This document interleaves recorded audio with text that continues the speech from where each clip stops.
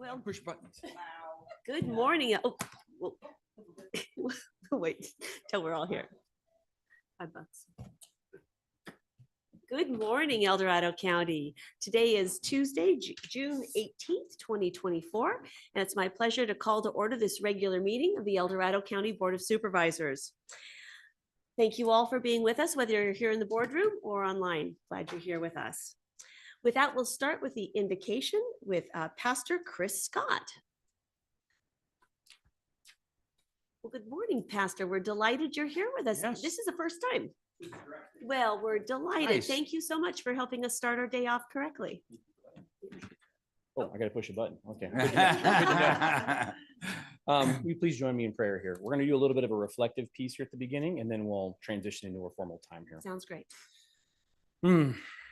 God, we are coming into this meeting with a lot on our minds and hearts.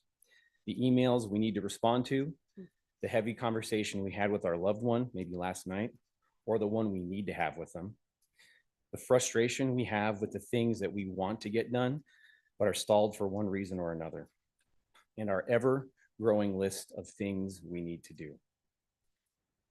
So just take a moment, and we're just going to put those things down now. We're going to put them in front of us, and we're going to put them down at God's feet right now. Let's just take 10 seconds here.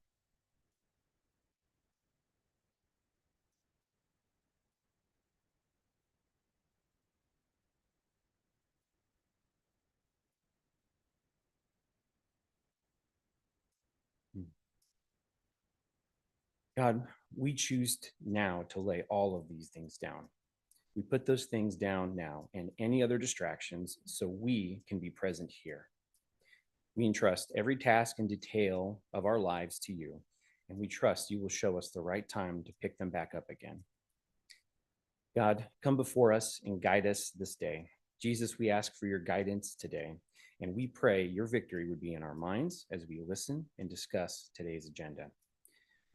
Holy Spirit, we call upon your guiding light on our path. Shower us in your golden light so we may have peace on where you are guiding us. We invoke your peace here in every word, in every action, in every decision, and in every response. May you bless this board, staff, and everyone participating with your wisdom, and let your glory shine through today's session. It is in Jesus' name we say these things. Amen. Amen. That was really helpful. Thank Thank you you so much, Pastor. Appreciate you being with us. And with that, I invite you to rise and join us in honoring our nation's flag. Hand over your heart. Ready, begin. Pledge allegiance to the flag of the United States of America and to the republic for which it stands, one nation, under God, indivisible, with liberty and justice for all.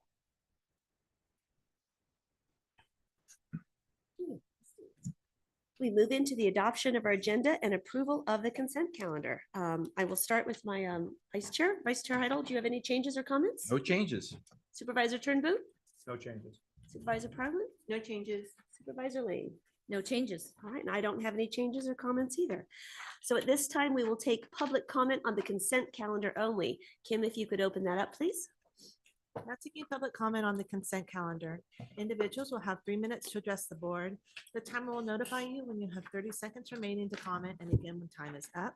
Public comment will be taken first from those participating in the boardroom and then from those participating through Zoom. For those participating by Zoom, please make sure you unmute yourself when called upon. If you're joining the meeting by phone, press *9 to indicate a desire to comment. If you're joining by Zoom, press the raise hand button. Please voluntarily state your name for the record. Does anyone in the boardroom wish to comment on the consent calendar? Seeing none, we will go online. Now taking public comment from Chris Payne. Good morning. Good morning, board. Just a couple of items, 4 and 20. On 4, I wanted to let everybody know that the community is very appreciative of the Bureau of Land Management's grant offer, which is under their Fuels Management and Community Fire Assistance Program activities. This could be up to $10 million, as your agenda says. But what I wanted to reflect was the longstanding relationship the Bureau of Land Management has in its tardiness to do things like this. This shows now that the federal government and all of its departments are actively involved with trying to reduce wildfire danger. And in this case, the Bureau of Land Management, it's very much an indication how everyone, including that department, is now in concert with others within your county structure of doing wildfire protection. So kudos to them, and kudos to your board for hopefully accepting this grant. The second one is item 20. That's the pedestrian overcrossing for Missouri Flat. This was on your agenda, I believe last week. It had to be pulled. It seems now everything's in place. It's back on, and I appreciate the fact, as I said last week, that this is an important project to the community in terms of public safety. And Chair, I know how much you support this project, so I appreciate it. That's my comments for this morning. Thank you very much. Thanks for your comments. There's no additional public comment. All right, thank you. Bring this back to the board for action. I'll go ahead and move adoption of the agenda and approval of the consent calendar. Second. All right, it's been moved and seconded. Any further discussion? All those in favor say aye. Aye. Motion carries unanimously. Thank you. We will now move into our 9 a.m. time allocation, which is a presentation from the El Dorado Water Agency. So Kim, can you open this item? Item number 28 comes from Planning and Building Department, Economic Development Division, recommending the board receive and file a presentation from the El Dorado County Water Agency on the report titled Outdoor Recreation in Upper American River Watershed, an analysis of economic impact and value. Good morning, Kyle. Thank you for setting up this item. Yes, good morning, Kyle Zimmerman, Economic Development. Excited to have Rebecca Glow here today to tell you guys about this study. The data and report they put together are amazing. So I just wanted to, without wasting more time, get Rebecca up here to walk you guys through it. Perfect. Thank you so much. Supervisor Parlin Turnbull and myself have the pleasure of sitting on the Water Agency Board. So Rebecca, it's a pleasure to welcome you to our board chambers this morning and look forward to this exciting presentation. Yeah, it's a little bit more formal than our normal board meetings. little. Stand up here. Okay, Yep, yep. great. No, thank you so much. As Kyle mentioned, my name is Rebecca Guo. I'm the general manager of El Dorado Water Agency. And so for Supervisors Lane and Heidel and those in the room who aren't as familiar with the water agency, we have a couple of slides.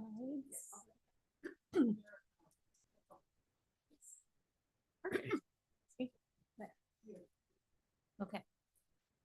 So I know that will be shared, but we did want to spend a couple minutes just kind of talking about El Dorado Water Agency. So on the next slide, it shows that we were established back in 1959, provided with countywide water resources, planning authority, broad authority. There's a list of kind of the different areas mentioned in the legislation that we have authority under: water supply, storage, hydropower, water quality, stormwater, flood control storage, water quality, and then also the ability to negotiate with state and federal agencies related to water management.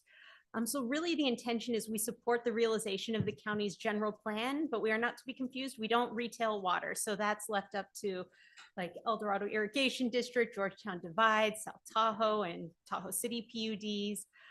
So we do this long-term water resources planning. So we do not own or operate or construct any facilities. So we are a little bit different. We look long range, but if you click once more, let's see it. A map, yes, so that pops up. So really we look at the county as a whole. And so this map is a little bit busy. The light green and pink areas, that's the forested lands, some private lands, but really we focus on that general plan kind of area. So if you're all very intimately familiar with the general plan. And so the different land use designations that are on it. And for purposes of water supply, we break it up into two different categories. One, this more urban demand. So that's in the orange, the brighter orange, and then this rural agricultural. So that could be a home with maybe a couple orchards in there or a commercial vineyard area, just because the different water demands are different for, you know, a home. You'll take a shower every day of the year, hopefully, versus your crops you may only water in the summertime. So water patterns are different. So that's how we broke it up. But so our focus really is on these green and orange areas. As you could see, the little outlines up there, there is, you know, like El Dorado Irrigation District covers a large portion in that area. Georgetown Divide does too, but a lot of it isn't covered by a purveyor currently, right? And so we're looking at those other, what we call other county areas, to see how do we make sure they have secure water supplies, both now and in the future, to meet the general plan's realization. So on the next slide, then you may be thinking, okay, we're talking about recreation. We said we're a water agency. So I'll get there. How does it all tie together? But why do we care about, as a water agency, about watershed management? Well, really, we want to make sure that our watershed can provide for the needs of the community that depends on it. And so some of the provisions that the watershed provides as it relates to our El Dorado Water Agency is, right, protects our water supply reliability. Unfortunately, after the fires, we saw that firsthand, right? It destroyed infrastructure, it increased debris flow. It's, you know, there's a lot more maintenance that folks need to be able to do to make sure that the water quality is sufficient. Also, it's where our snowpack is. And without a large groundwater basin in the majority of the county, we need that snowpack to kind of refill the groundwater and our springs. So it protects that. It also provides stormwater resources management and promotes outdoor recreation, which uses water, especially like the rafting and boating areas. So that's why we care about watershed management, especially right on that last map. Over half the lands are, you know, forested lands. And so the health of those forests really are important to our water. So on the next slide. So our approach that we did was we broke it up first into, well, the watershed. And so we looked at currently in this presentation, the Upper American River watershed. So that's from Folsom to the Sierra Nevada crest. And we said, okay, what do we need to do to protect that watershed? And so we came up with this programmatic watershed plan with 17 different agencies. And we said, yes, that's great. There's lots of plans and strategies to do it, but how do we fund it, right? How do you make sure that the investment is commensurate to the benefit of the watershed? And so that's why we did this economic valuation. And so we did one that kind of looks at high level, what are the different benefits? And then what we'll get into more today is the recreation specific. So on the next slide. So this is the Upper American River watershed. The outline is the county outline, but the greens and yellows, that's what we looked at for our particular study. So we saw that, right, forested lands provide different benefits than shrub lands, than open water, than cultivated areas. So they all provide different benefits in different ways. And so that's what we looked at for our study. And we looked on the next slide, we have this wheel showing the 24 different ecosystem goods and services that those different land cover types provide. And one of them is recreation and tourism. And so we thought that that would be something, after working with Kyle and his group on that, and just to be able to show you guys kind of the findings from it, because recreation is a very important asset in this county.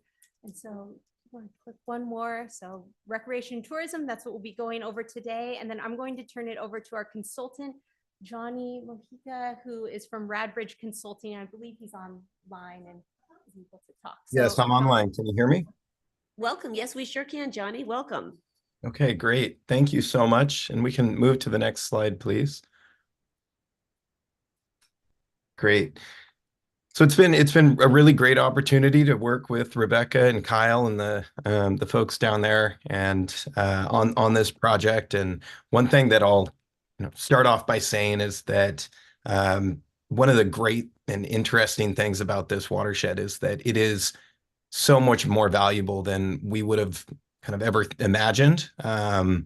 The kind of cursory review of literature suggested that the watershed provided about $330 million in just non-market consumer surplus benefits associated with recreation.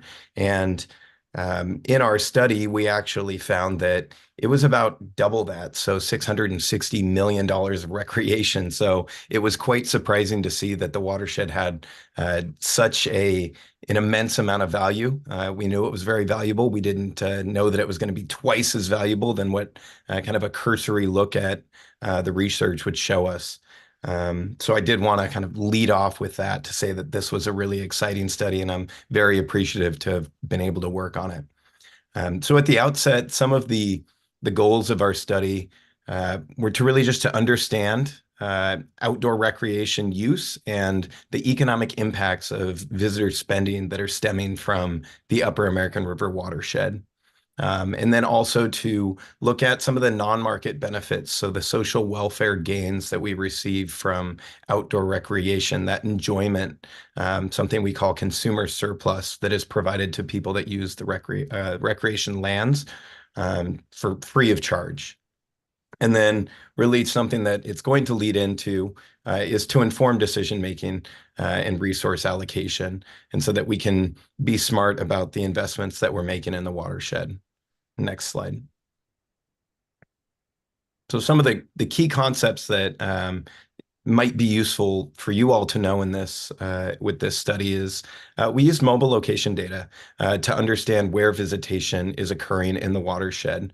And so what we were able to do is we were able to take hundreds of millions of mobile location device occurrences and map those throughout the watershed. And then develop a model to estimate visitation to outdoor recreation destinations. And this is really cutting edge in the way that we're doing it. And so another exciting kind of concept of this study. And then something that we have years and years of experience doing is economic impact analysis. And that's your traditional kind of economic industry analysis. We're looking at the number of jobs that are supported, the taxes that are supported, wages, total spending throughout the economy, things like that that are all associated with outdoor recreation. And then that consumer surplus, which I alluded to earlier, that's that extra value that consumers receive from participating in recreation activity. And again, that's really, really immense in the Upper American River watershed. Next slide. So when we're doing an economic impact analysis, it's a pretty simple core equation. The way that we approach it is to estimate the number of visits, and that's we can do that through the mobile location data. And then we also look at the average spent per visit.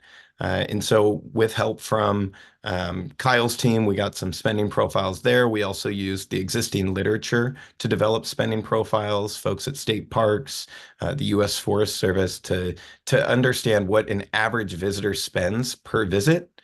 We multiply those two things together, and we come up with an estimate of total outdoor recreation spending within the watershed. Next slide.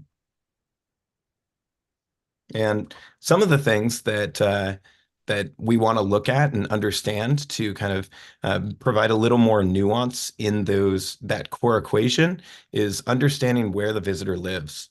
And so we know that a local visitor, someone that lives within the watershed, is going to spend much less traveling to a state park or traveling to up to the national forest. We just know that they're not likely to stay overnight. They might go to a restaurant, they might stop for gas, but their expenditures are much different than those of the tourist visitors that are coming and spending much more. They stay in hotels, they go out to eat for multiple meals per day. They shop at retail stores throughout the area. And we also want to know what lands are they visiting so that we can make informed decisions about where the investments are going, what lands might be being kind of loved to death, what lands may be an opportunity to develop further and kind of disperse some of the other recreation occurring. And so we can do that through our study as well.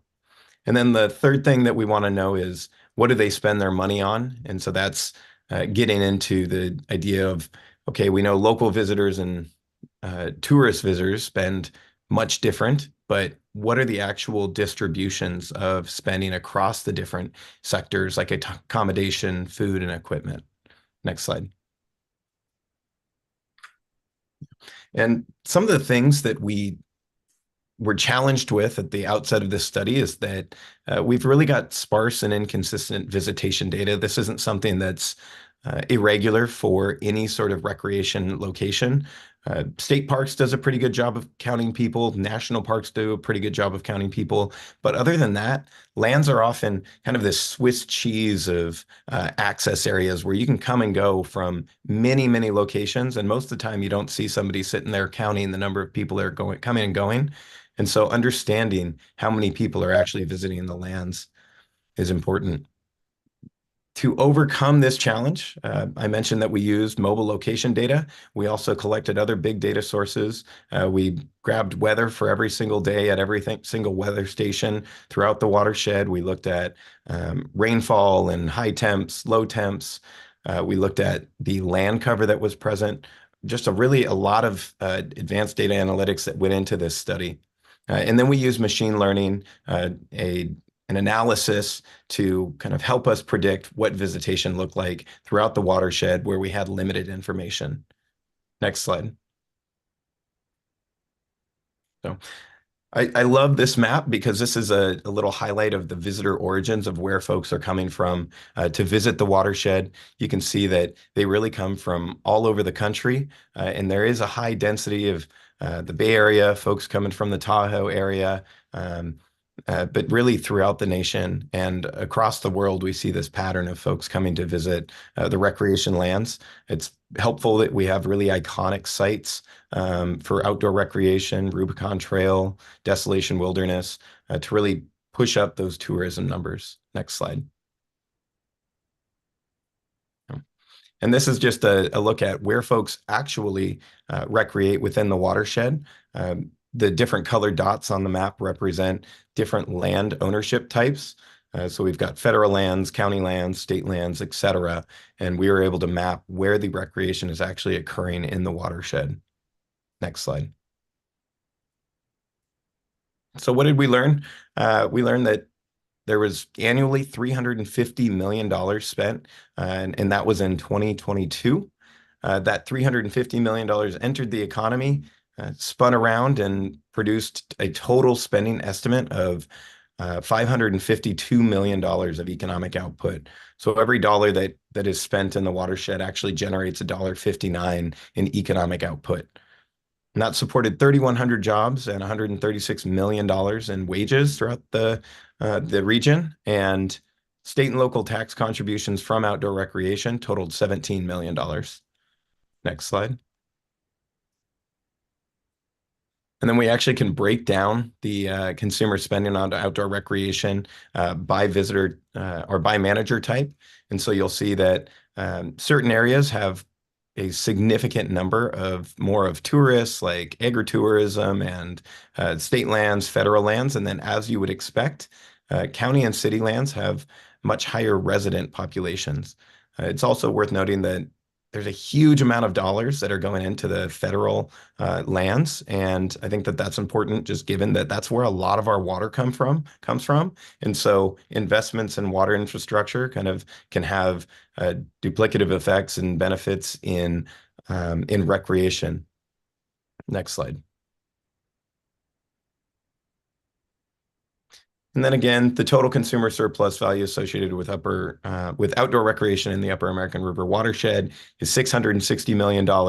That's just that benefit that we receive, the enjoyment value of outdoor recreation. And it's often used in benefit cost analysis to weigh whether or not the public would be willing to kind of invest in things. What do they value it at? And we found that it was $660 million.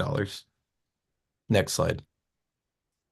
So just to wrap up kind of some of the goals of the study were, again, to really highlight the multifaceted benefits of outdoor recreation. We can use this information and we can tailor it to different audiences. So whether it's interagency relationships that we're trying to build, if we're speaking to the public and engaging with the public, we can talk about different facets of this data and break it in and to kind of tailor to what their interests are. And what we really want to do is we want this to be actionable and for folks to to make investment strategies off of the data. We see that a lot with our data that it's used to help to advocate for funding in outdoor recreation infrastructure. And then the last thing that I do want to say is that when it comes to contributing to the economy, there are things like going to the dentist and spending money at the dentist, and that's an important thing, and it does help the economy. But one thing that people really love to do is recreate, and that's really what makes people happy. And sure, people should have healthy teeth, but we should really be investing in things that make people happy. And so when people spend money on outdoor recreation, not only is it good for the economy, but it's good for the public, good at making people enjoy living in this area. And so that's why we really think that outdoor recreation is kind of an important part of watershed management. So thank you for your time, and I'm happy to answer any questions about the study. And it's a very brief presentation, but we do have the report that we can share as well. Thank you so much. We appreciate you being with us and walking us through that. Rebecca, do you have any final comments on this? No, thank you so much, Johnny, for attending. He's up actually in Oregon. And so we had to go outside of the state to find people that were experts in kind of evaluating this. And, I just wanted to highlight, yes, this was recreation. We provided similar type of estimates for all that pinwheel of 24 different goods and services. But it's been really important, for us to be able to advocate for investing in rural communities. I mean, just yesterday, Supervisor Parlin and I spoke with Assembly Member Alanis from the Stanislaus County area saying, why should you care about our watershed health, right? They receive water from that originates here. They have, even the staff member that we spoke with recreates, very frequently up here. And so being able to make that connection that even though you may not represent this district, the people that you do represent get benefits from where we are. And so being able to have this type of dollar value of our watershed has been really helpful to be able to advocate for, let's invest properly here, because it does provide that statewide national benefit. Thank you, guys. Excellent. And I'd like to piggyback on that, as we worked through this study with the water agency, all of us found that this really is a groundbreaking study. And it was exciting when we went back to cap that it received, acclaim with U.S. Forest Service. We met with top deputies back there, and they recognize that federal dollars are drying up as far as federal land management and vegetation management tools, that with money tightening, it is more and more important to be able to prove a return on investment. And that data just isn't there for most jurisdictions. So this will be a very helpful tool across the board, whether we're wanting to make investments in recreation, in our watershed, in our forest management, through a whopper, through transportation investments, if we can prove that, through economic development. It will really have a vast array of uses. So it's very exciting. And once again, El Dorado County is on the cutting edge and the forefront of initiatives. So I just want to praise the water agency for taking this on and helping us prove the value of this amazing place we call home. So I don't know if Supervisor Parlin or Turnbull would like to say anything. You got anything to say? Well said. Yeah, exactly. But I just want to thank you and Lori for going back and representing El Dorado County, and Rebecca. So thank you for the hard work and the stuff done, because these people need to wake up a little bit, because we have a big asset here, and it helps everybody too. Good forest management, all the different things it inputs, especially for our county. So thank you guys. Thank you. Any other comments? Yeah, I do have a comment. I've attended the El Dorado County Economic Summit in El Dorado Hills several years. And a lot of the data is presented in terms of where the tourists come from, where are they spending their money, what kind of businesses are most attractive. This seems to be a really good matchup with that. So was the chamber integrally involved with this so that they benefit directly from that information, and we can all use, the wealth of data that we have? No, we actually hadn't reached out with the chamber for the study, but we're definitely happy to share the data with them and kind of make sure that if there is specific information or questions they have, maybe in areas, we could get them that data. So we'd be happy to present there or talk with them. Excellent. Because the last one, translate the research insights into actionable strategies.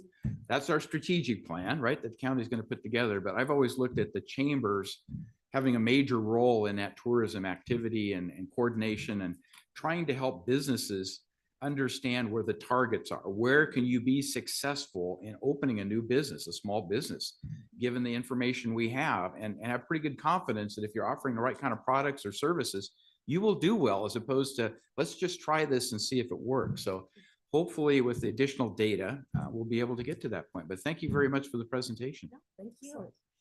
Well, and speaking of additional data to get to that point, you know, I mean, this is only half of the picture of what El Dorado County really looks like. And I appreciate that you're studying the Upper American River watershed because that's the jurisdiction in which you operate. But there's a whole other piece to the county that is completely left out. And so we have similar data and use similar methods using mobile, you know, phones and that type of thing. So we have data that could match up with it.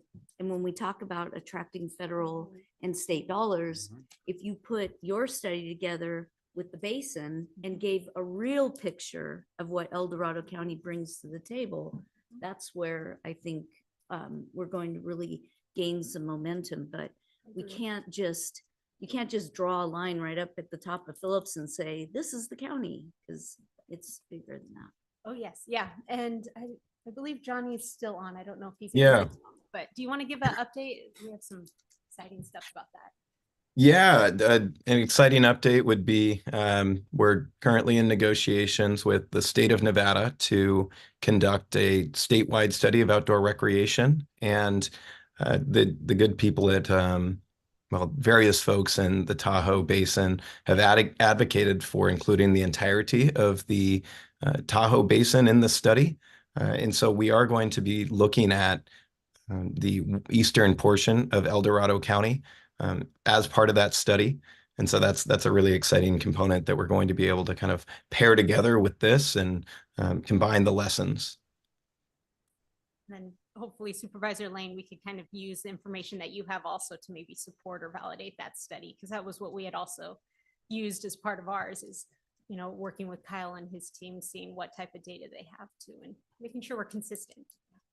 Yeah, and it will be interesting because it's duplicative in some regards, right? Because there are tourists that are in Tahoe that we're counting and following that use the Upper American River watershed, as you even pointed out in your report, as to where the tourists are coming from. You mentioned Tahoe as a place where they're coming from. Well, that person is the same one that came from the Bay Area, is staying in Tahoe, utilizes the rafting on the river, or comes down to El Dorado County for other services. And so we have to figure out how can we also make sure we're not double counting and, you know, making our numbers bigger and not accurate. Yep. No, it'll be But I think exciting the to cell work on phone that. data Yeah. allows us to do that, right? Yep. We You can make kind of sure track we where don't they double are. check. A little bit scary if you own cell phones, which is all of us. Yeah, I know.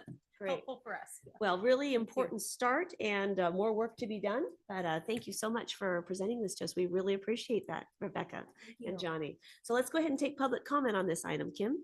Now taking public comment on item number 28. Individuals will have 3 minutes to address the board. The timer will notify you when you have 30 seconds remaining, and again when your time is up. Public comment will be taken first from those participating in the boardroom and then from those participating through Zoom. For those participating by Zoom, please make sure you unmute yourself when called upon. If you're joining the meeting by phone, press *9 to indicate a desire to comment. If you're joining by Zoom, press the raise hand button. Please voluntarily state your name for the record. Is there anyone in the boardroom that would like to comment on this? Come on down. Good morning. Good morning, Madam Chair, board members, Michael Rinaldi, Farm Bureau. Really appreciate this agenda item today and appreciate Johnny and his crew's work and the water agency's work. Just to go back a little bit, the programmatic watershed plan has indicated that the watershed's been overwhelmed and cannot be corrected solely by natural means. That circumstance exists on every farm and ranch in El Dorado County. the same circumstances that have happened and that are considered a crisis in the watershed exists on our farms. Now, the relationship to this item today is Johnny's information has shown a pretty strong location data connection between visitors to El Dorado County and Apple Hill. There's a very, very strong connection. What I'd like to do is draw a contrast between that effort on the west, the activities on the west slope, and as it relates to Tahoe. You know, a lot of folks discover Apple Hill because of their movement to Tahoe. It either results in them stopping at in Apple Hill on their way back or on their way up, or coming back to El Dorado County for that. That effort is so significant in the agricultural arena because it helps our county's TOT when we can accommodate them, particularly overnight.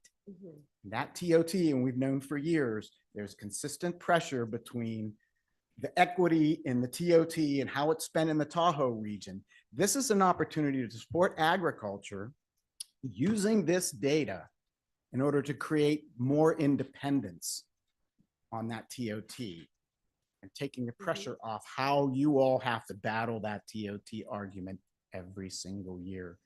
And I don't expect that the battle will end, but we certainly can do adaptive strategies in order to address that.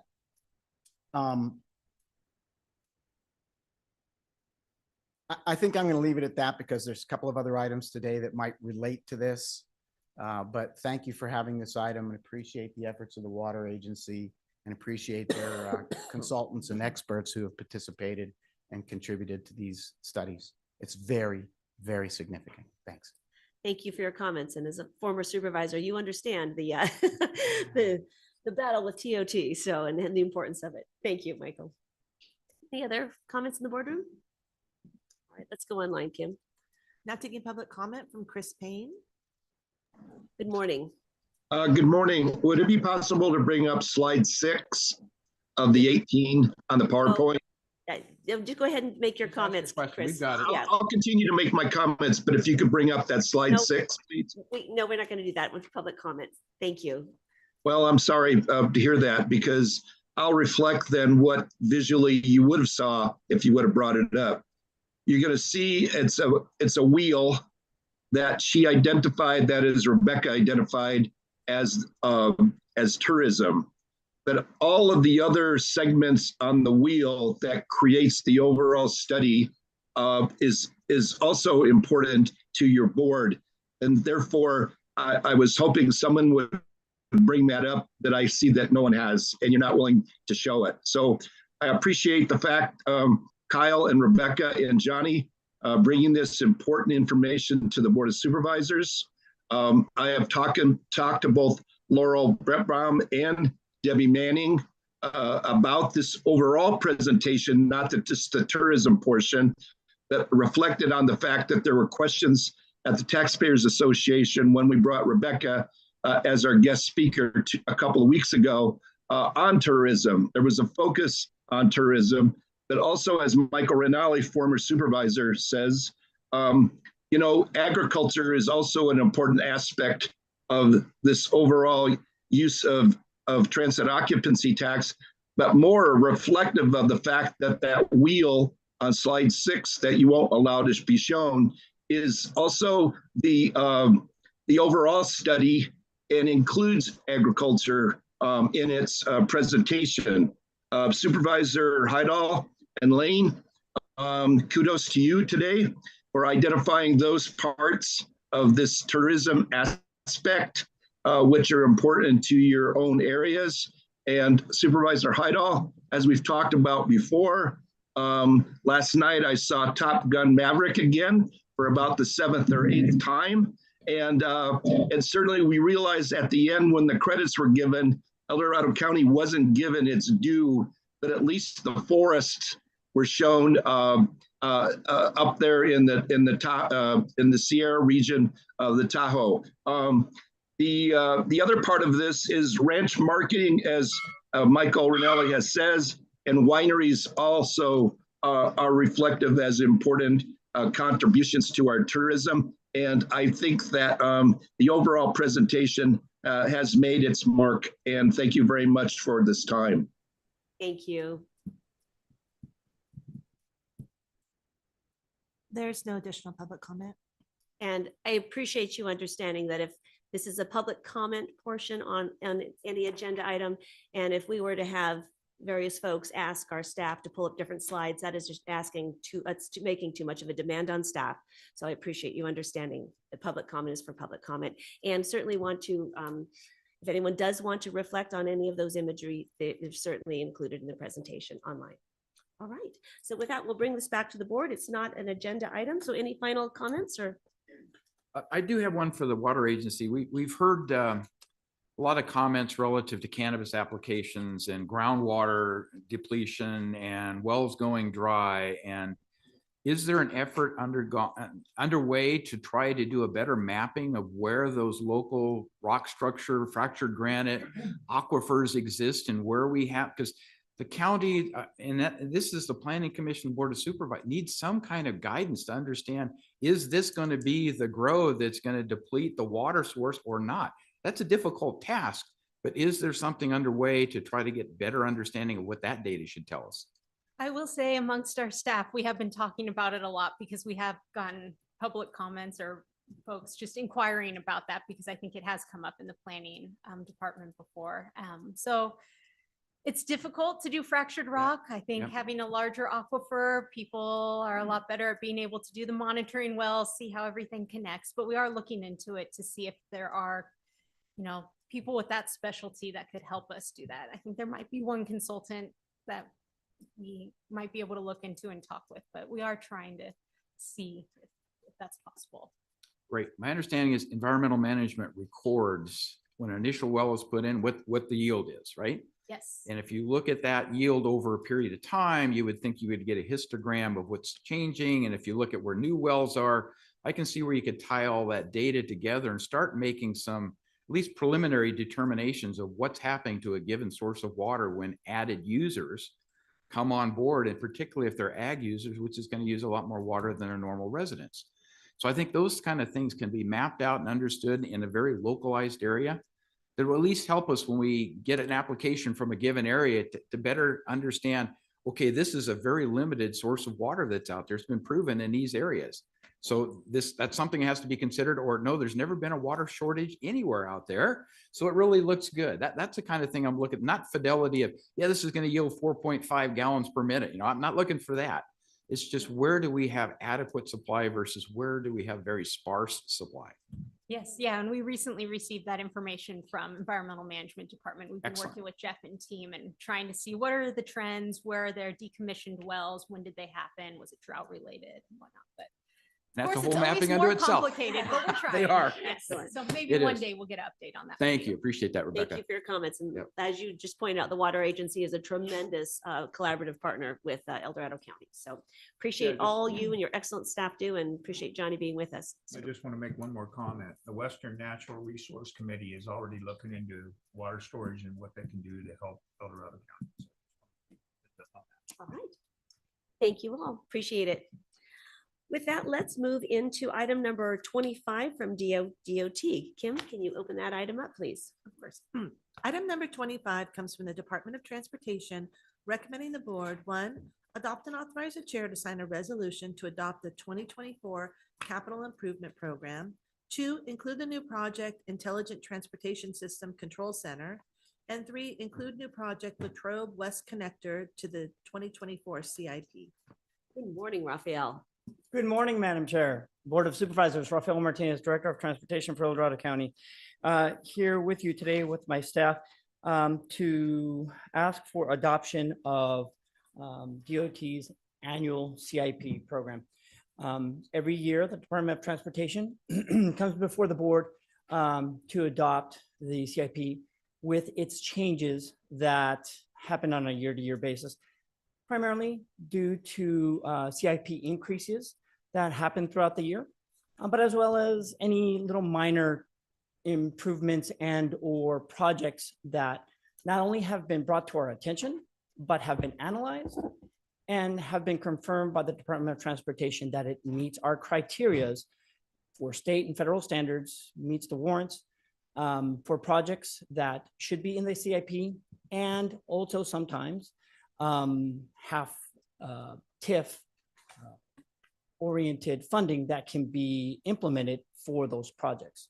Sometimes projects are grant projects that the Department of Transportation goes out for applications and are also applicants and candidates for the CIP program. So back on March the 5th, the Department of Transportation included the change table that had the CIP increases, but also 3 new projects that once again had been brought to our attention and had been analyzed. Those were Forney Road, Hollow Oak at Bass Lake, and Robert J. Matthews at Golden Foothill Parkway. We presented those projects as well as the change table to the Planning Commission. Planning Commission agreed that our recommendations were consistent with the general plan and the criteria for including those projects into our CIP program. And now since then, the Department of Transportation has concluded 2 additional projects that are also qualifiers for the CIP program as well as the TIF program. One being the Intelligent Transportation Control Centers and the Latrobe Westerly Connector. Now, in a second, I'm going to have Zach give information in terms of the details of those 2 new projects. But I just wanted to give you a brief overview that with the annual update, the purpose is just to make minor modifications and or conclude any analysis that the department has completed within a calendar year that meets our criteria. Any larger projects, such as capacity inducing projects, projects that have developer impacts, regional impacts, and have more of a circulatory aspect to it, typically are brought to the board when we do our major update. At the time of our presentation, there were a couple of questions regarding several other projects that we included, that also being Hollow Oak and Robert J. Matthews. And since then, my staff has proceeded with the analysis justifying the need for either a traffic signal or a roundabout at Robert J. Matthews. And once again, Zach can go into more detail about that later on.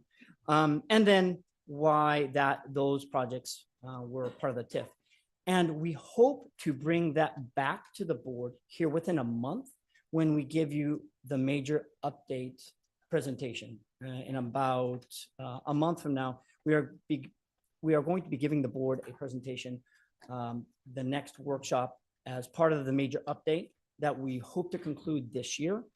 And part of that will bring you analysis on a variety of infrastructure needs that the Department of Transportation feels will be justified, needed as part of our, not only our CIP, but into our TIF, as well as what the grant funding should be for our program and how much of that should be subsidizing the TIF program. So with that said, I'm going to hand it over to Zach Oates, my senior traffic engineer, who's going to go over the details of these 2 new projects and next steps from there. Thanks so much. Thank you. Yeah. Good morning, Zach. Good morning, Chair Thomas, members of the board. It's good to be with you again. As Raphael touched on a few of the projects that we previously discussed with you in March, and then the 2 new projects. I'm going to talk about the ITS Control Center, and then I might hand it over to Matt Smeltzer to talk a little bit more about the Latrobe Westerly Connector.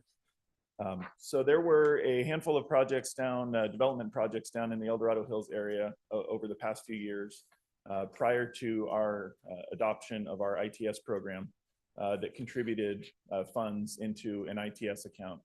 And we are going to be utilizing those funds to construct our traffic operations center that will be used to control ITS elements as we are able to condition projects to install them or create further CIP projects. So we are going to be locating that in our Headington office and working with our traffic signal technicians and department to identify the appropriate needs as far as hardware and software, and getting that constructed as quickly as possible to get it online so that we can start utilizing some of these new technologies as the right opportunities become available. I'll also touch real quickly on the other projects that Raphael mentioned, specifically the Robert J. Matthews Roundabout. There was a lot of conversation about whether or not that was the right solution for that location. In the context of that geography, where that intersection is located adjacent to Latrobe Road, Golden Foothill South, and Clubview, I believe, that goes into Blackstone there. The spacing, those intersections are only about 300 feet apart. Typically, the absolute minimum you'd want to see on traffic signals is around 700 feet in sort of our more rural area. Obviously, in urban areas, the spacing can get much closer. And in those cases, they'll coordinate the signals so that one will talk to the next and kind of synchronize those green lights to keep traffic flows moving efficiently. The issue with doing that at this location is that the majority of the traffic along Latrobe Road going north-south is perpendicular to Golden Foothill Parkway there. And when the spacing gets so close like that, the focus becomes on addressing the queues to make sure that traffic queues aren't backing up from one intersection into Latrobe. And when you transition from focusing on how traffic is progressing, the level of service to the queues, it can have an adverse effect on the level of service. And so we felt that the installation of a roundabout at that location would address the one traffic movement that is creating the level of service issues during the AM peak hour. And that's actually the traffic that is on Robert J. Matthews trying to turn back onto Golden Foothill Parkway, either to get to Latrobe or to go towards Carson Crossing Drive. So given that the majority of traffic in the mornings is coming from Latrobe onto Golden Foothill, that traffic on Robert J. Matthews would be able to freely enter the roundabout to go whichever direction they chose. So that's kind of it's a summary of the preliminary analysis that we've done. And like Raphael said, we look forward to sharing more information on that. So if you have any questions on those, I'd be happy to answer them. Otherwise, I'll hand it over to Matt to talk about the Latrobe Westerly Connector. Any questions? Yeah, I have a few questions. You're showing two roundabouts, one at White Rock Road. No, No. this is my idea. This is not staff's. No, Oh, this is not okay. staff. I thought this presentation came from staff. It isn't no, labeled the it's source, not, so, no. okay. Because I'm just mentioning the fact that's part of the Southeast Connector, and we don't change the Southeast Connector plans without letting them know there's modifications Right. that are being proposed. So, okay. So within the information you have, do we have data that really tells us what kind of traffic there is that where this proposed roundabout would be at Golden Foothills on a peak demand basis? Are we talking about 600 cars an hour, 1,000 cars an hour? Do we know? We do. We have some traffic counts, and we're in the process, or we've put together a preliminary kind of traffic model to take a look at how those flows are actually moving. Okay. And we would look forward to sharing some videos of the modeling that we've done that really emphasize how well the roundabout would address those traffic deficiencies. So we would either need a roundabout or a signal there. Right. The threshold has been met in the fact that the volumes are high enough to where we're having delays and conflicts and safety issues. So it's either a signal or a roundabout. Now, traffic engineering has already determined that it would probably most likely be a roundabout would be the most efficient and effective, but we haven't shared that with the board. So that's what we're saying is, we'd be glad to share our analysis and our conclusion as to why. But either way, we should start collecting TIF fees for that infrastructure. Now, a signal and a roundabout are almost identical in cost. So whether we're collecting for a roundabout and it becomes a roundabout, or we're collecting for a roundabout and then later it becomes a signal, we start the collection process through the TIF program for every applicant that comes through there. So that's what we want to start here today, is making sure that we start collecting for that. Right. So the conclusion as to what the ultimate decision will be, we will be sharing that here very soon within the next 2 months in terms of the analysis. Because the other complaint I hear is the stacking up on Latrobe Road. And I don't know if we have data on that either, peak demand. And obviously John Adams Academy plays a big part of that stack up at a given period of time. And my understanding is not a full hour, it's a very short period of time. And we know peak demand is a full hour, those kinds of things. But I'd be really interested in understanding what that data is telling us. We can't collect it now because school's out. But in the fall, and I've talked to Raphael about this, I think we really need to get a very firm understanding of where all that traffic movement is when parents are dropping kids off at school and when they're picking them up, because that is offset by the normal business hours. The pickup at school is earlier in the afternoon than when the normal businesses let out and all that traffic happens. So I don't see the impact there. It's more the morning impact of people getting the kids to school and people going to work that seems to be probably the greatest conflict. But we really need to get some good data on that location, and then how much traffic is coming off of Carson Crossing. Sure. And coming down into that area to be able to fully model what's happening with that circulation, so that with any given proposed project, we can look at what's the impact of that project as a standalone. Does there have to be a contribution to ITS? All those things that you guys know very well that need to stack up to make sure that we get the funding and the support to do these things. So a couple things on that. Since the initial contributions were made by some of the development projects, we've since rolled the ITS program into the TIF program. So with every building permit that's issued now, a portion of that money goes towards funding our ITS program. as opposed to an add-on, because that just means we need to look at the TIF, in my opinion, in terms of the values, because you can't just carve away part of it and not hurt the rest of the intent of TIF, which is capital improvements. Sure. It was an additional, we had cost estimates prepared for the list of projects for the ITS program. So those were all included in. So the total dollar amount was increased. Raphael's mentioned that we'll be back soon. I believe we were originally shooting for the end of July. It's probably going to be the first August board meeting where we're coming back to discuss the next major update set of items, grant funding. But the main one will be the list of roadway deficiencies and the list of improvement projects that we would be recommending for inclusion into the next program. So is that the 5-year review that you're That's talking the about? 5-year review. Okay, and that's, which is the major. Right, and that's update, August yes. is what you're telling us. That's going to include all of the updates to our travel demand model based on the land use assumptions that we have seen since the last major update, or not assumptions, but development projects that have been approved. But also includes the growth numbers and allocations that we presented to your board earlier this year. And that all gets calibrated with the most recent set of traffic counts. So that will hopefully address your comments, Supervisor Hydal, about the stacking issues along Latrobe and White Rock. Okay. And that should account for all of those issues. So I'm hearing you say that the concerns that both Supervisor Hydal and Supervisor Turnbull have on this area, it won't be a standalone agenda item, but it will be those traffic analysis and circulation will be part of the 5-year review project, or Is it will one you come agenda back- item or two? Right, or will you come back at another time where we Yeah. actually look at the roundabout versus signal? So. I just want to manage expectations No, of course, here. of course. So as I stated earlier, the annual update are projects that have been brought to DOT's attention that we've had time to analyze and vet out and then determine if they conclusively do belong in the CIP, and furthermore, if they should be TIF funded.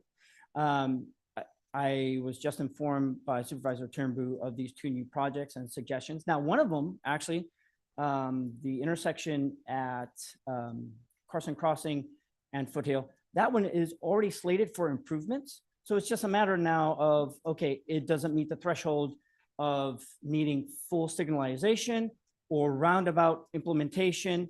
So it's just a matter of Department of Transportation taking that suggestion and recommendation from Supervisor Turnbull and then coming back with the analysis. No, I can't promise whether we're going to get back with that analysis by this August and or by the end of this year, but definitely by the next annual update, I'll definitely have that analysis. Oh, because for sure. this was just brought to your attention. That is it? this was Oh, just got brought it. to our attention. Okay. Now, the other one at Carson Crossing at White Rock, that one I think has maybe some improvements, but I don't know if it's fully slated for a signalized improvement. So once again, we're gonna have to analyze it, see if it meets our thresholds, our warrant analysis. If it does, then yes, we'd be glad to inform the board that yes, it meets the criteria. We should either do a signal or roundabout. Here's what either one look like. What is the board's suggestion? And then we go from there. Right, well, it's certainly a lot going on in this area, and we look forward to a Yes. robust discussion at the 5-year review that will be coming back in August. So I see Supervisor Parlin.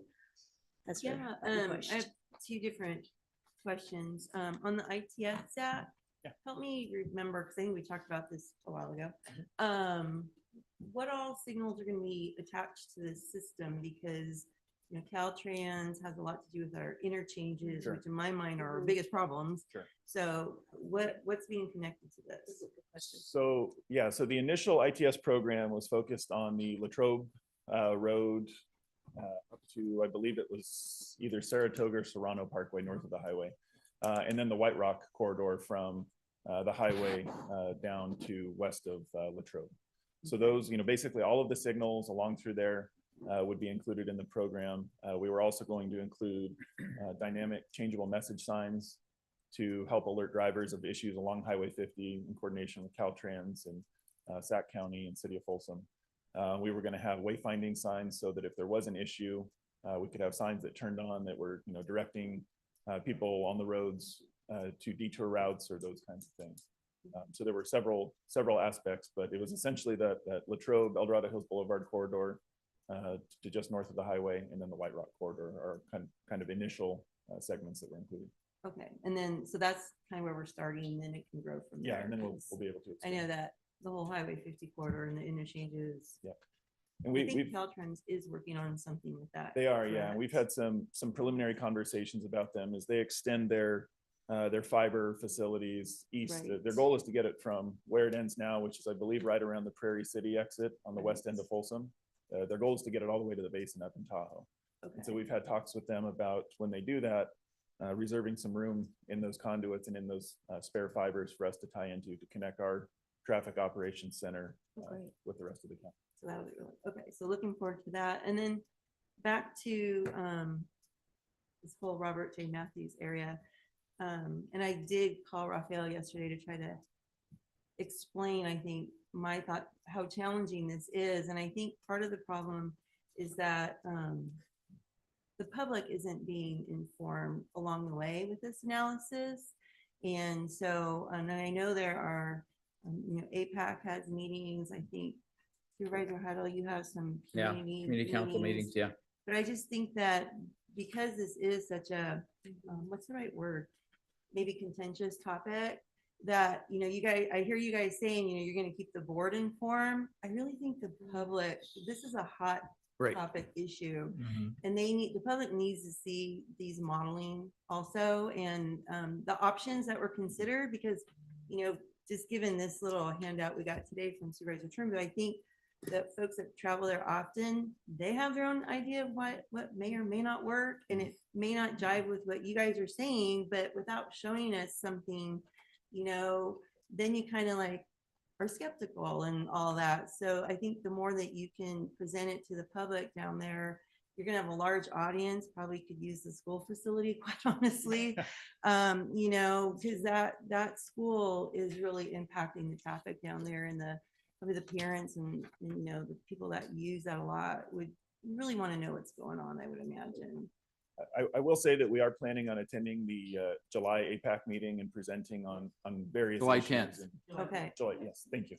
And yeah, and we're planning on sharing the modeling results that I mentioned earlier Okay, with that's the group and anybody. Okay, that's in so attendance. that's really helpful, I think, as long as you guys get the Yes. word out to the public to show up for Yeah. that. So then maybe we won't hear. complaints And I think about planning it. and building was also planning on being there as part of that discussion, or maybe it's a subsequent meeting, but we are trying to make sure that the community down there gets as much information as they can relative to the studies that are being done, the analysis, the expectations, the projects, et cetera.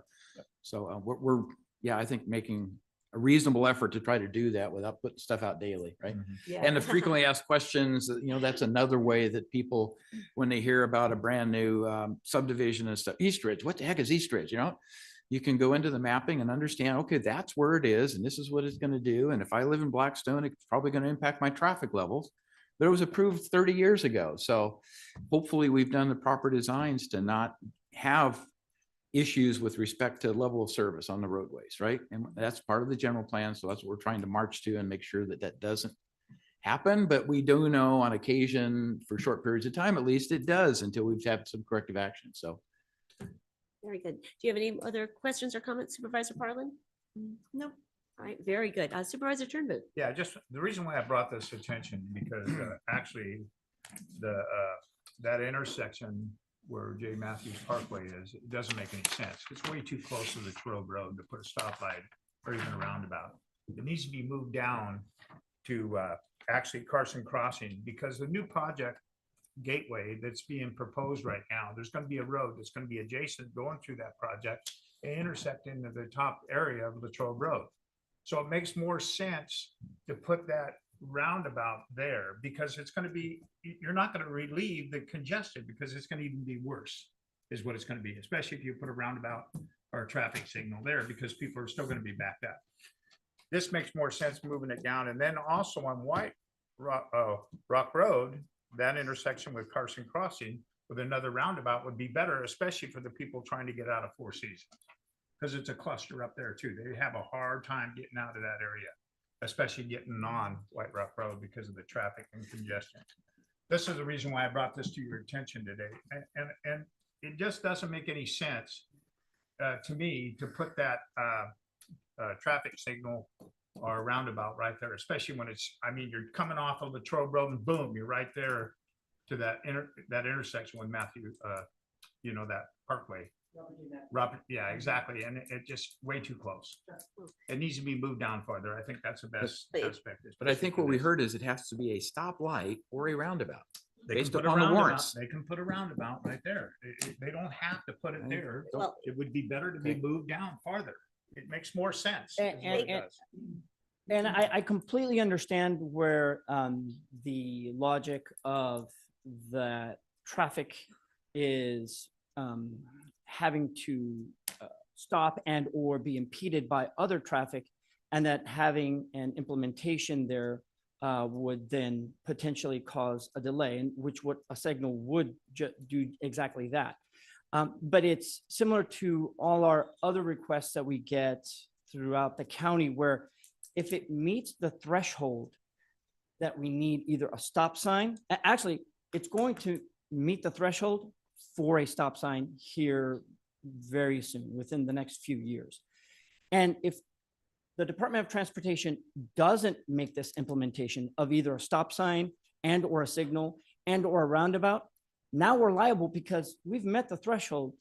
We've concurred with the state and the federal government that it meets the criteria for it. And then if we don't do that, we're at risk of the fact that we are not abiding by good traffic implementation standards. So it's a matter of now which implementation is going to be the less impactful, which is going to be the most efficient, which is going to be the most effective. Now, sometimes it's a signal, sometimes it's a stop sign, sometimes it's a roundabout. And it's not a cookie cutter application, or one project doesn't fit all. And so then a roundabout might not be there most appropriate for that location.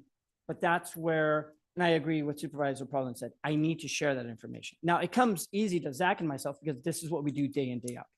But I need to now share that information with APAC. I need to share that information, what a stop sign is going to look like, what a signal will look like, and or what it's going to look like without a stop sign and or a signal and or a roundabout, and then with a stop sign, and then with a signal, and then with a roundabout, and then prove to the public that, yes, we are doing our due diligence as to why.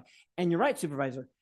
The location at Carson Crossing is actually going to then even be more appropriate to have a roundabout if then there's a roundabout at this location and or a signal and or a stop That's where I sign. think you end up. Well, I say, I'm gonna Well, let's jump don't in here. design I'm it. gonna jump in here right now. So appreciate you bringing this forward. What I'm hearing is that there's currently a thorough analysis of Yes. traffic patterns, and so appreciate you bringing this forward at this point. But as far as the exact configuration, that's not on our agenda item today. So encourage you to continue to work with staff on this and the public. And we'll be back. And then to talk about it, we'll look yes. forward to that. But appreciate you bringing this to Yes. their attention today, Supervisor Turnbull. So, every option can be vetted and with the proper analysis. Yeah, So, and I agree that with Lori, there's got to be public input. yeah, There really is. absolutely. Okay. All right. So are there any further questions on the ITS or the Latrobe West Connector? Have we gotten, we've I was done going to that turn one? it over to Matt to Yeah, we to haven't say a even few done words that on one. that one. So, okay, sounds good. Thank you, Zach. We got so excited about number one. Good morning, Matt. Good morning, Matt Smeltzer, Deputy Director of Engineering, DOT. Good morning, Board. Good morning, Chair. The color looks good on you. Well, thank you right back at you. Road to the West. Yes. We were here previously with that and got your direction to start a study for that. And we've done that. And we're breaking this into a couple phases as we go through it. And we've made some progress. Another thing was coordination was really important, of course, on something like this. And it leads to our county line. So we have had coordination with our Transportation Commission, with SACOG, Folsom, Sacramento County, and even reached out to the tribe and have been coordinating with our planning department, of course, with Robert Peters and Andy Flowers. And through an RFQ process, we've selected Kimley Horn as the best qualified for this particular project. And they're very familiar with the area.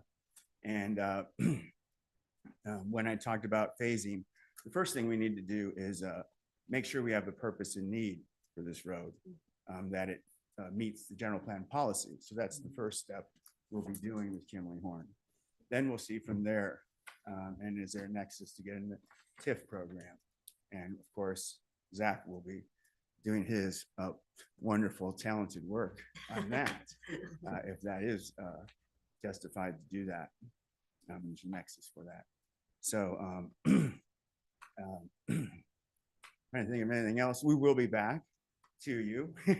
We were planning that already, and I figured we have an opportunity to talk about it a little bit now too. July, August, when we're going to try and get back to you with a further update, and hopefully the contract, it's with contracts right now with Kimley Horn for this first phase of the work. So that's about it. It's a real privilege to be working on the CIP and with serving this county with such a great team we have here at DOT. It's a lot of fun delivering these projects, this capital program, and serving you. You have a challenging job finding the balance and delivering these needed improvements to our county. You do a terrific for the job best serving. Commonwealth of the county. Yes, you do a terrific job serving the needs of the citizens of El Dorado County, which continue to be evolving, which makes it challenging and exciting all at the same time. Yeah. And like you noted, the board in March already directed that you start coordinating and looking at this Latrobe West Connector. And as the staff report notes, that in order to take it to the next step and to do this further analysis, this needs to be included in the CIP, which is why it's before us today. So any comments or questions on that? Matt, you mentioned phasing. Is the scope of the initial phase only between the county line and Latrobe Road, or does it actually consider road to the west full completion down to hit White Rock?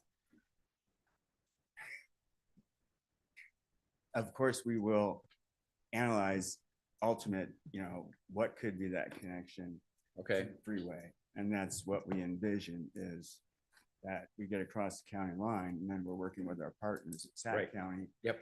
And that's challenging. They have a lot of challenges down there, as you know, with that growth and the Folsom and Sac County thing going on there. Yeah, we will be coordinating closely with those partners. I've already seen everything stick figures at first, they're just little crayon lines on paper. Oh, this red represents this, blue represents that. And the used in traffic analysis. Then later we'll get into more details. But as we dive into that traffic analysis, I think matching the SACOG and the Sacramento County, that they show a stick going over towards Highway 50, whether it's Empire Ranch or one of those other roads. That's kind of what we envision we'll have. So, Excellent. Thank you. Road, yeah, we don't know yet. So are we going to relabel it the Latrobe West Connector, or is it road to the west? I kind of like the road. I like both. So, To be determined. It will be Yes. determined. Okay, thank you. And All right. I'd love to put a bunch of roundabouts on too, if, you know. But that's the later phase. The 6 starts to evolve into more Yeah, detail. we got time. And Yep. we do intersection control analysis like we do on all projects, like we mentioned earlier with the White Rock Road. Now, Supervisor Parlin has a comment. Yeah, I just want to, when you were talking, it reminded me that I think we did a business part circulation study years back. Yes, Mhm. yeah. Yeah. Will Oh, yeah. that And help I was me looking build at that off of too. that? Was there We, anything oh, in we've already there? dug that up and we're Okay. looking at that. Derek Minima with the JPA, I've been in contact with him and that Okay. we talked about that particular item because he was involved in that Yeah. too back then. Okay. It's just like if we've done a little bit, you know, could we build Right. and use something that we've already looked at once? 'Cause I thought, I remember that one being pretty helpful, Yes. but a lot's changed. good, So I yeah. don't know. Anyway. The other one is the Southeast Connector. There were studies done on that and circulation, expected Yep. flows. And so when you get down to White Rock, that's also of interest. And we have a really good team out and we're coordinating with all those people. Excellent. Yeah, Southeast Connector, JPA, Okay. Lot going on. the Yeah. engineers. Yeah, glad to talk about any other projects today that you'd like to hear about. Thank you so much, Matt. you, Matt. Appreciate it. Does the board have any further questions or comments on this item before we go to public comment? No? All right, let's go ahead and open up public comment on this. Now taking public comment on item number 25. Individuals will have 3 minutes to address the board. The timer will notify you when you have 30 seconds remaining and again when your time is up. Public comment will be taken first from those participating in the boardroom and then from those participating through Zoom. For those participating by Zoom, please make sure you unmute yourself when called upon. If you're joining the meeting by phone, press *9 to indicate a desire to comment. If you're joining by Zoom, press the raise hand button. Please voluntarily state your name for the record. Good morning, Joe. Joe Harn, bookkeeper. I just want to document again, I have a different interpretation of the Mitigation Fee Act than apparently the leadership of this county. I believe we should be more aggressive about adding projects to the west end. There's a lot of growth going on down there and we should be levying a higher fee on building permits down there so that the public can get the road improvements that they were promised when they voted by a narrow margin for the general plan. Thank you. Thanks for your comments. Is there anyone else in the boardroom who'd like to speak? Come on down. Good morning. Good morning, Supervisors. Paul Gilchrist. My comments cross a couple of items that were on today's agenda, and I was trying to discern if the capital aspect of this warrants it. So this past Friday, there was a multi-agency meeting with OWAPR, CAL FIRE, Fire Safe Council, Bureau of Land Management, looking at projects in the El Dorado County area to do fuels reduction. However, a capital asset is missing or to complete these projects, a capital asset is not available through the various government agencies, and those are track chippers. And so the investment in those capital resources for that to do those wildfire projects, the track chippers are very different than a pull behind chipper, which is usually has road accessible usability for it. A track chipper is something that goes into very difficult areas to get to where prescribed berms are not necessarily the best approach because of the terrain, but a track tripper can get in there without disrupting the soil, without hurting rare plants and so forth. So I would ask that at some point, I don't know if it's part of this book or something else, but that the Office of OWAPR and DOT get together to see what the county can invest in, leveraging some grant money perhaps to buy those track chippers. The biggest problem we're going to have in the Pine Hill Preserve is we've got a workforce of about 150 people to do some clearing, which is a good thing, but there's no way to get a chipper in there to chip it up. So it's going to be leaving piles behind. And the belief was that it would be DOT that would be the one that would acquire that type of equipment. Okay. So thank you. Okay, we'll get that answered at the end of public comment. Thank you, Paul. Appreciate it. Anyone else? All right, let's go ahead and go online, Kim. Now taking public comment from Chris Payne. Good morning. Good morning, Chair. Thank you, Raphael, for bringing your full team, Zach, Adam, Matt, and John. This is a wonderful knowledge, corporate knowledge, and I'm so glad that the team is working together as you make this presentation. To the point, there's been a couple of things said. I want to thank staff and yourself for putting the project chain table on this item. It's attached, and that's a very simple way for anyone to see what changes are occurring and reflects this item 25 today. To the point, the Intelligent Transportation System Control Center, it's taken us a long time, many years, and many signals that technology has changed so much. And as you know from your experience in West Sacramento, that we're becoming more urbanized in some of our areas. And therefore, it makes so much sense to have this as a project. Hopefully, you're going to be able to put it together quickly because there's a necessity today to have it in place. And so very good add. The road to the west, Supervisor Heidel, you all the supervisors, yourself, George Turnbull, Lori Parland, have all had comments about some type of transportation corridor to the west from El Dorado Hills. This is so important, and I'm glad that Matt has come up to the podium and spoke about its importance. The thing that worries me, though, as Matt knows, how many years it took us to do the Mosquito Bridge, over 30 years. So I'm hoping this isn't one of those types of projects because Matt's associated with it. That was a joke. But Matt, great job in the department putting together this presentation. And thank you so much. One last point, Robert J. Matthews could take a roundabout. But what we need is simulation. We need an interactive model, Raphael, simulation that'll show the public exactly before you build it. Do that in your planning, and you'll come ahead because I love to see it visually. Thanks so much. Thank you for your comments.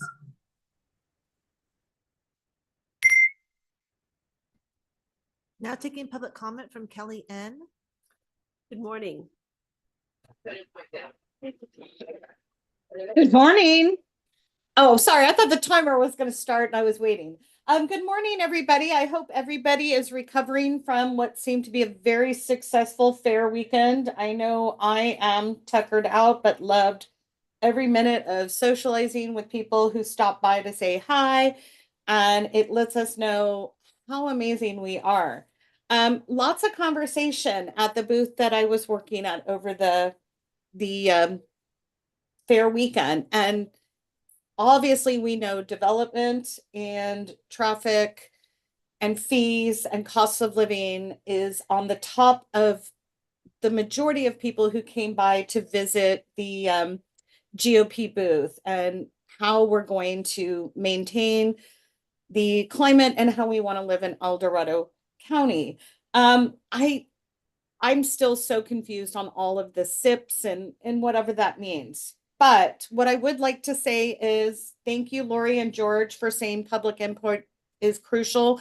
I am a huge can't stand them roundabout person. I've watched communities think they're great ideas, but when you're talking about the massive traffic that's going to start coming through those corridors, we just attended a weekend workshop at Cameron Park that had Marble Valley and Lime Rock. And I mean, we're talking thousands and thousands. When development, I don't know if they're still pursuing their 1,000 home project in Business Park. We could potentially have a new high school soon in that area. And then what happens is we put this thing, the stop sign or the roundabout or whatever, and then it becomes outgrown.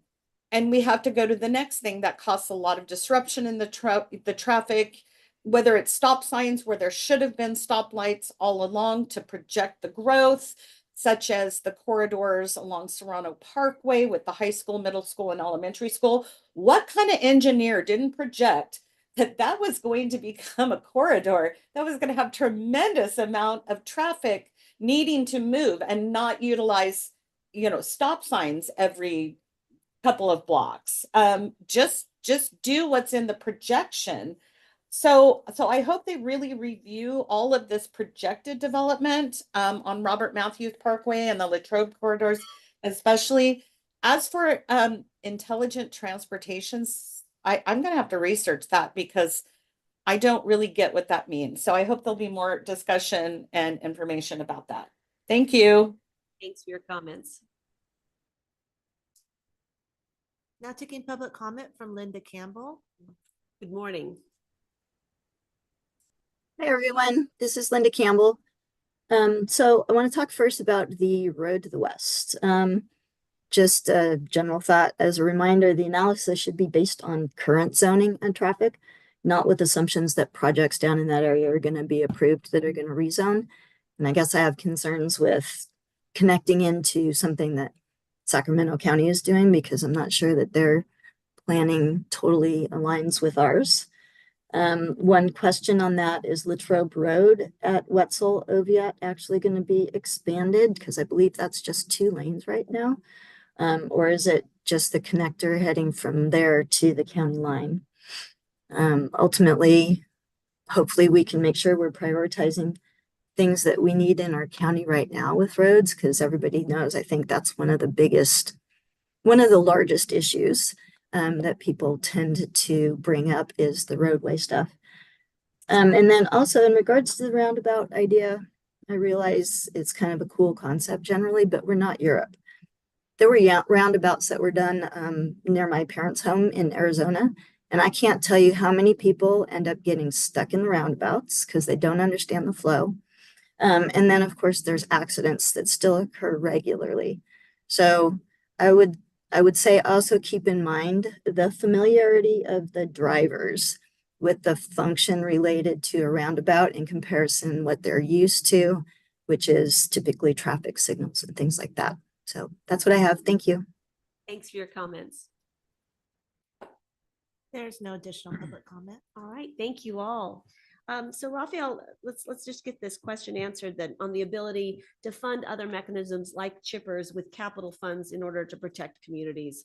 What are the funds in the CIP? I mean, as a matter of fact, I'm the so options? glad Paul came up here to speak because I'm not going to put John Killing on the spot, so I'll go ahead and answer this for him. But we have been having quarterly meetings with Kempimla specifically to see how we can collaborate and coordinate our projects, because we typically have to do either vegetation management, removal, brush removal, brushing, ditching prior to any of our surface treatment projects. And so then we're coordinating with them to see how we can find either grants to extend those projects beyond our limits. Now, there are complexities because if it goes beyond our right of way, now we're talking about right of entry into private property, and that can be extremely time consuming and cumbersome. But maybe there are fire safe councils that have got ideas for projects for communities that have one way in, one way outs, such as Volcanoville, such as other areas near Patterson. A lot of these projects that the Department of Transportation is already doing improvements can actually coincide with what OWAPR is doing and Kempimla. And we're hoping that maybe by the end of this year, we might be able to come back to the board with a potential project that we've coordinated and collaborated with Ken to the board for moving forward with it. Now, the CIP is typically for roadway infrastructure. So anything that is outside of that would be something special. And that's why we hope to be back to the board here within 6 months to a year with hopefully good news in terms of a potential grant or a potential project. I can tell you that John Kaling did have a grant several years ago for dead tree removal. And so we're always looking for opportunities for these state-funded grants, whether us or fire safe councils or us with fire safe councils to collaborate on projects such as those. Fantastic. And Yes. that was the whole purpose of a Whopper, was to also to make Yep. sure there's that coordination. So great to hear that you're tied in and looking at comprehensive improvements. Exactly. To answer the last caller as well as Kelly's concern, I can let them know that my wife shares the same concern, and she's married to a traffic engineer regarding roundabouts. And so then I'll be glad. And as a matter of fact, that John Kaling gave a presentation, I would say about 4 years ago, regarding the pluses, minuses, benefits of roundabouts. And it was a very healthy discussion. And I've had multiple communities that either were for or were against roundabouts. But like I said, the Department of Transportation doesn't do, we have to do roundabouts because there's grants for them and it's a cookie cutter application. We look at every location specifically with its needs and concerns and issues. And before we make any final determination, we do consult and definitely before any construction starts with the community to let them know that a project such as this is coming in. Now, whether we're collecting, once again, as I stated earlier, collecting for a roundabout or for a signal, it's the same cost. So we might as well start collecting for it now as we then go through the process of communicating that information to the public. Perfect. Well, that's a perfect lead into our board action. Is there any other? Nope, that's it. All right.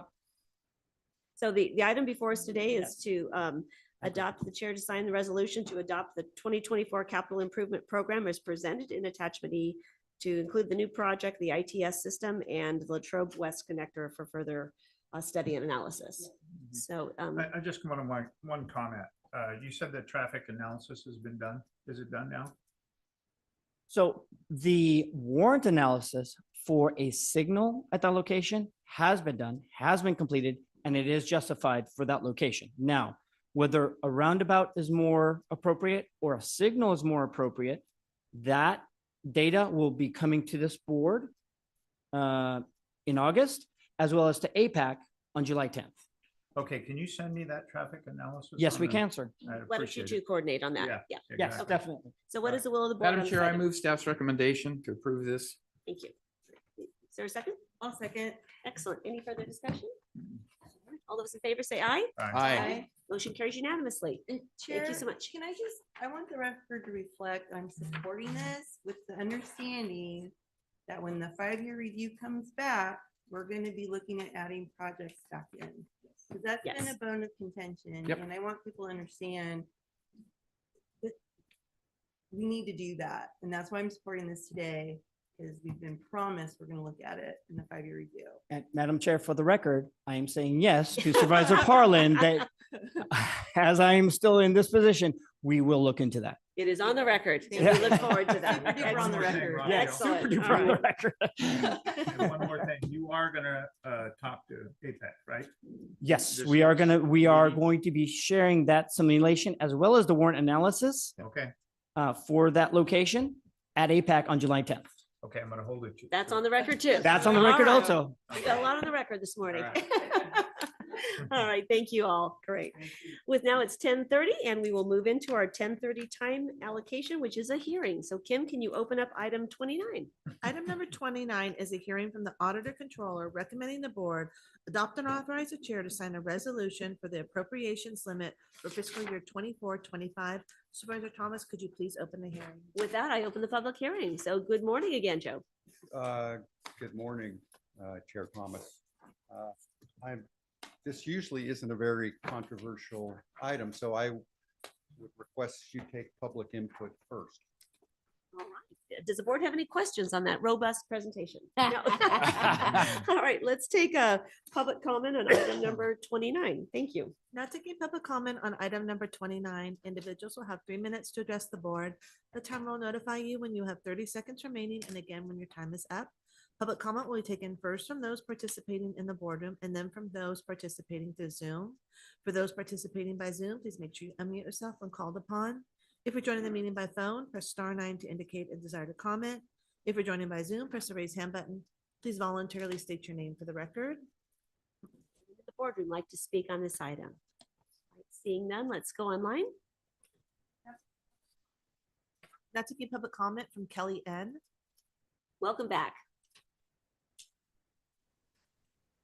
Oh, Joe, I really wanted to hear what you had to say. I just would love to say that for me, the trust that we have seen through decades of auditor, controller Harn acting on the behalf of the people that vote for him year and election after election, I would ask the board to take what he says as face value and support this request. Thank you. Thanks for your comments.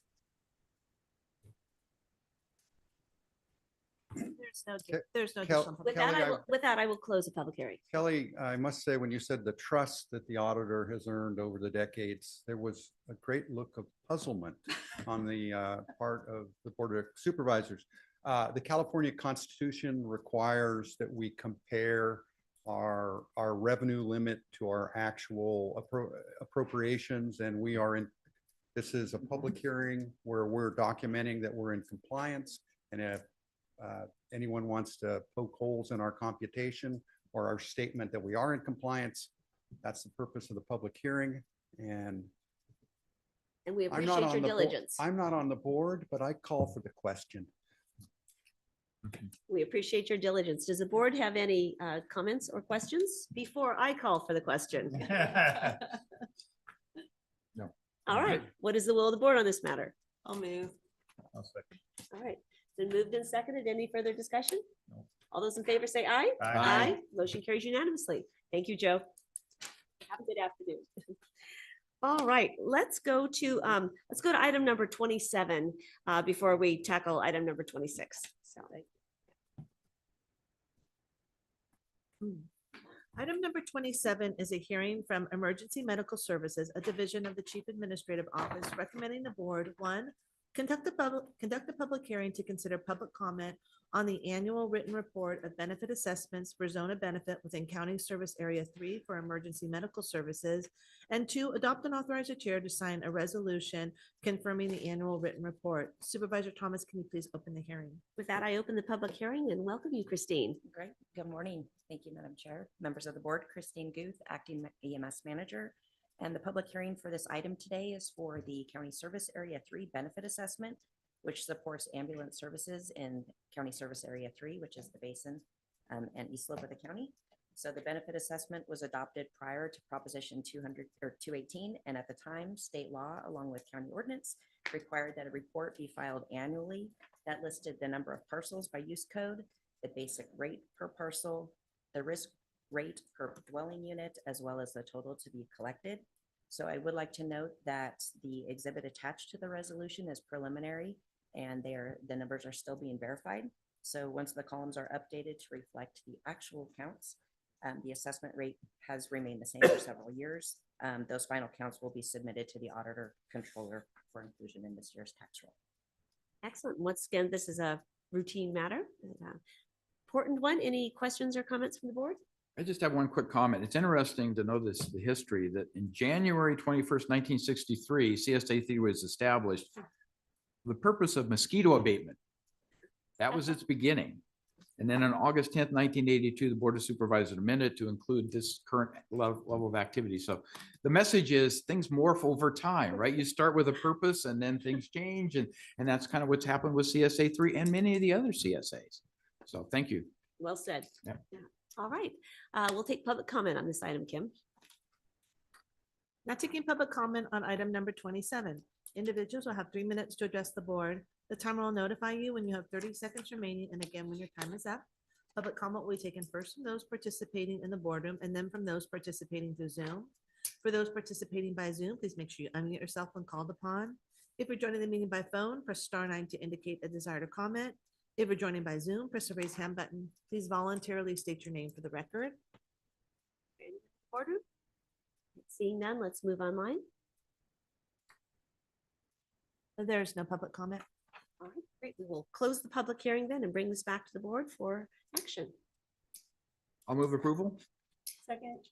Any further discussion? All those in favor say aye. Aye. Motion carries unanimously. Excellent. Thank you. Thank you so much, Christine. Appreciate all the work that you do in this arena. Let's take just a 5-minute break before we jump into 26. Then we'll finish out our morning. So stay tuned. We'll be right back, Kyle. All right. Thank you so much. Okay.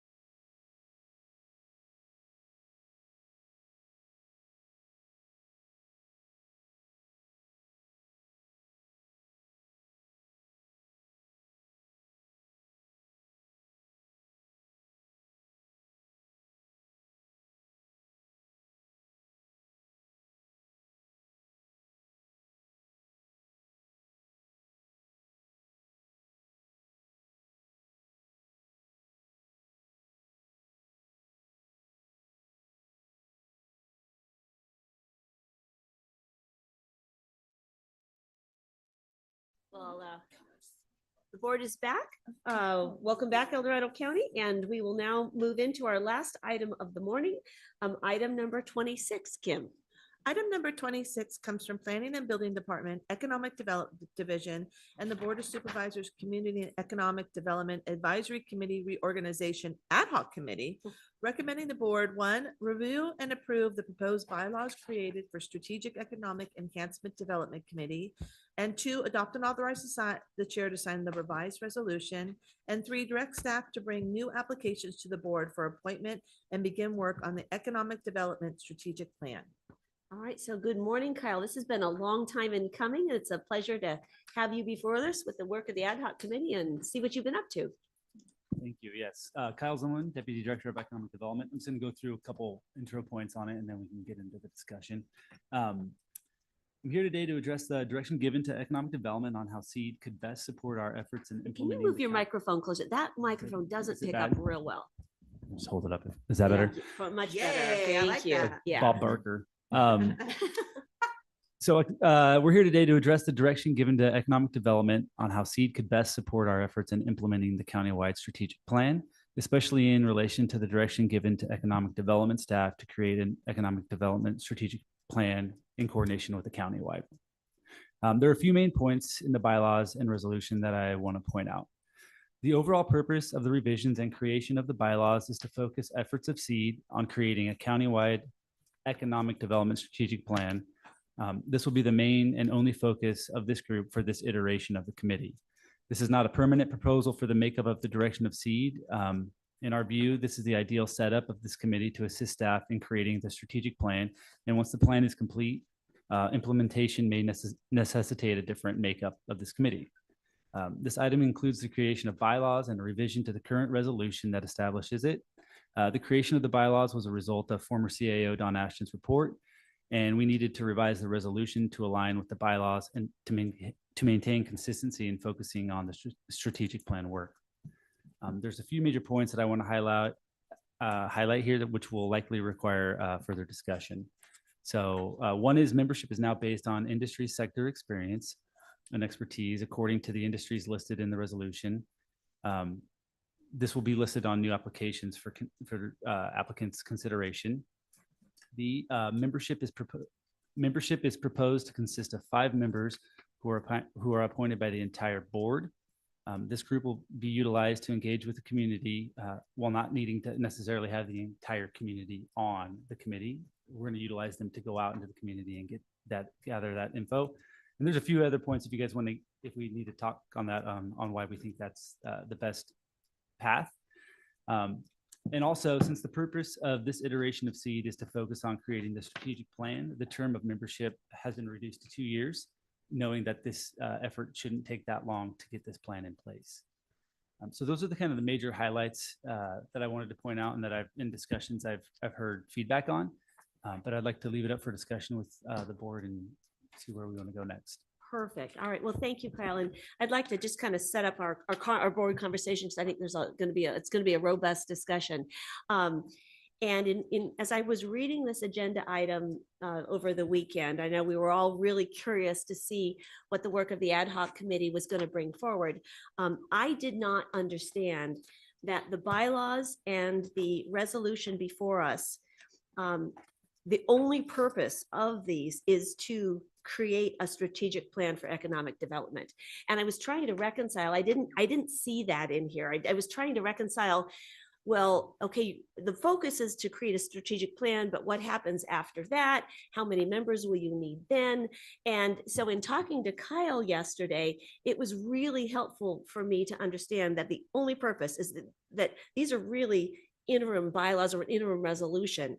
And if we look at them in this light, that the only purpose is to create the strategic plan and for those to keep it lean and mean, so to speak, in terms of membership, and that those 5 members that we appoint would have the responsibility for bringing the community into the development of the strategic plan.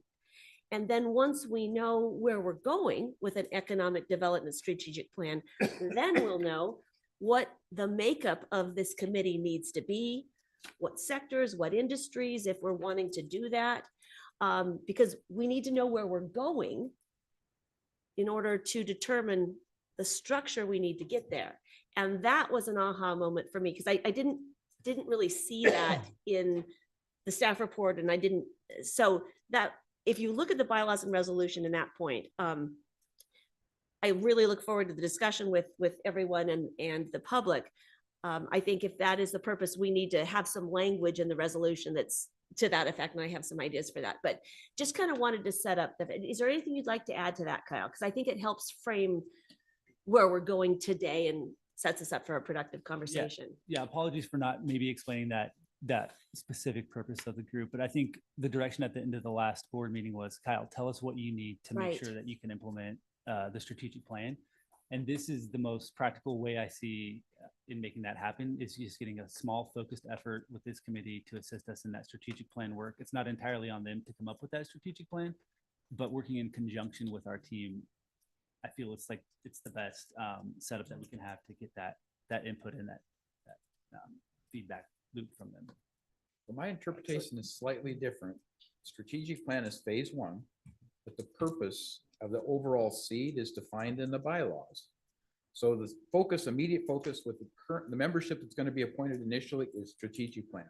After we complete that, we go to phase two, which is looking at implementation, and the makeup of the members of seed probably changes at that point, right? Right. We shift gears to implementation with a prioritized list. So the intent, I think, is the committee membership would change over time as the needs of the county are defined and prioritized. These are the group of people we now need to go and attack this particular areas of economic development. But I think the purpose, is and objectives are spelled out for the whole seed activity as an ongoing multi-year type of committee, not just a strategic plan.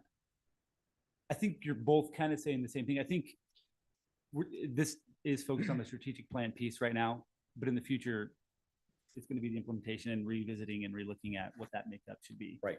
But when you read the bylaws, it's clearly the bigger picture. Yeah, It's and not that's just so we strategic. relied on some of the general plan language of what this economic development providers network is listed out doing in the general plan. So I wanted to rely on that document fundamentally on what we wanted to do to set up this group, but I tried to put language in there that really focuses the work on the strategic plan work for this.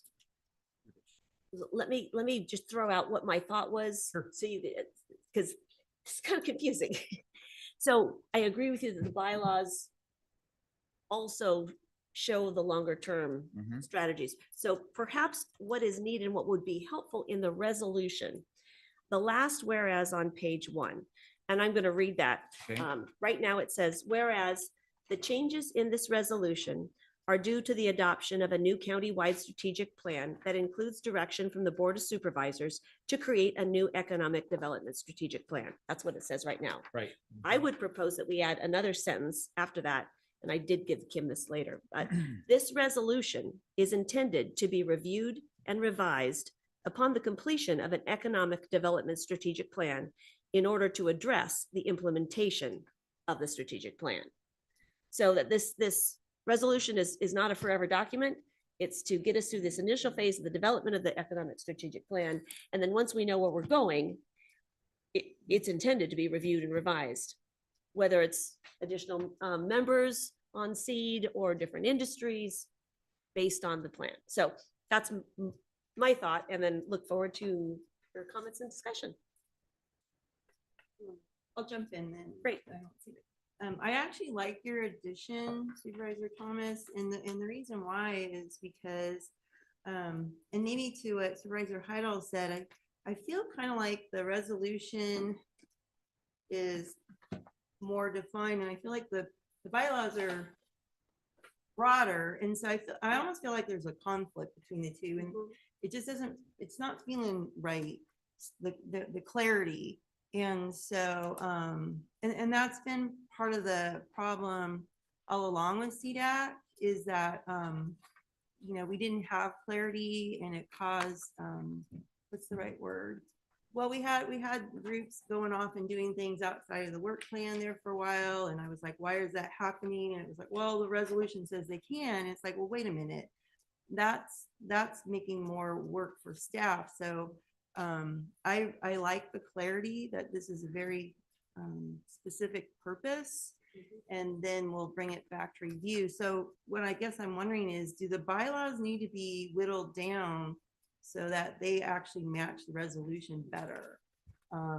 Because if it sounds like, you know, according to what Supervisor Heidel said, that the bylaws seem to be going to the phase 2, and we're not there yet, should we whittle them down to match better? So I'm reading whereas the changes in this resolution are due to the adoption. So we're changing the existing resolution with this additional modification. The original resolution was intended to be the fully encompassing strategic development, right? So you have to look at what the purpose of this specific resolution is compared to the old resolution. And the old resolution was all encompassing. That's the way I read it. But this is a resolution that's trying to get us to focus on the strategic planning portion of it, but it doesn't change the overall objectives. I just want to be clear that the resolution as proposed is going to rescind the prior resolution. So this is going to be the Okay. only operative Yeah. resolution governing Right. what will now be defined as seed. So we could focus on those two. Yeah, and the as far as any conflict between the bylaws and the resolution, I would completely agree that they do need to be in accord. It appears to me that the purposes or objectives of the committee are identical in each document. I do acknowledge that the resolution provides additional responsibilities, right, that aren't described in the bylaws. I don't think that creates a conflict per se. Frankly, you could probably remove the purpose and objective from the bylaws since they are otherwise stated in the resolution. But I think they appear to be identical to me, so I don't see that conflict between those two things. But there may be other issues, and if there are things that you think that need to be, revised to make sure that, to Supervisor Parlin's point, that the bylaws do conform to the resolution, that could certainly be accomplished. Okay. Does that? Thank you for that change clarity. Your thought then, Supervisor Heidel? as Yeah, far as yeah, the- yes, okay. it does. Okay. Because That I guess I was helps. just reading it differently, so I appreciate that. So I'm not adverse to the proposed language being added. I think that adds clarity to what this is about. What we're really saying is we'd have to revise the bylaws then to be consistent only with the strategic planning element. at That's this what I'm point. hearing from county council. So that's a change that we don't have in front of us. So I think that, again, the right now, the purpose and objectives is identical, both in the bylaws and in the resolution. They both describe that the committee as one shall provide a countywide strategic view of economic development. And then some additional functions that I believe Kyle included in order to comport with the general plan. If you want greater clarity as to further limit the scope of their purpose, that is within your prerogative to define. So long, again, it can be in one or the other, as between the resolution or the bylaws. It doesn't really make too much of a difference at that point. Okay, so what I think I'm hearing you say is the resolution with the modification provides clarity in terms of this is the first of a series of resolutions, but the bylaws are written okay because it's the bigger envelope, bigger package of what SEED is expected to do, the expectations, the membership, et cetera, recognizing that part of the membership discussion we get into the bylaws allows flexibility, right? So, and we have to have that discussion, whether that's needed or wanted or whatever. But we would anticipate then after the strategic development plan is put together, the strategic plan portion of it, that we would have a new resolution. And that's what we're leading into. I think that's what Supervisor Thomas is suggesting. I do want to further note that the resolution is currently drafted in describing the responsibilities of the committee. That it's under Article 2B1. It states that one of the responsibilities is to execute an annual work plan provided by the economic development manager as authorized or modified by the board, with a focus on creating an economic development strategic plan. So I think it does contemplate that there are some limitations on the scope of their responsibilities.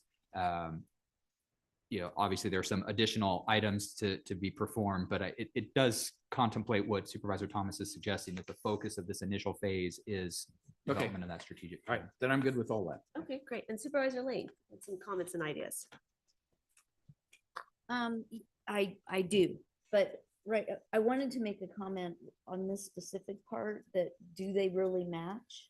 And I'm kind of looking at it right now. So if I'll just give me a couple more minutes to untangle this. Thank you. Okay, you bet. We'll come back. Any other thoughts? Supervisor Trimble? I just got a question. Is it possible that we could have building and planning kind of have some kind of oversight of economic development? Can we add that into that? Well, it is under. Well, I know, it's that's in what I mean, there. but I mean, especially when it comes to certain things, development, implementation and enforcement. That's what I'm just. We're saying within the resolution or within the Possible, or is it a bylaws? conflict of interest? I'm not understanding what you're, Well, basically is that Which to are have purposes. building and planning kind of be some kind of oversight of economic development, especially some of these projects and stuff. I mean, I report to Karen, Right. who's the director of planning and building. I don't know if it needs to be explicitly stated in this or what. Is you want it like documented in. Right, in there? exactly. What isn't that under purpose and objectives, item 2, function as a conduit between the Economic Development Division, the board and industries? Is that not strong enough in terms of To me, it's not. oversight? perhaps maybe it might be helpful, Kyle, if you kind of help us understand what kind of coordination you Right. have with the Director of Building and Planning. I mean, she's my direct boss and we meet weekly and talk about this. I mean, she's heavily involved in all of this. So there's a lot of coordination between her and I on this. As a direct as it is. coordination. Yes, yeah. Okay. I don't know if she wants to add anything to that, but yeah. Yeah. Okay. I'm back. You're back. All Okay. right, Supervisor Lane. Yay. I started confusing myself. Okay, so on the idea that they match, there is one particular item that does not, which is what confused me. So under Article 4, 2A. Are you in the bylaws right now? Well. Yes. 4. That's the only place. there's Supervisor, I do want to be clear. Yeah, I I'm was, on the I was talking bylaws. about I was solely talking about the purposes. And this But- is, well, this is the responsibilities. So if you look at page 2 of 4 of the resolution, it states the committee shall have the following responsibilities, and it lists 1, 2, 3, and 4. And if you go to the bylaws, page 2 of 4, under Article 4 membership 2, the committee shall have the following responsibilities. I just want to note that B, C, and D perfectly match 2, 3, and 4, word for word. But for whatever reason, B1 does not match 2A. They're written very differently in a different order, which means that in my mind, the change of the order makes the interpretation different. That's interesting. So I would just like to know if we're truly trying to match these, I would suggest that the language from the resolution be exactly the same as the language in the bylaws. So could you specifically reference again in the resolution what section you're looking at? Sure. 2B1? Yeah, on page 2 of 4 Yeah. of the resolution. Yep. Article 2. Yep. Section B. Yep. Item 1, Okay, which, says execute the annual work plan? yes. Okay, Do you have a preference as to which wording resonates more with you? Yeah, I think it's clearer in the resolution than it is currently in the bylaws. The bylaws create, in my mind, I wrote chaos or confusion, it's like, it's So got really murky who I is see gonna what, provide what. I do see what you're saying, and I'll maybe simplify the suggestion. Okay. Let's just strike that thing from the bylaws. There's no reason to duplicate one into the other. Frankly, I think that's why you're seeing confusion, right? Because Right. when we use language that slightly differs, then that could lead to some confusion as to what the intent was. I would just suggest striking paragraph number 2 in Article 4 membership of the seed bylaws. It actually seems a bit out of place to begin with.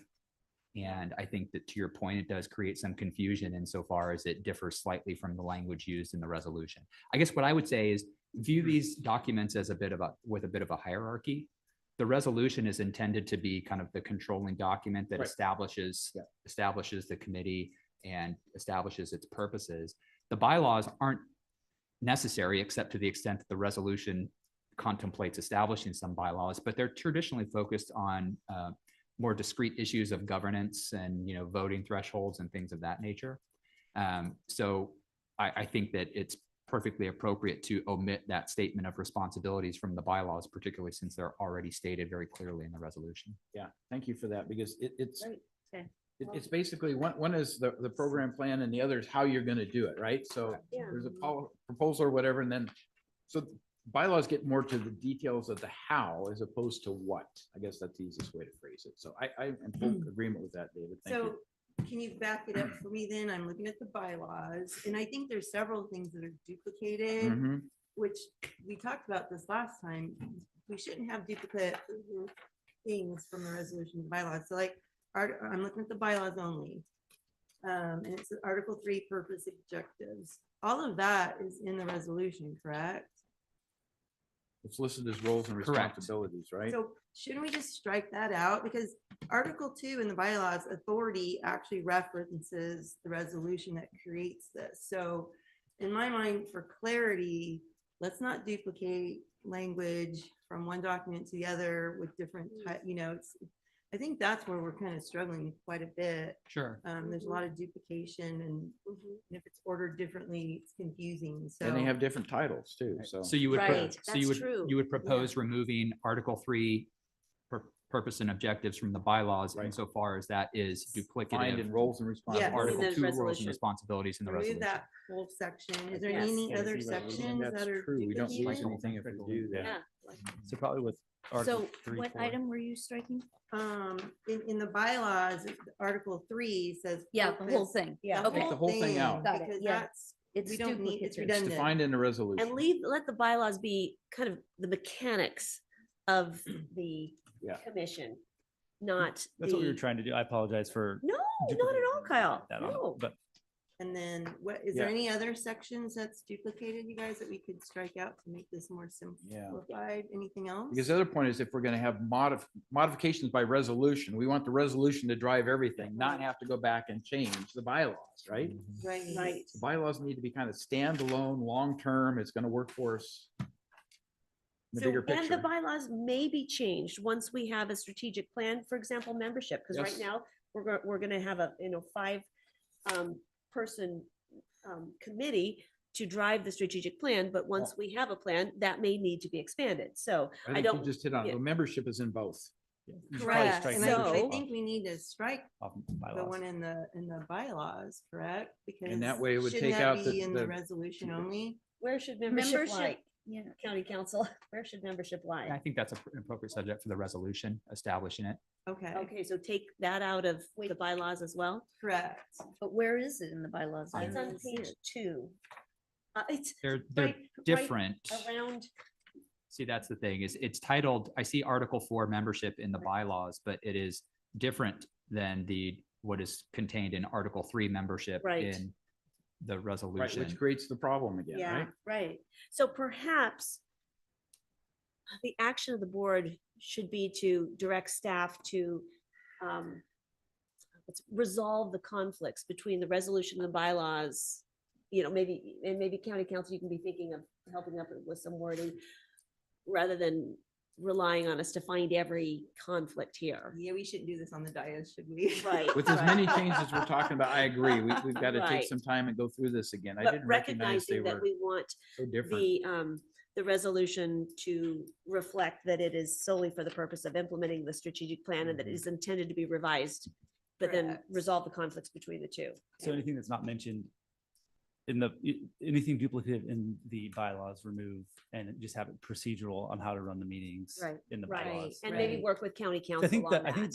I think the resolution is dialed in as far as what we want to see in it all. I think we just confused it with what we needed to have in the bylaws as far as looking at Yeah. boilerplate versions from other committees and commissions. So I think Paul. that is what I'm hearing from my fellow board members. I think so too. But- Yeah. So generally speaking, though, let's just conceptually, I think that we're going in the right direction. Yeah. though. It's just that the documents got a little twisted. we'll have the resolution be the guiding document for all of Right. membership. I would like to talk about membership a little bit if we're Okay. going to continue this. but go Thank you. ahead. I was going to suggest if there were substantive comments you had Right, on yeah. either the resolution or bylaws, both with the membership, the Yes. manner in which the votes are cast, I think it'd be, helpful to get that direction now so that any changes that come back can be comprehensive. So we're going to focus our conversations on the resolution and membership. So membership. Right, so under, Supervisor Hyde. under membership, what this is proposing is all committee members will be appointed by a majority vote of the board after application and nomination process. So we would not, as individuals, have a direct appointee, right? Mhm. And I'm okay with that, except we have some key people that I think we've recruited that I would hate to see not get appointed to doing this, because we have some real talent that in terms of developing a strategic plan, David Spire in particular, but also Carl, that I would want to make sure that they don't get left out of this somehow. Because they're major contributors for this first part, maybe not the second or third phase or whatever. But that's my one caveat if we aren't going to appoint him, because David is my appointee and I don't want him to kind of lose interest that he's got to go back into a, maybe I'm on, maybe I'm not on. So how is the application process meant to work? You fill us in on So what it's this gonna- looks like. Yeah, it's going to be very similar to what they did before. But now we're going to be focusing on industry and sector experience based on the ones that we have listed in the resolution, to where we can see what kind of econ dev experience they have, what private sector, that we're covering different industries that are mentioned in here.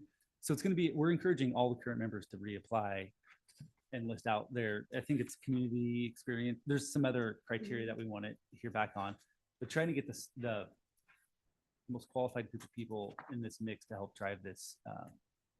So it's going to be very similar to that, other than listing out, because there wasn't really a industry sector experience criteria that we had vetted in the past. It was just put out to whoever kind of was interested, but we really want to focus on people who have real world experience on some of these things to help us put this plan together.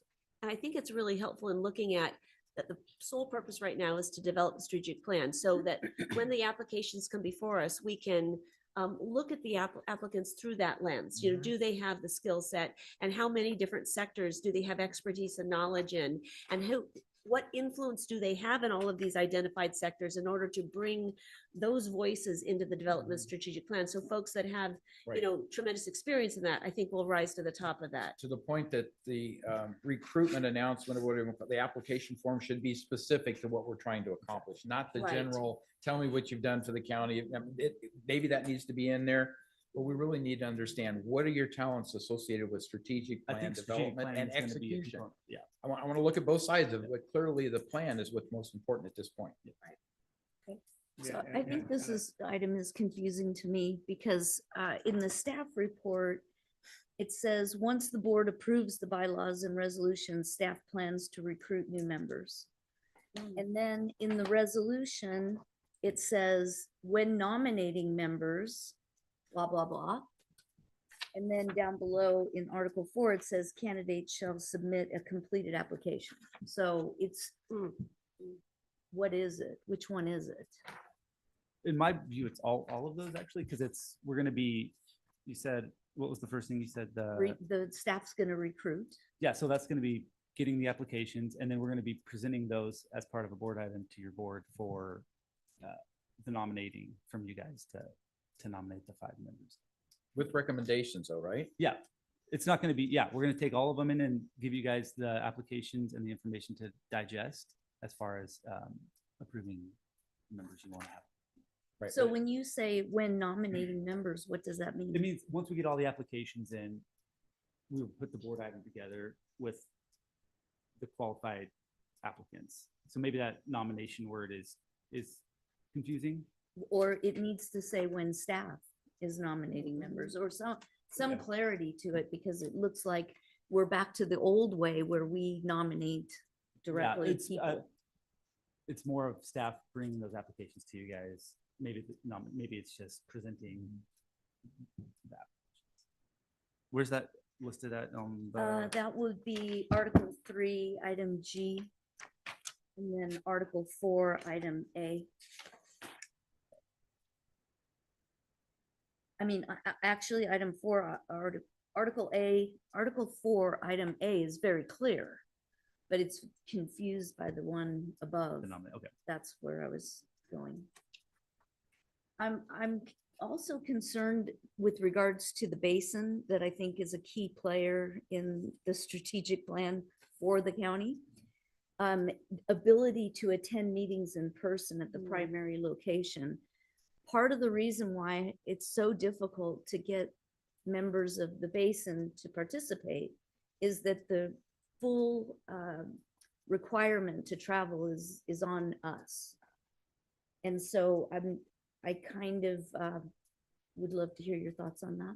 I mean, traditionally we did one of our meetings up in Tahoe, but maybe we try to increase that. If we're gonna have a smaller group of people, that would be easier to transport, I guess you could say, or even doing halfway, like the meeting in Pollock.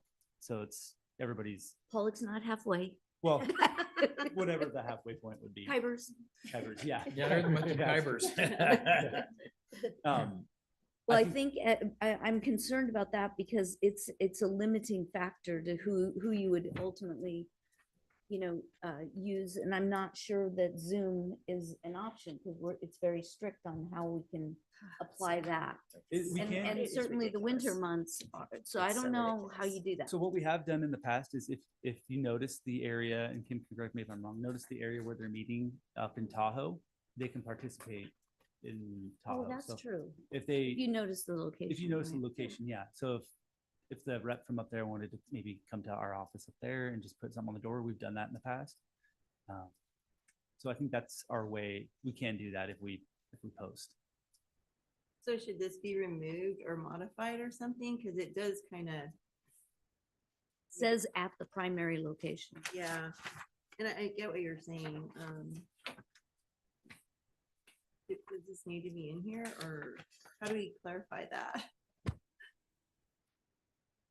mean, it literally says in person at the Well, primary. consistent with the location. Brown Act, what allows you to do is to, as it always has, the old Brown Act always allowed you to participate remotely, but you had to pre-declare where you were going to be, you had to post the sign, you had to have the door open. All those posted both. provisions are the same, right? Yeah. We posted both.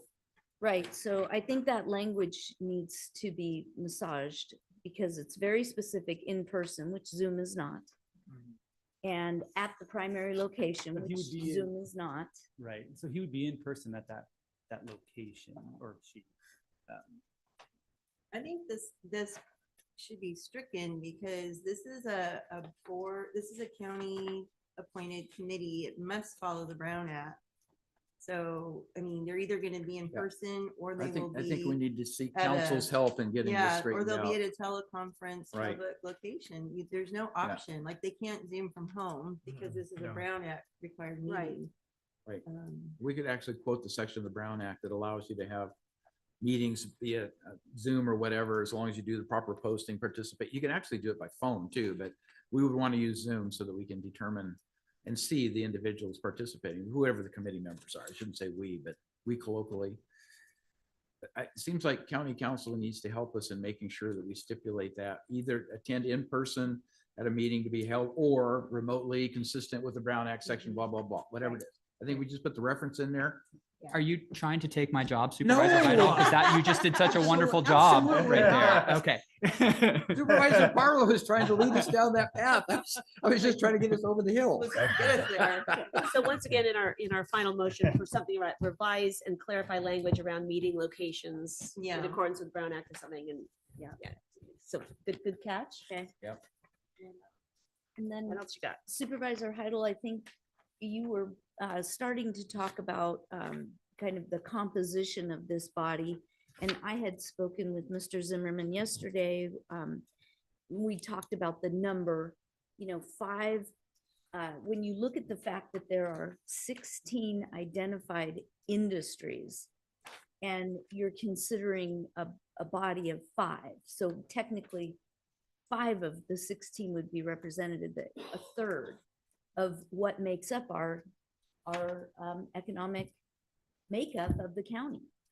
I think it's very limiting. I would like to see us go more to a number like 7, which I think is appropriate. I know that you were worried about a quorum. But, I would point out that during the time that you were struggling to get a quorum, we had a lot of vacant positions. So the problem in getting the quorum also had to do with the fact that there were vacancies.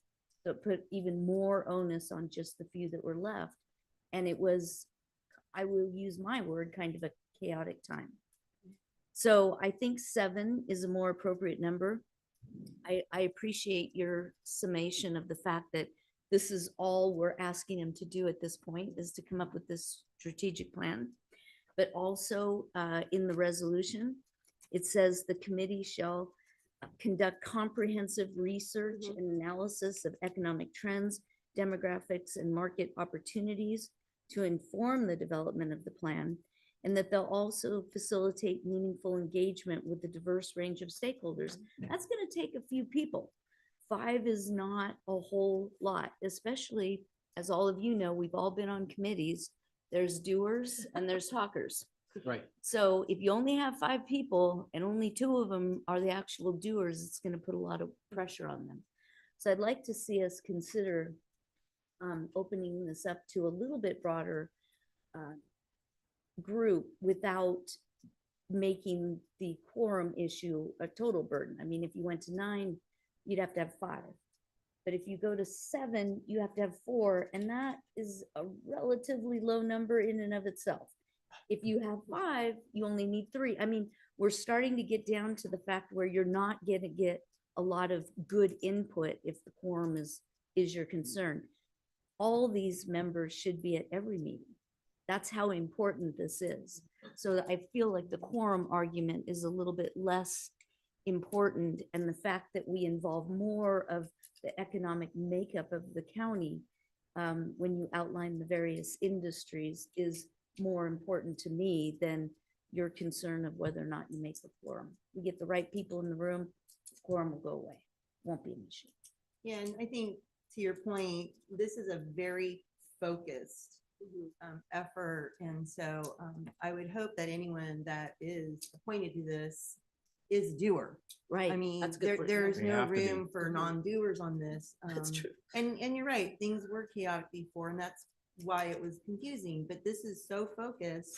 I would hope that the folks that are appointed to this are all in and they understand the importance of it. And if you find a slacker, we should be made aware of that, and we should Remove get rid of them. Absolutely. Honestly. We're gonna make them very aware of the effort that it's gonna take to get this. Yeah. And no other agenda, Correct. this is strictly for the development of the strategic Yeah. plan. That's why it's so Right. important to Right. clarify that. So I had a similar conversation with Kyle.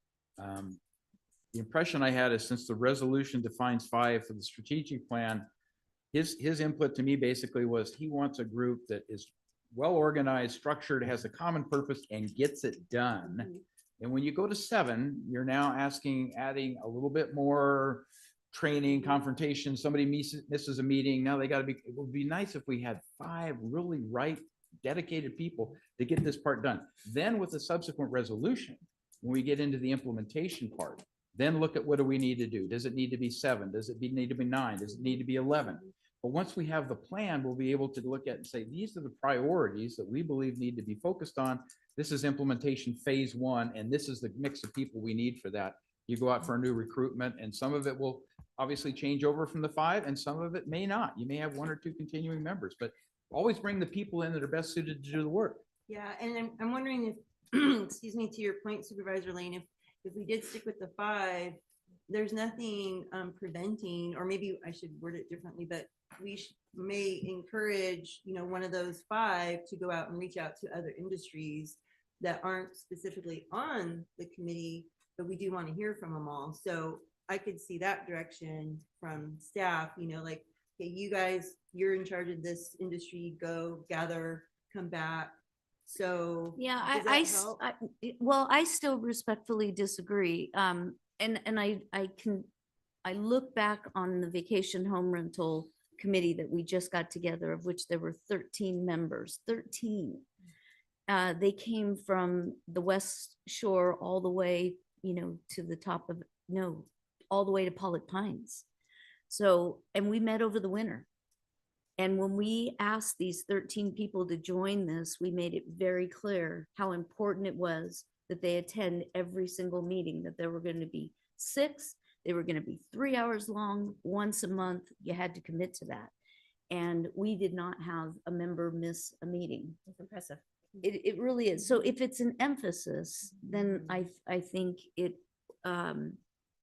also a better use of these people's time. These people are volunteers. They're trying to bring their industry expertise to help create a strategic plan for the county. That is so big and important. It's almost more important than the work plan in phase 2 of how you get there. And so to only have a third of the industries involved in that in the beginning, I think if it's a very intense period of time and you make very good use of their time and we get this done quickly, I don't think you're going to have a problem with attendance. And I'd like to see more people involved than less. And 7 isn't that much more of an ask from 5, So but super- it's almost half of the industries listed as opposed to a third. You didn't have a problem scheduling meetings? Because that's what I found. The more people you have, the more difficult it is to find a date and a time that everybody can meet. And so you keep slipping and slipping and slipping and slipping and not getting Well, the work done. I'll tell you to our try to get that many people together. I'm going to cut you in on our secret, but I'm going to have to send you a Okay. bill. All right, bill me. It's not in the So, budget. right. We met on Thursday evenings Okay. from 5 p.m. to 8 p.m. and I made them dinner every single meeting. You've got to be. Oh, that's a hooker. And you're a good cook too. Yeah. I can't do that every week. That's impressive. Yeah. Everyone showed up and Wow. sometimes we got requests for food. Oh my gosh. So Food will it went- always bring people to the table. I Okay. agree with that. Yeah, that's a good idea. So I'm cooking now. Now you're Let's add that to the resolution. We'll put that in the bylaws. That's your responsibility. I gotta ask Kyle this. If you have 5 members, could we have 2 alternates? No, You it's can't? 5 or 7. Let's No, you just, got to have the know, core yeah. group there Yeah. every time. And if No. you're an alternate, you feel like you don't want to show up. So We've tried that before. I That's- honestly Yeah. don't see a problem with 7. I don't think that, with, again, with such a focused effort and understanding from the get-go, what we're trying to do here, I could see getting 7 highly So- involved folks. So Kyle, do That you see a commit. weekly rhythm to this? Because that's what Supervisor We Lane is were talking monthly, about. Oh, monthly. Oh, gosh, Monthly. not weekly. No. Okay, so monthly, We're gonna have to establish, I mean, we're gonna have to make them aware in the application process that, Yes. that it is a commitment at a certain, that an agreed upon date by everybody. I think we just have, I mean, that's gonna have to happen. And that anyway. was part of our interview process. We're going to meet on Thursdays from 5 to 8. Can you make every meeting? Yeah, you don't set it after you get to Okay. meet. Yeah, Right. part- Set. That actually, I think is actually That's a already good part point. of the application. Can you make a blah, blah, blah meeting and we can set it to whatever our cadence is gonna be. But yeah. But you set it ahead of time so and they if- commit. Commit And they to it commit. and- if we go to a monthly meeting, your expectation is we could get it done with 6 monthly meetings, get it done in a 6-month period. I don't want this to take a year. It shouldn't take a year. We got to be able to knock it out in 2-3 months. If we have a focus group of people that really get together and work it. Yeah, I think once we start the meetings, we should be able to.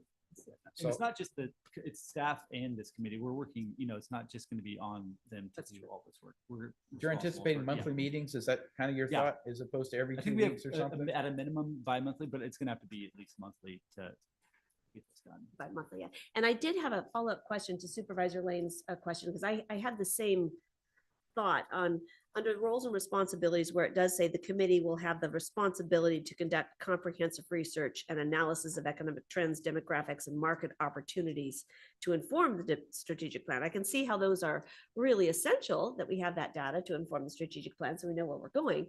But I mean, is it realistic to expect that these volunteers will have that kind of expertise? So how do you see this happening? As we currently have members that we currently have, I know they have access to those. We have Okay. access to these data sets and helping us interpret those and what they mean for the county. I think we have some really strong Perfect. Okay, great. Perfect. economists on it right now that have access and would, so I'm comfortable with that piece of it.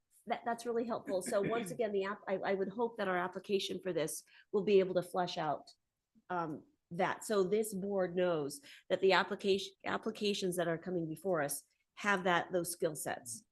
Because you may know that, but we might not. Yeah. So I think the application will be really important. Yeah, Not just our, absolutely. not just our normal committee application. Yep. And and just side note on this effort, we're currently amending John Kruger's, our economic development consultant's contract. To help out with the community outreach piece of this and helping gather data. So it'll be seed and economic development and him being able to work on all this together. Great. Utilizing existing contract with him to. This is really exciting. Yep. So I'm okay with 7. If Kyle thinks he can get this done in a reasonable period of time, like again, I don't want to take a year to get this done. Yeah, as long as we get the commitment from the folks, we're just trying something different, smaller to move faster. It was Right. the idea Okay. with that. But I guess if 5 people showed up anyways, we could still do the meeting. Out of the 4. 7. You could, Yeah, if 4 even. showed up. Yeah, that's true. So, okay. All right. I have 2 minor comments. These are both on the bylaws. On page 3 of 4, under Article 6, number 7, it says alternates are not permitted to be officers, but we won't even have alternates. So that can be stricken. Hence a conflict. Yeah. Right. Yeah. And then the next Article 7, procedures, item number 2, it says, well, let me back up.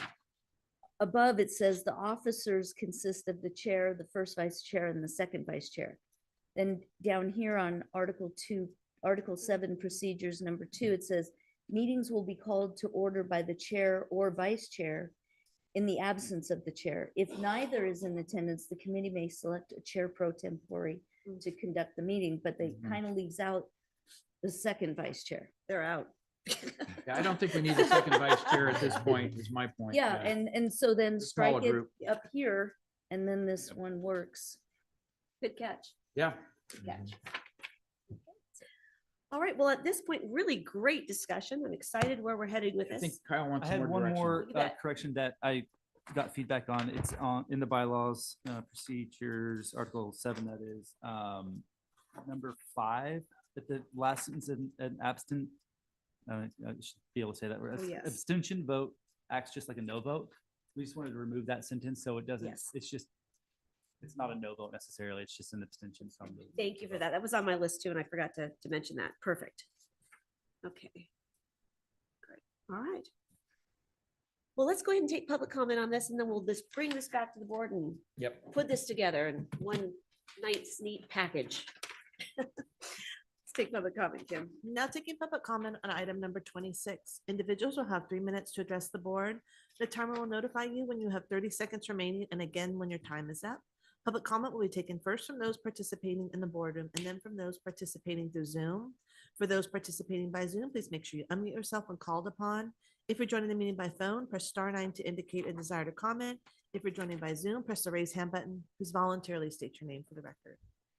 Good morning. Good morning, Leo Bennett Koshan, Pollock Pines. Robust discussion. Caught up by watching the videotapes, etc. And Supervisor Parlin, who has a good sense of humor, kind of self-identified herself as the lead and the bulldozer. And that's good. But those of us that work in land management stuff can say bulldozers sometimes have, you got to be a little more careful. And I'm urging you to take a conservative approach. A conservative approach starts with what you have and carefully nurtures and grows seeds.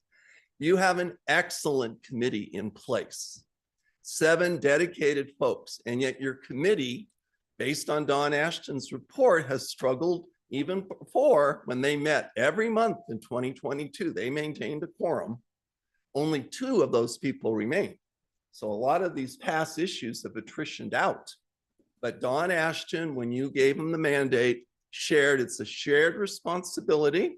We all need to improve. And as you've identified, the action plans coming from the board were vague, lacked specificity. And for a variety of reasons, including COVID, etc., vacancies didn't get filled. So now you have essentially a clean slate board, only 2 carryovers. The unanimous consent of that board, the people that know this issue and brought this to you, was 11. If you did 11, you would capture the 7 folks that are there. And then you can add 4 more. You can also utilize the techniques that I saw in the minutes in 2022 of having focused ad hoc committees that are developing the strategic plan. In my experience, the folks that develop the plan most of the time have the skill set to implement it. There should be a transition, of course, adding that they know the plan. So there's not a learning curve bringing in new people. And I will share when I read the resume, talk to people, that essentially firing everybody, which is in your staff report. And this is a revision. You are not ending a committee and starting another. County council can address, because from my perspective, you have clear processes to terminate people that you appointed. You need to follow that. You can't just willy-nilly through a resolution, get rid of them all. I'm just urging you, take all the pieces, give direction, and above all, in the resolution that George and Lori, sorry, first names, but anyway, it's combine this with the work plan. That's what it states. So you've given great direction, lots of work. Bring it back with the work plan, strategic plan. Thank you for taking my comments.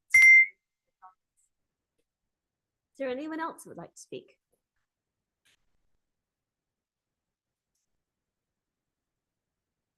Good morning.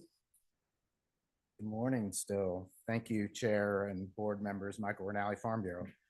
So I've been before you on this item before, and I just want to remind you that I have played no role in the bylaws or the attendees or the participants or the applicants. But I have expressed my concern about the impact that it has on agriculture. You know, we're doing a lot of really important work here and having important conversations while Rome is burning from an agricultural standpoint. I really appreciate Supervisor Heidel and Turnbull's efforts to keep this effort moving forward. And I really respect Supervisor Lane's remarks today. We've got to get this going. And I appreciate being careful about it. You know, I'm bothered that the 4-page strategic plan that we used to have in place for a while had 2 very specific items related to agriculture that are very important. And those are completely void in the 22-page strategic plan that you all have worked hard on. And so while we're waiting for a strategic plan to emerge here that may include an important agricultural component, we have a very, very challenging situation in agriculture. So I'm really hoping this will move forward.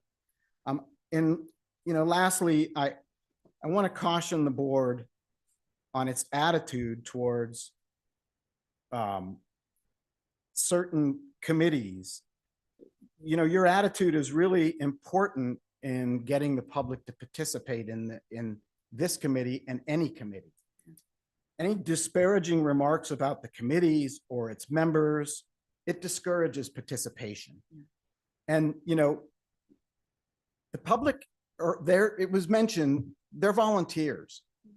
They're taking time away from their family and their businesses, and they want to make sure that their participation matters. So please get on with this process and allow that committee to start taking on some of the economic issues relating to agriculture. And your water agency has demonstrated through its efforts how significant the agricultural component is to our economy and is to the viability of our agricultural lands and the value of our watershed. Thank you. Thanks for your comments. Is there anyone else in the boardroom that would like to speak? All right, let's go online, Kim. Now taking public comment from Chris Payne. Good morning. I'm sorry, he just dropped. Okay. Now taking public comment from Laurel Brentbaum. Good morning. Good morning, Madam Chair, Supervisors.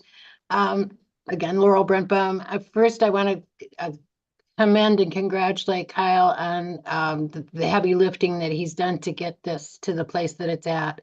I guess I should say out loud that I am on the committee. But Mr. Rinaldi's testimony right now, just to me emphasizes the importance of having the industry experts identified and participants for the future, and for the future success of seed. I really believe that we have to have those focuses, and heavy focuses on the things that we know as low hanging fruit as our economic drivers in the community. And we know that we have the experts, we know that we have the people, the smart people that know how to lead that effort. So that's my only comment for today. Thanks for listening. Thank you.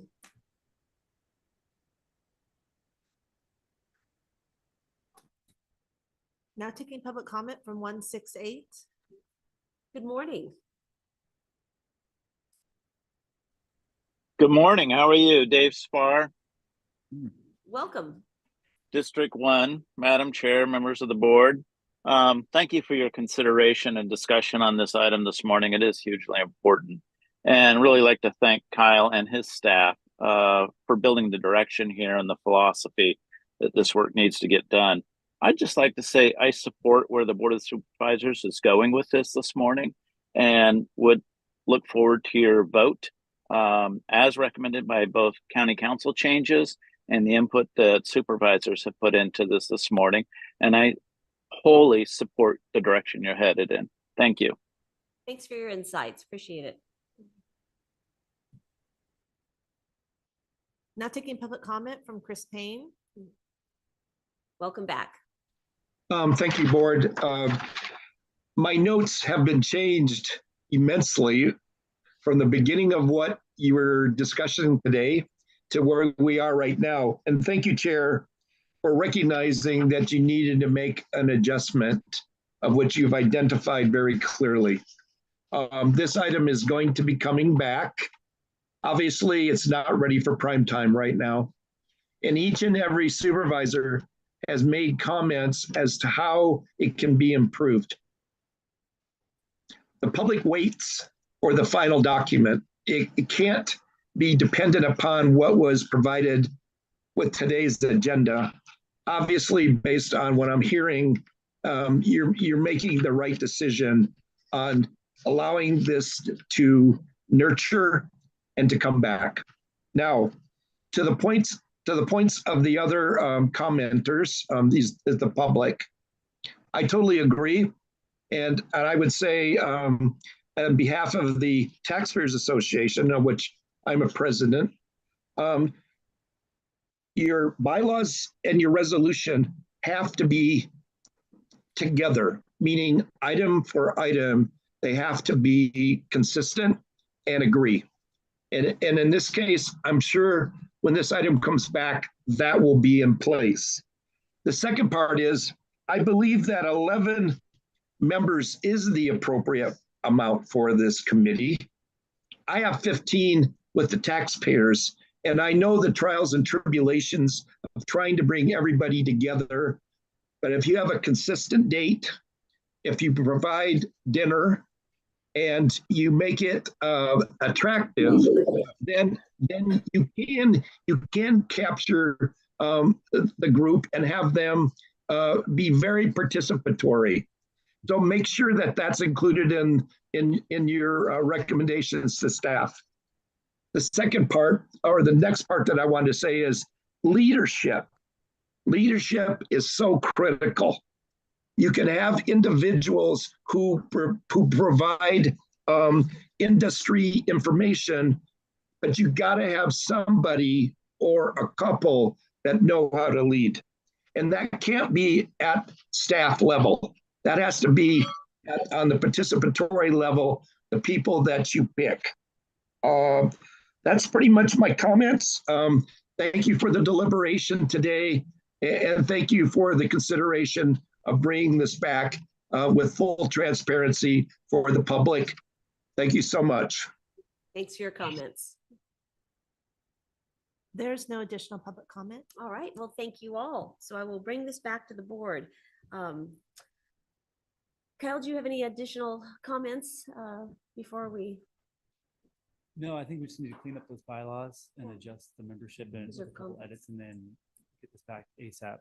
Yeah, I think we're all time is of the essence. So what do you yeah. think is reasonable, Kyle? Because I want to make a, I mean, we can make those edits this week, next week. I mean, it'd be really quick. I'll talk with the board clerk's office, Kim? how quickly we can get on. I don't know if it, as soon as we can get on, we'll get on. Okay. Yeah. Great. So would anyone like to take a stab at a motion or? is we ready I for want to that? move to continue this to a date specific, if we can get a date where we know we have the time within 2 weeks. Is that what you're saying? I think we could have our piece done with the edit and stuff within. Yeah. I mean, So you think next week would even be a Oh, possibility? gosh, no. Well, then the Well, agenda? have to be on the addendum, so. Well, could it be on consent if it has the right changes, number That's the one? question. Sure. And then Right. number two, Sure. we're dark for a couple. Right, weeks, I That's so if think, we don't after get the this 25th. done, So, we're you know, I'm gonna. just trying That's to. true. Exactly, those things. exactly. Okay, I see what you're saying. Yeah, so if the direction's clear enough and the changes get done, that's what we said.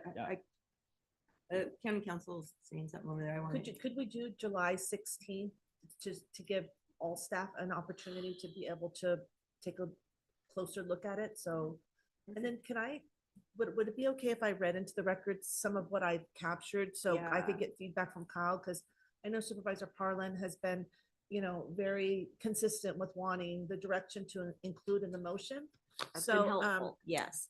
And I did give Kim this language that, Oh, your addition. yeah, on my Okay. addition. So if you could maybe just make sure, and Kyle, your input as well, that I've captured it somewhat correctly. So. Our a CAO motion- has something to say, Oh, no? sorry. Oh, no, yes, just a reminder, Supervisor Turnbull, you're going to be absent on July Right. 16th. so Right, making so sure we can't get that- everybody back on the Well, but 16th. Making sure But if if- it's on, just that he's okay. We're all, thank you for that. We are all, I've heard that you were unanimous in this direction, Right, so right. the thought is to bring this back Right, on so if consent. it- So if if it's you're on okay with consent, that. I'm okay with it. so- Okay, great. Thank you Okay. for that. Great. So, All right. it would be, a motion was made by Supervisor X, second by Supervisor Y, to direct staff to resolve the conflicts between the resolution and bylaws. The following conflicts or changes were identified to the board with direction to staff to return to the board on July 16th, 2024 as a consent item. 1, strike Article 3, purpose objective in its entirety from the bylaws. 2, Article 3A, membership, increased membership from 5 to 7 board appointed members. 3, strike Article 4A, application term vacancies from the resolution. 4, revise and clarify meeting location to be in compliance with the Brown Act. 5, revise Article 5, meetings in the bylaws to remove the language that an abstention is a no vote. And 6, revise Article 6, officers in the bylaws, and I missed something about the second vice chair. Eliminated. Eliminated. Yeah. In Article 6 also, are we gonna scratch item 7, right? Correct? Where are you, Supervisor Turnbull? In the, on officers? What, bylaws or Yeah, resolution? 7 is what it Bylaws is. or And the by- resolution? And resolution. Wait a minute. I didn't Bylaws. see it in 7, there's no. The 7. bylaws. Bylaws. Yeah, you could strike the whole sentence because it says primary members of the committee can only be officers, alternates cannot. Right, So if you can strike that whole sentence. exactly. So, Article 6, subsection 7, strike in its Yeah, entirety. entirely, yeah. We don't need that. That was excellent, Kim. So I'll move the Wait, item. wait. The only addition is I would also add additional language to the resolution on page 1 that reads. Sorry, yeah, and I added, the board stated that the governing resolution is intended to be reviewed and revised upon completion of an economic development strategic plan in order to address the implementation of the strategic plan. Yes, Okay, yes. yes, all right. So I'll move the item. Strategic plan going on there. But I want to add one item and other changes necessary to make the resolution and the bylaws completely consistent. Because there's probably something else we're going to uncover when And we if we start miss peeling it something. back. And if we, Yes. So But I that's- think Ms. Dawson's comments in the very beginning said to eliminate duplicacy, so it's already been covered. conflicts. I guess that's the same thing. Yeah. Does that, county council, would that give you and Kyle and our staff the ability, if we've missed something, that you can change it and bring it back to us? Yes, I believe so, Madam Okay, Chair. great. Excellent. That's All right. excellent. All right. So is that a motion? That was a Supervisor motion. Heidel? Is there a I'll second second? Supervisor Heidel moved and second Supervisor Heidel seconded. Excellent. Any further Supervisor discussion? Turnbull Turnbull seconded, I meant- yes, what did but I you're say? fine. He I don't- said both. He did No, both. I did both. Sorry, Okay, that's- Supervisor Turnbull seconded. All right. Any further discussion on this? All right, all those in favor say aye. Aye. Motion carries unanimously. Great discussion. Kyle, thank you so much. And the ad hoc committee for all your work on Yeah. this. We're excited about this and I think we're on the right track. It'll be a really productive exactly. journey ahead. What's for dinner? You. Is that part of the motion? No. Thanks, Kyle. Yeah. Thank you, Kyle. Appreciate it. Always want to be at the table and That's not on the right. menu. That's Not on the right. And apparently on the menu. Yep. All right, Yeah. board, we have 10 minutes to 12 is the will of the board at this point to move into lunch.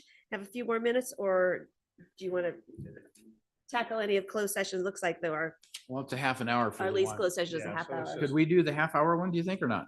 Is that going to take a full half hour? Closed session? Probably. So let's go to lunch. Let's do lunch. Let's do lunch Okay. and come back at 1 o'clock and we'll tackle those while we're fresh and clear-headed. That's fine. All right. I'd rather just get it done, but okay. Taking a We will nap. see everyone at 1 o'clock for open forum. Thank you.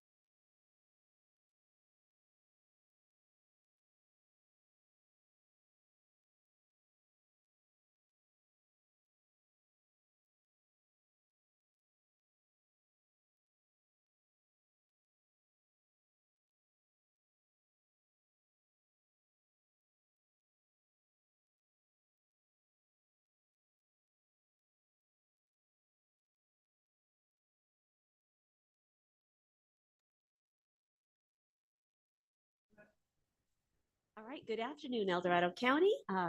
Thanks for coming back with us, and it's nice to see a whole crop of new faces in the boardroom. So welcome to everyone, and those of you who are here in person and those who are online.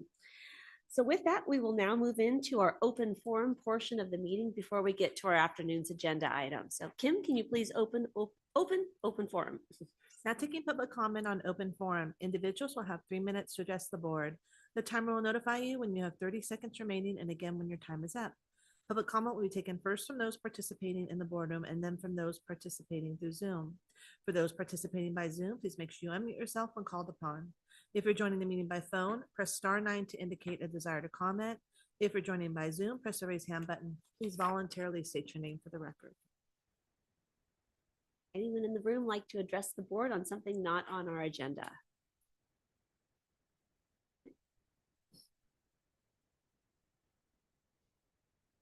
Good afternoon. Melody Lane, founder of Compass to Truth. Yesterday's Taxpayers Association meeting demonstrated what happens when liberals are in control.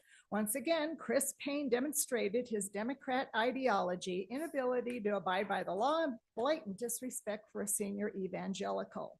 The first item on the agenda was the bylaws and Gay Williard's ineligibility to serve as the director and VP of the association. Tax assessor John DeVille made a brief visit to explain that assessed property taxes are defined as taxes paid on real estate dirt. My invited guest was appalled by 50 minutes of utter absurdity, chaos, and time wasted on matters clearly defined in the bylaws. The next agenda item pertained to membership dues. Director Gina Posey recognized my raised hand, but when I attempted to address the fact my cash membership dues had been accepted by the treasurer, that's when Chris Payne exhibited another crazy meltdown. Banging his gavel, Chris shouted that I am not a member and wasn't on the agenda. When I stood to address the board and approached planning Commissioner Andy Nevis to submit proof of my paid membership and the fraud committed by directors of the association, Chris shouted at me to sit down and then abruptly adjourn the meeting. In the interim, Leo Cashon stepped directly in front of me in a threatening manner and announced that he was blocking me from approaching Chris and Andy with my documents. As secretary of the association, the bylaws state Andy is required to make those documents available to membership and the public. An unrebutted affidavit represents the first essential of due process of law. They prove the collusion of Chris Payne and Andy Nevis with Todd White and other public officials to destroy my good name and reputation in retaliation for whistleblowing. Chris and Todd were fired for violating their oaths and numerous laws on file with HR and the public record. The bonding insurance exclusion clause clearly delineates that any act of dishonesty represents a liability to EDC risk management. Therefore, the individual becomes personally liable for all associated legal costs. The guest I had invited to attend taxpayers was shocked by the unlawful behavior of Chris Payne and Leo Chacon.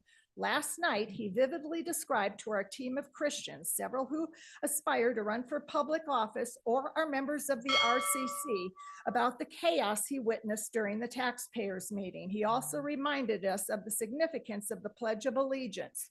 To the republic for which it stands, one nation, under God, with liberty and justice for all. Our 3-hour meeting ended with several powerful prayers to enable us all to take a bold stand for God, truth, and righteousness and make America great again.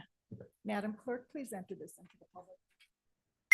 Thank you for your comments. I want to be very clear, the Taxpayers Association has no affiliation with Board of Supervisors of the County of El Dorado. Are there any other comments, public comment? All right, let's go online, Kim. Now taking public comment from 525. Good afternoon. 525, are you available? Hi, Leo Bennett Koshan.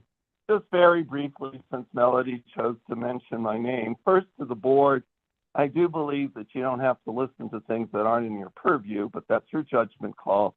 And secondly, Melody, I'm happy to talk to you at any time I also have a prayer circle praying, so we have two Christians dueling.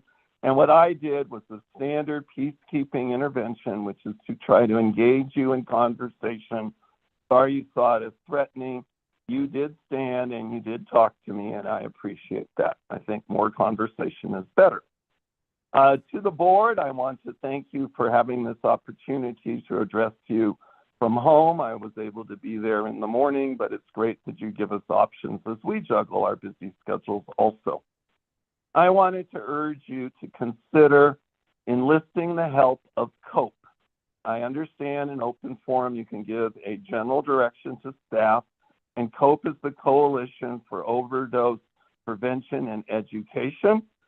PR harm reduction is part of COPE, and I really wish you would stand down from the litigation and explore getting TS with the help of COPE, Marshall Hospital, which has a needle exchange program, and just all the things that everybody agrees on in terms of helping our needy folk who are addicted. It's a crisis caused by so many variables. We can be part of the solution. There's compromises like I saw happen in the morning, perhaps a one-to-one needle exchange rather than just, whatever it's called when you don't ask for needles back, and getting Narcan into the hands. Supervisor Thomas, I know you have a good heart. You're quoted in the paper. How dare the state sue? Well, I know the state and their heart is good. And after 50 years of service to folks, and way too many of them die when they're on the streets and addicted, I just hope you guys find a way to lift everybody up. Thank you for taking my comment. Thanks for your comments. Now taking public comment from 390. Good afternoon.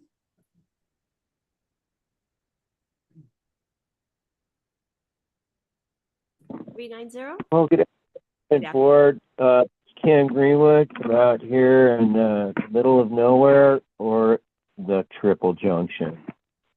Last Thursday at the Planning Commission, there was yet another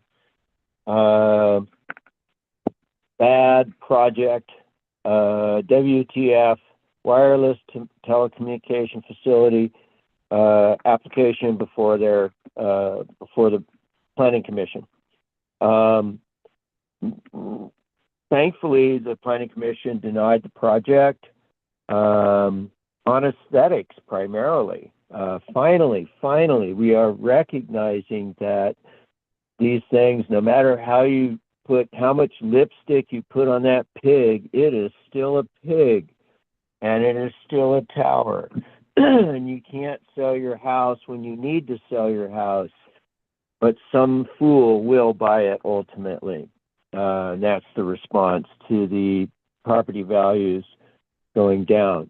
If you can't sell your house when you need to sell your house, it has lost value. So, and any realtor will tell you that if you pull up to a house that has a tower next to it, the clients will 9 times out of 10 ask or suggest next. Let's go look at the next property. Anyway, so I was very proud of the Planning Commission for doing the right thing. Too bad they have a useless ordinance to work from. But it wasn't even, they found it was inconsistent with the existing ordinance, which was really refreshing. That it was not, it was injurious to the neighborhood, primarily due to aesthetics, once again.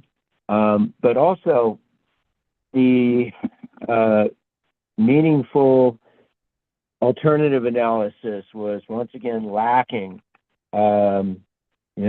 They didn't actually go knock on people's doors. In fact, this one was an interesting situation because the property owners don't live at the property. They're absentee.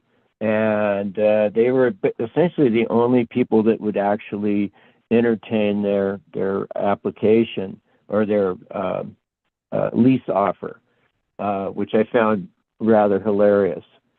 So anyway, once again, if we had an effective ordinance, a lot of these things would even never see the light of day, particularly when it comes to fall over setbacks. Fall over setbacks. Oh, I didn't hear the 30 seconds, but Yeah. thank you very much. Have a great day. Thank you. Bye-bye. Now taking public comment from Kelly N. Good afternoon. Oh, good afternoon, everybody. Hope you had a nice lunch. Once again, I just want to congratulate the county, the fair committee, for a great fair. I thought the weather to me was great compared to last year when it was a little toasty, and everybody seemed to have a really, really great time. Two things. One is I wasn't planning on this, but since it was just brought up, I would like to continue to support and sustain the board's decision that programs like Sierra Harm are not beneficial towards our goals of giving real effective opportunities and treatment to people suffering with addiction. I speak on that as the mother of an addict and also one of several members who put Sierra Harm to the test to see exactly what they did when you contacted them. And the evidence was clear that the motive to actually engage with help, assistance, getting them to the right programs and opportunities in our counties is simply not there. And I think we can do better. On to what I was going to talk about. I had the pleasure of going to the workshop over at the Cameron Park CSD, presented with the Marble Valley Project. And I may have it wrong. Is it Lime Rock or Lime Cliff? It's Lime something. Another Lime Rock. Marble Valley. Thank you. It was not exactly what many of us were expecting in terms of workshop. They probably should have given it a different title because it definitely was not interactive in that respect. But one thing that caught my eye, as I'm seeing in Folsom Ranch, for transparency, my company husband and I are commercial contracts. We work in many public works projects. This is not me trying to generate some work, but I'm very concerned that there isn't a not narrowed, but a definitive plan on education for these developments, which appear to be into the thousands. And that's not on top of the ones we've got, I think, just floating out there, Wynn in Business Park, several apartment complexes. They suggested the potential for a K-5, but I would like to see us go back to the drawing board in terms of impact fees or something we can do to pressure these new developments and get this new high school built. We are missing the ball. I'm watching these schools be built in Folsom, and if I was a parent looking for a entering high school age kid, if I was just going by brand new architecture, technology, the ways the schools are built, the things that they're offering within the schools, I would for sure go with Folsom. So I think we could do better, and I think we need to do better. Thanks. Thanks for your comments. There's no additional public comment. All right, thank you all. So with that, we will now move on to item number 30, which is our afternoon's agenda item. Kim, can you please open this up, please? Item number 30 comes from the Office of Wildfire Preparedness and Resilience, a division of the Chief Administrative Office, recommending the board, 1, approve the introduction of an ordinance to amend Chapter 8.09 of the El Dorado County Code of Ordinances entitled Hazardous Vegetation and Defensible Space, and 2, waive full reading of the ordinance, read by title only, and continue this matter to July 16, 2024 for final passage. Well, good afternoon, Tom. It's nice to have you with us. This has been a while in the making, and I look forward to you walking us through this. Yes, thank you. Can you hear me okay? Yes, get the microphone as close as possible. That one's a little tough. Is that better? All right.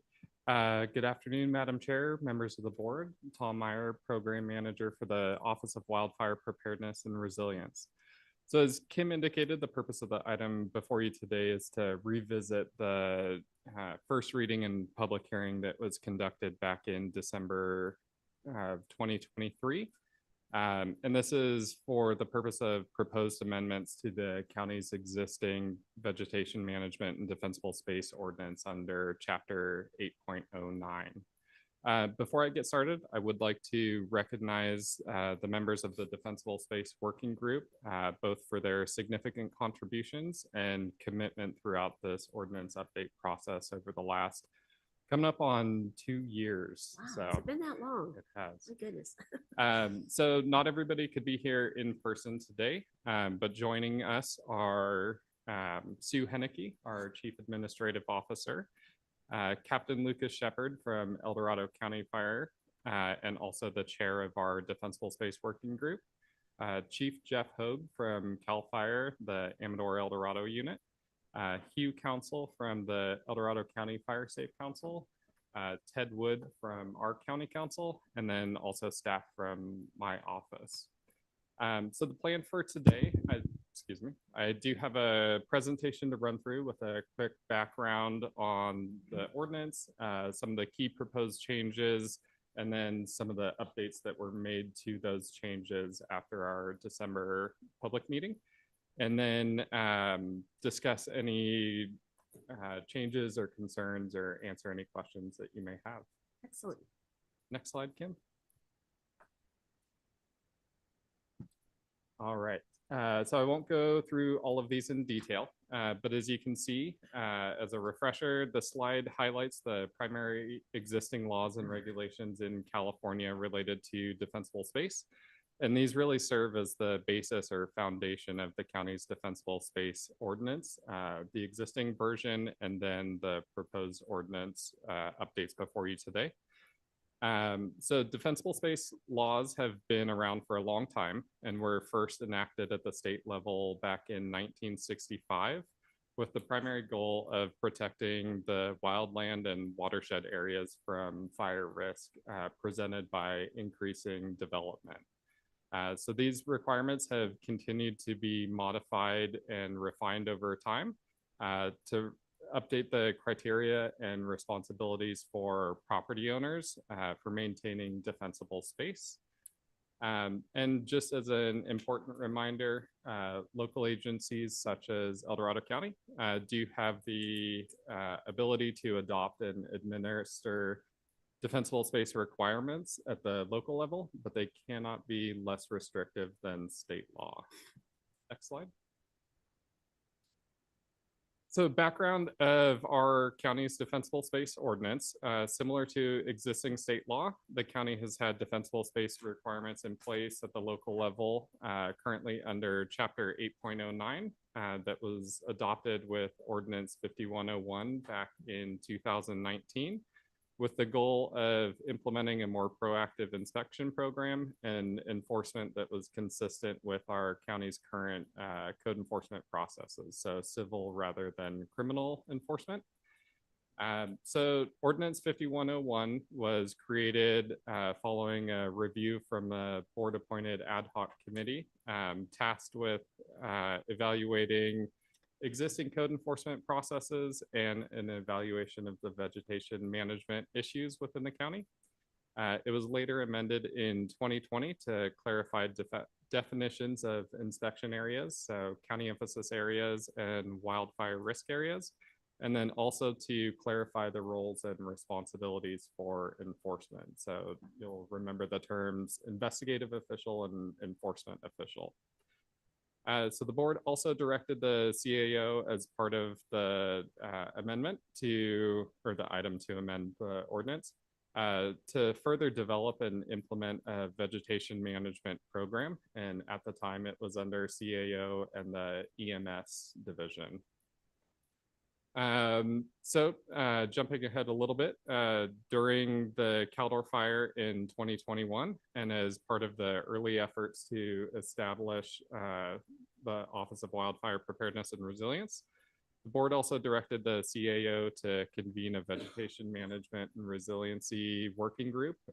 It's now the OWAPR coordination group to accelerate current county efforts, and that also included the defensible space program and subsequently the implementation of the defensible space ordinance. Next slide, please. So again, with the creation of OWOPR and that OWOPR coordination group, the Defensible Space Working Group was created and includes representation from fire prevention experts and other key stakeholders throughout our county.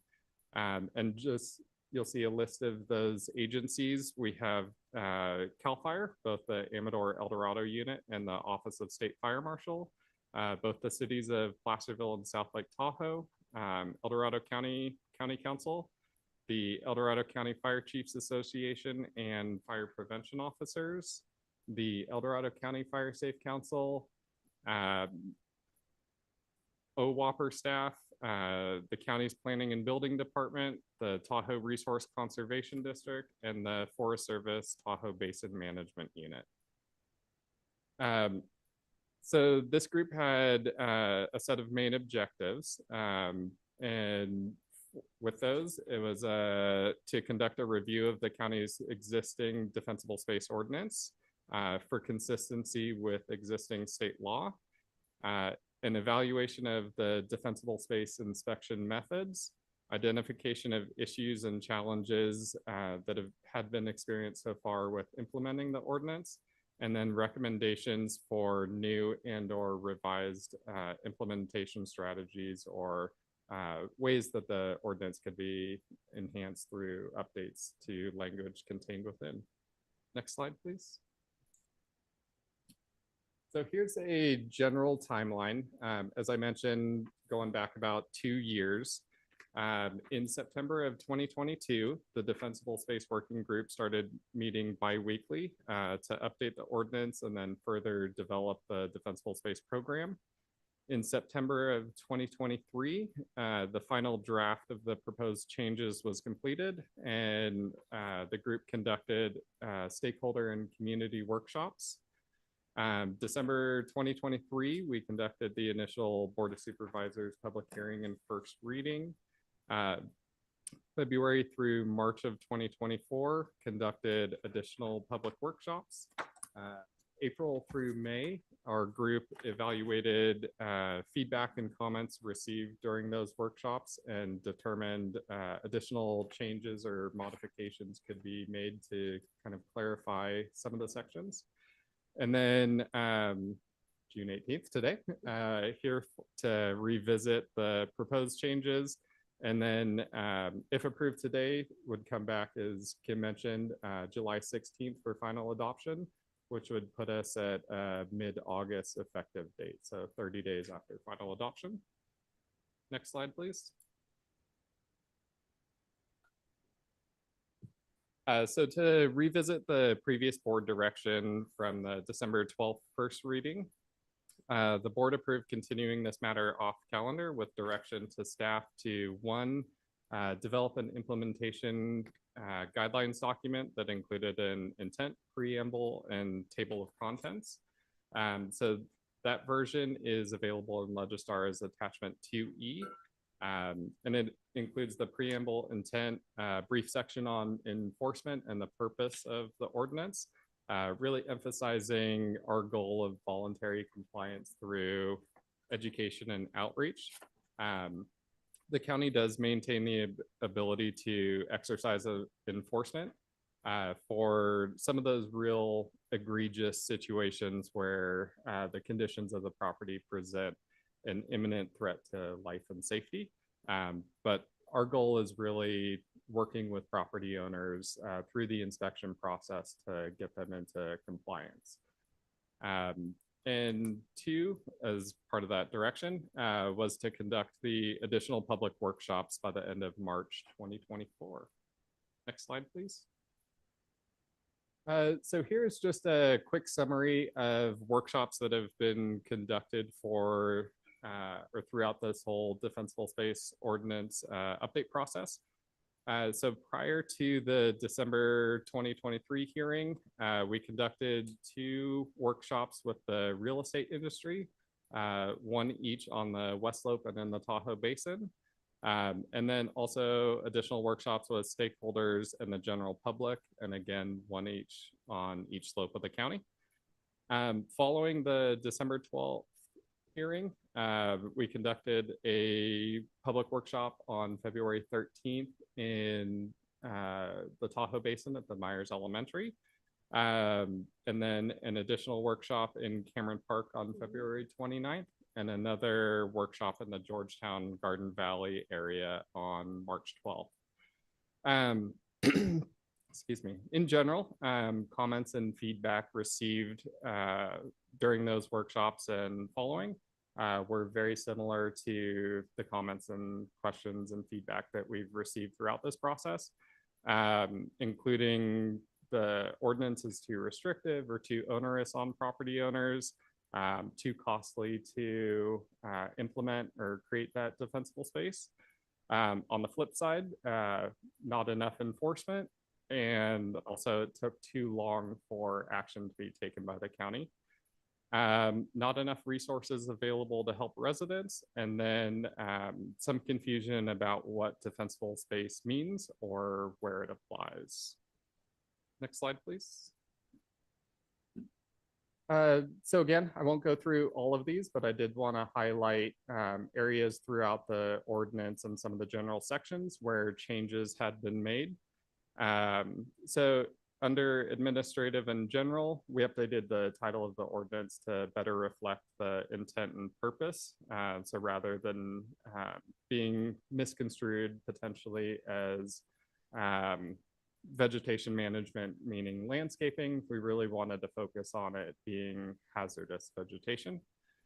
Added and updated findings to further support CEQA exemptions and the intent of the ordinance.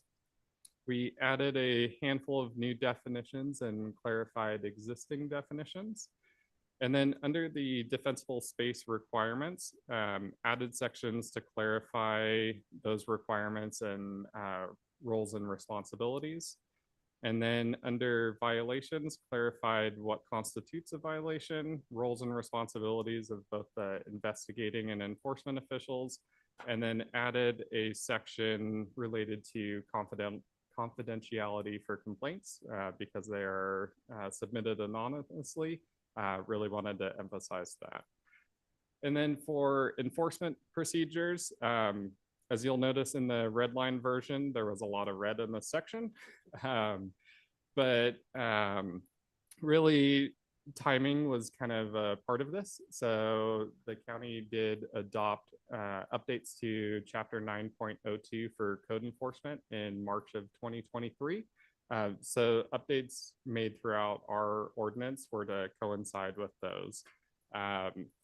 So with the exception of the meet and confer process, which is unique to this ordinance, really those updates were made to mirror the county standard code enforcement process. And then you might have noticed in the red line version, the updated red line version, changes made following the additional public workshops in the original hearing are shown in green, just to be able to differentiate between the two. Next slide, please. So some of the key definition changes, again, critical infrastructure was a big one, and I won't go through everything, but it includes essential services, at-risk populations, and hazardous materials and solid waste facilities, and created defensible space requirements for those types of facilities. And then it also does include county and other local agency owned facilities. Again, does not include state or federally owned land or buildings. We did update defensible space to clarify requirements, who is responsible and where it is required. And then two of these driveways and roads were updated following the public workshops. So we added definitions to clarify what a driveway and a road is. And then hazardous vegetation and fire hazards were updated to better reflect what is considered a fire hazard.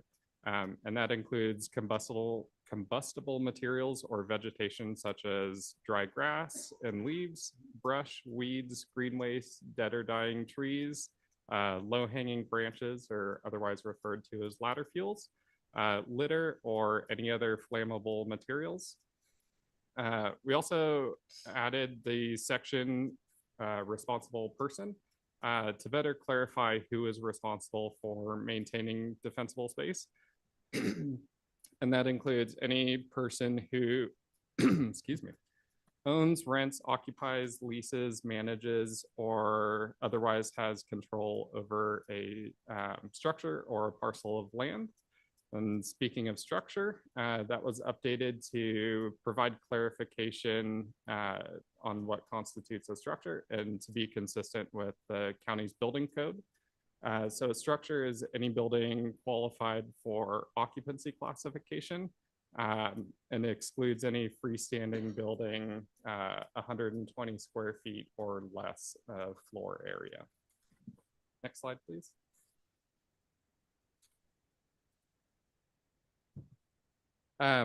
Quick summary of the defensible space requirements.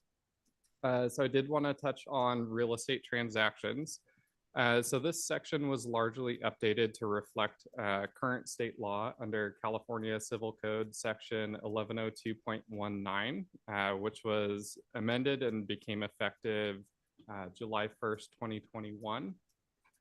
Previously, it required disclosure if you were selling your home within a very high fire hazard severity zone, and was modified to require an inspection report prior to the close of escrow. So through our update, we clarified what documentation is required prior to the close of escrow, so that inspection report and who can provide that report. Again, applies to homes sold within high and very high fire hazard severity zones. And as the county already has a defensible space ordinance in place, we have the ability to specify the timeline for compliance. So if compliance cannot be achieved by the seller prior to the close of escrow, we can establish a timeline for that to happen and when the responsibility is transferred to the buyer. So under state law, if an agency did not have an ordinance in place, that is 1 year. Our original proposed recommendation back in December was 90 days, but based on feedback and input received since then, we have modified that to extend it to 180 days from the close of escrow.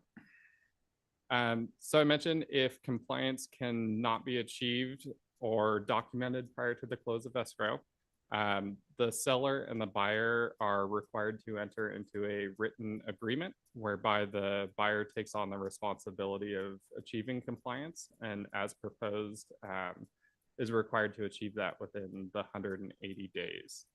At the 180-day mark, that's when the property would be re-inspected. And if not compliant, we would go through our normal inspection process, including multiple inspections prior to enforcement. So not showing up on day 180 with a citation. Greater distances required, or excuse me, let me back up real quick. So the goal of the real estate transaction inspection, and especially the 180-day timeline that we've set, is to really ensure that new homeowners, especially those moving outside of El Dorado County into El Dorado County, understand defensible space requirements and the gravity of residing in an area prone to fire risk, especially in those high and very high fire hazard severity zones. Greater clearance distances. Current state law under Public Resources Code 4291 does allow for more than 100 feet of defensible space. And we have proposed to limit that to 300 feet from the structure. And the goal with this is to maximize the protection of homes where property characteristics such as slope, topography, or specific vegetation on the property have an increased risk and ignitability of the structure. And for those, when we come out to do the inspection, that's where that's determined, either by the investigative official and with confirmation and documentation provided to the enforcement official to make that determination. The Good Neighbor and Neighborhood Protection Policy. So based on popular demand, we decided to keep that terminology and really try to clarify who is responsible for defensible space. So we received a lot of questions, not just through the workshop process, but coming to our office in general, asking if they have the authority to go on to their neighbor's property and clear it. And so definitely discourage that. So that's where they can come to our office and we can start that process and take on the responsibility of contacting that neighbor and really determining what portion of that adjacent lot needs to be cleared. Another common question or misconception is that we would require like a strip of land be cleared along the parcel, but it is just that 100 feet from, say, property owner A's structure on the neighboring property. Other laws and permits, the section was slightly modified just to be consistent and avoid conflict with other county ordinances, such as the Oak Resources Conservation Ordinance. And then just to add in the disclaimer that depending on the type of work,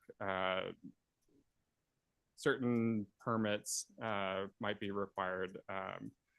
And really with any large scale work that may impact endangered species or waterways and that type of stuff. Clearance along roads and driveways. So based on feedback received from these workshops, we're proposing to break this section into two different sections, one for roads and one for driveways. For driveways, we're proposing 10 feet of horizontal clearance along the driveway on either side and 15 feet of vertical clearance above. And this would be a year-round requirement, just like your 100 feet of defensible space. For roads, same clearance distances required as driveways and to be completed within a reasonable amount of time, depending on the designation of the road by the enforcement official. And for both of these requirements, it's really to address both resident and emergency vehicle access to the property. So ingress and egress, especially in the communities that we have throughout our county where that's significantly limited. Next slide, please. So I did want to touch on how defensible space inspections are conducted and will continue to be conducted. So again, the primary goal of these inspections is to provide homeowners with information on how they can meet their defensible space requirements and also protect their homes from wildfire. And it's that focus on education and that point of contact when we're out there talking with the homeowner. And educating them on defensible space and then also home hardening.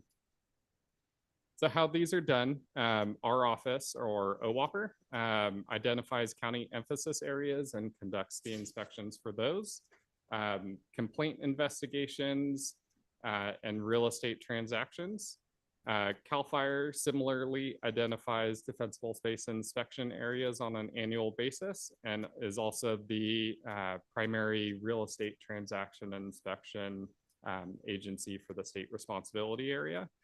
And then local fire districts also have focus areas for inspections and also conduct real estate transaction inspections. Up until the end of this month, this has largely been contracted out with Lake Valley Fire and El Dorado Hills Fire. And as our office continues to evolve and we've added some staff, we will be shifting to conducting inspections on the West Slope within our office, and Lake Valley Fire will continue conducting inspections in the Tahoe Basin. So when we're looking at the universe here, it's really important that we're focusing on coordinated and joint inspections, especially for the focused and proactive ones. So if you recall, we have roughly 88,000 improved parcels within our county. So just a massive workload. So for 2024, 2025 inspection target or inspection cycle, our goal is to inspect about 6,000 parcels between our office, CAL FIRE, and local fire districts. And the areas that were selected this year, we really focused on the one-way in, one-way out communities, and that are also within a high and very high fire hazard severity zone. So also with the board's acceptance of the BLM grant this morning, looking to build out additional capacity to inspect a larger number of properties on an annual basis. One important thing to note as well, should the board choose to adopt the proposed amendments to this ordinance, CAL FIRE has agreed to begin inspecting to the county's ordinance, which is big to have a state agency inspect to local regulations. But we really see this as a huge benefit to the residents of our county because we're doing uniform inspections. It's the same criteria and they're getting the same information throughout the process. So really looking forward to that. Next slide, please. Just to touch on some resources that are available for our residents. So our office serves as the main hub or point of contact for defensible space questions, concerns, or complaints. And we have seen a significant increase over the last couple of months, primarily due to entering wildfire season and change in weather and drier vegetation, and especially over this last weekend with increasing number of fires. We do coordinate inspections for both the county emphasis areas and complaints. And then especially with the recent addition of a staff member within our office, providing that coordination and referral to the El Dorado County Fire Safe Council for homeowners that are interested in having a free home assessment done for both defensible space and home hardening. We have really increased our education and outreach.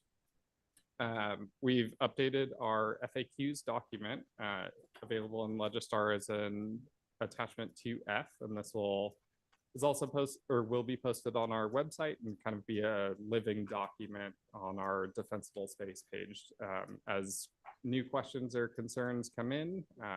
Great resource for residents.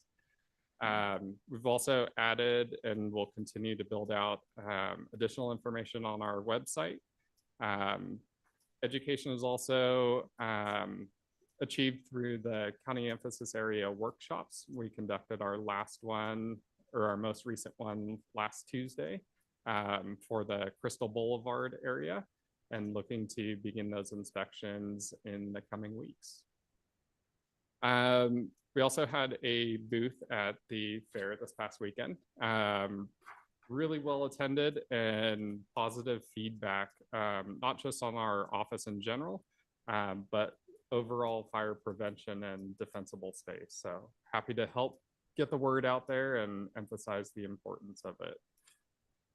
We've also been increasing our social media presence, and then we will be sending out a 2-page flyer as an attachment with the property tax bills later this summer, just on our defensible space program, defensible space requirements, and resources available.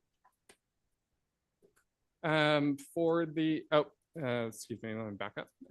Our office also does serve as we have a regional coordinator for Firewise communities.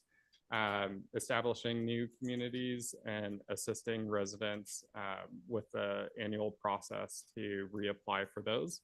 And we have seen really increasing interest in that over the last 6 to 9 months. And just on the West Slope, we'll be closing in on 40 Firewise communities here within probably the next couple of weeks or so. Wow. So, yeah. Through the El Dorado County Fire Safe Council, they do have programs in place to assist residents with completing the work on their property, mainly for elderly, low-income, disabled, and veteran residents. And that includes defensible space clearing, chipping, and hazard tree removal. And just to show the success of these programs and impact in our communities, for the year 2023, they completed a total of roughly 1,100 jobs between those 3 programs, with $765,000 spent. So far this year, they've completed a total of roughly 325 jobs with a cost of $420,000.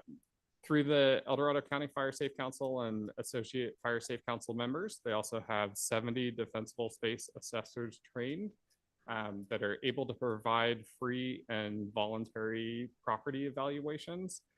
So again, these are focused on defensible space and home hardening. So just one more opportunity for touch points with the community on that education and outreach. Next slide, please. All right, so next steps. So pending any significant changes today, the plan would be to return to the board for final adoption on July 16th. And then the ordinance would become effective 30 days after. The Defensible Space Working Group will continue to finalize those implementation guidelines.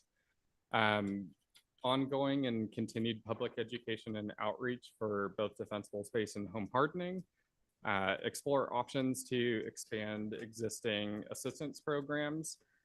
Currently, the county allocates Title III funding to help support some of those programs with the Fire Safe Council. And then return to the board on an annual basis to provide an update on OWOPR, and then have that include the Defensible Space Program and an evaluation of implementation of the changes to Chapter 8.09. Next slide, please. So with that, happy to answer any questions or concerns. Excellent. Well, thank you so much, Tom, for that very comprehensive presentation. And we'd just like to express our enormous gratitude to you and our staff and all of you in the working group that have really moved heaven and earth to help the board work through this, help work with the community to address community concerns in this plan and bring it back. It's been a really heavy lift, and there's a lot here. And initially, when this was brought before the board, I mean, I'm speaking for myself, and I think through our board discussion, there was a lot of confusion over what this was and what it wasn't and how it was going to be used. The board had strong concerns about that. I know the community did too. And I really appreciate, the board directed that we go back out and do some more education and outreach and work with the community.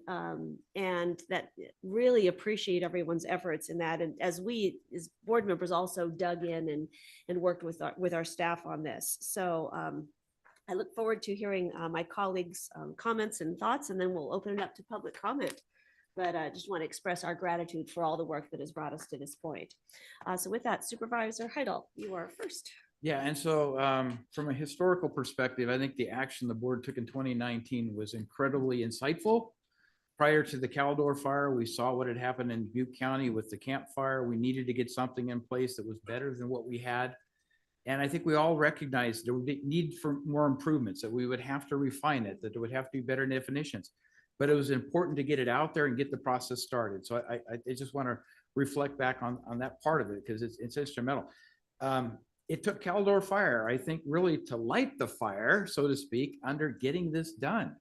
Because we recognized that that was so damaging to our county. There were so many people affected. There were so many people threatened and in fear of what was going on. We have to prevent that from ever happening to that magnitude again in El Dorado County. And obviously by our actions, maybe we can show a path for other counties to adopt similar things, because I think we are at the forefront with a Walker in doing these things. When we talked about it early on, we recognized there needed to be a concerted effort by all stakeholders to come together and do this. Well, Whoppers accomplished that. That was a huge venture in and of itself, is to get all the agencies talking to one another, understanding one another, and getting it to this point. So kudos for all the hard work that went into it. It's been a while to get here, but we're here and we're grateful for that. I do have just a few specific questions. It shouldn't take too long. And I'm going to start on page 5 with enforcement officials, because that always seems to be one of the key cruxes is, well, who's going to enforce this? If we establish an ordinance and then nobody enforces it, it has zero value.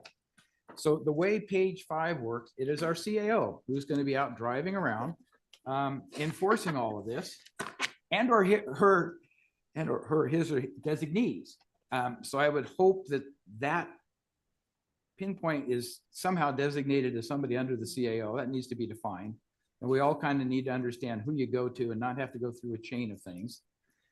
So that's the number one thing on a enforcement official. So the county is going to take on that responsibility. But then when you go back to page 14, it further refines that by saying that the CAO can designate other agencies, individuals, et cetera, by a request process. So it says, upon request by the governing body of an agency that provides fire protection services within the county, the CAO may designate specified employees of such agency as enforcement officials.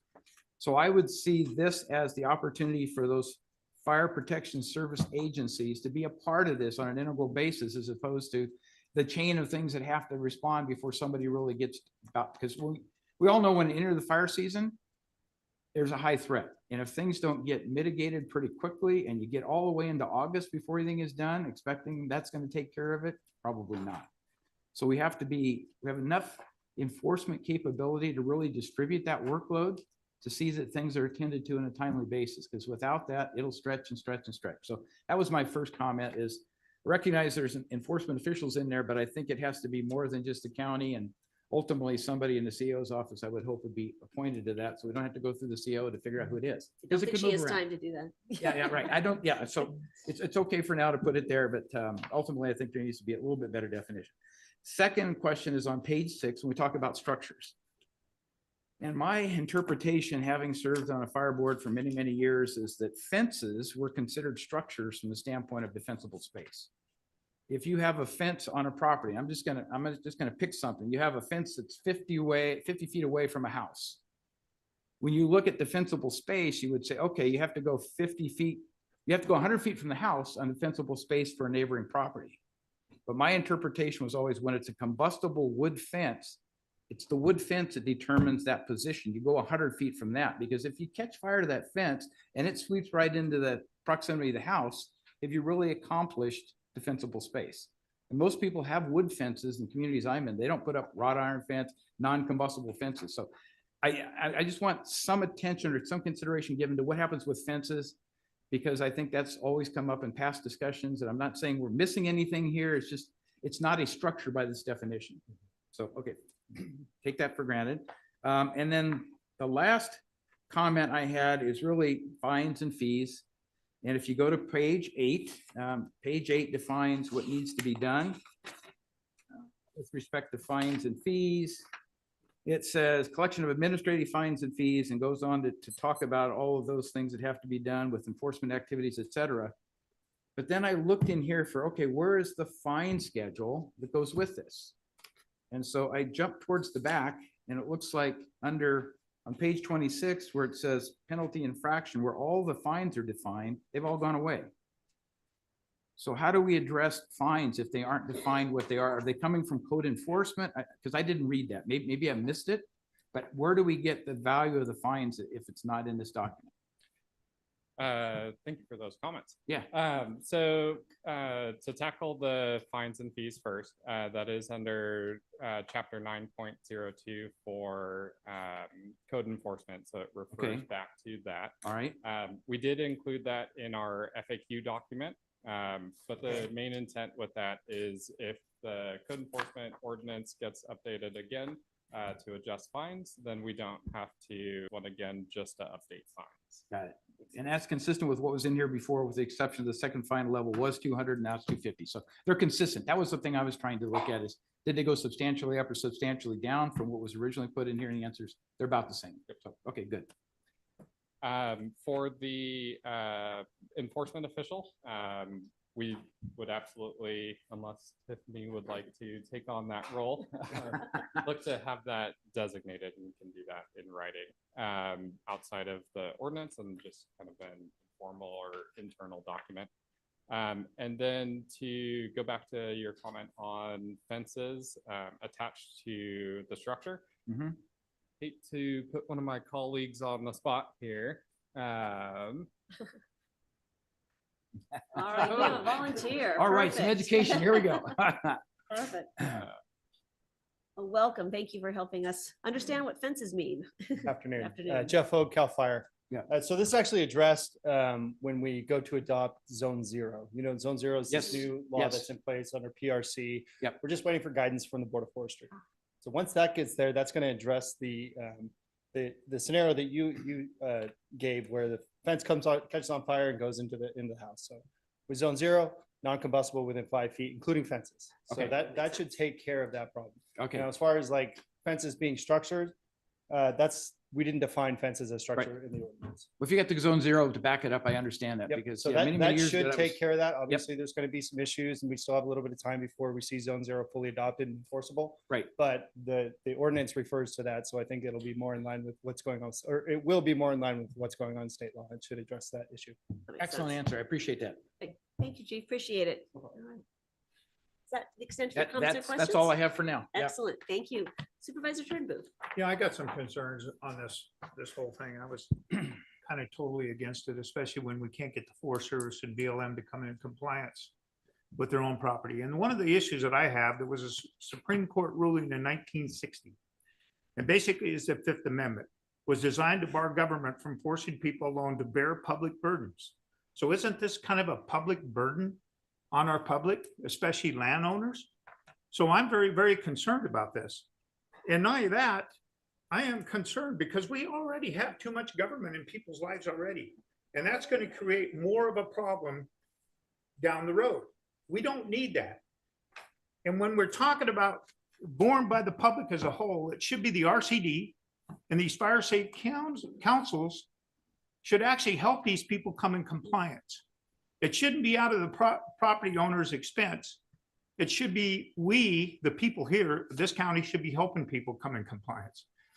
One of my concerns is I had a good friend of mine, she's elderly, she's 92 years old, just spent $1,500 to weed eat a little over an acre of land.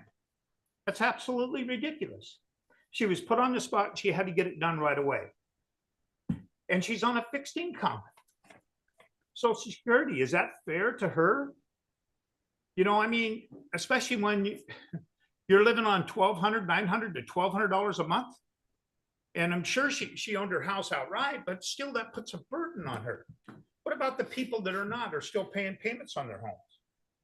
So I don't like this. I don't think we need more government in people's lives. And that's exactly what's going on here. And especially when you can't get the Forest Service and BLM to come in compliance, especially with the Caldor fire. It wasn't the residents and the Grizzly Flat Fire Safe Council. They did a good job. The problem was the Forest Service because they didn't clean their projects, like the Trestle project, which they even already outlined that if they didn't do this, we were going to lose Grizzly Flat. Well, what happened? They didn't do the project. We lost Grizzly Flat. So it's okay to put more burden on the residents than we do on the Forest Service and BLM. I'm just not for this. We got way too much government in our lives, and I just don't like it. That's all I'm going to say right now. I've got more to add later on. All right, thank you. Any other comments from the board? Sure. I was on the board. This is one of the first things that came up when I got on the board in 2019. Yep. And I think a lot of folks remember the concerns that I had and Supervisor Frenson had with, I get it. We want our communities to be fire safe. 100%. Everybody wants that. It's how do you go about that? And my concern has been and still is, I've been asking for the last couple years for OWAPR to come up with an ambassador, someone that's like a mascot, to share this message of why are we doing this? What's our goal? Why do we need everybody to pitch in? Simple messages early in the spring. I didn't see that. I haven't seen that.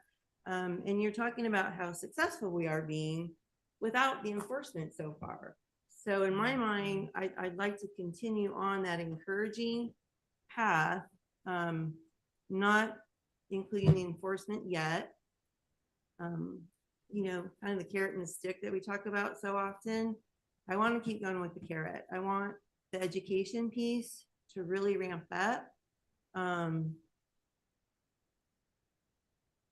Help folks that want to come into compliance, with the resources. I just think that, and I think I've told this story many times, so if I'm a broken record, so be it. But I was listening in on one of the governor's forest management task force meetings, and Jennifer, I wrote down her title, Jennifer, I think it's Eberlin, Regional Forester, United States Forest Service, Pacific Southwest Region. She's on that panel. And she said, that we've had 4291 on the books for decades, since 1965. Yep. And just in the last several years, the state of California has decided and realized they need to start enforcing it. Well, she said it so clearly. She said it's going to take decades to bring everybody up to speed on it. And that every jurisdiction needs a mascot. And she said that. And so I've been trying to get our OWAPR team to go with that messaging. I just think the enforcement right now is not the right time. We haven't done the education enough yet. So I don't know, that's where I'm at right now. It's been my concern all along. And I just feel that sometimes we have to remember the demographics in our county. We do have an older population. I know that some of the folks that, I'll just use my mom. She's easy, she lives in the county. She gets a notice or something like this, she panics, we start, and I had a friend in one of the, what are those areas called that you guys have, the County emphasis area.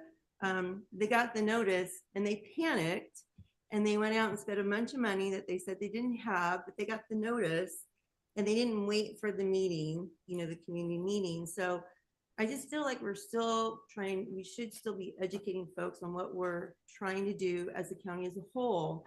And, you've said that we have more Firewise community than ever. Let's just keep growing that, use our fire safe councils for the education, get everybody on board. And then when we have the few egregious ones in a couple of years, then let's go for some enforcement. But I feel like with the education, people are coming along. And I don't know why we need to stick the enforcement in here at this point. I just don't feel we're far enough along. So I don't know, I'll listen to the public and my colleagues and see where we're at, but it's kind of my thoughts right now. All right, thank you. Any further comments? Supervisor Lane. Thank you, Madam Chair. And thank you, Mr. Meyer, for the presentation. How do you foresee the integration of vacation home rentals into this program? So, as you know, the VHR team is in the process of updating their ordinance right now. So we plan on working with them.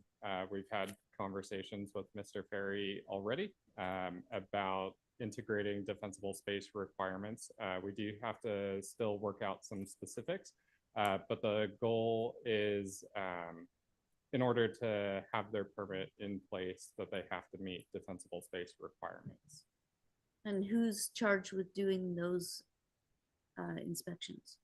So that would be either our office or local fire districts, but still working out those specifics.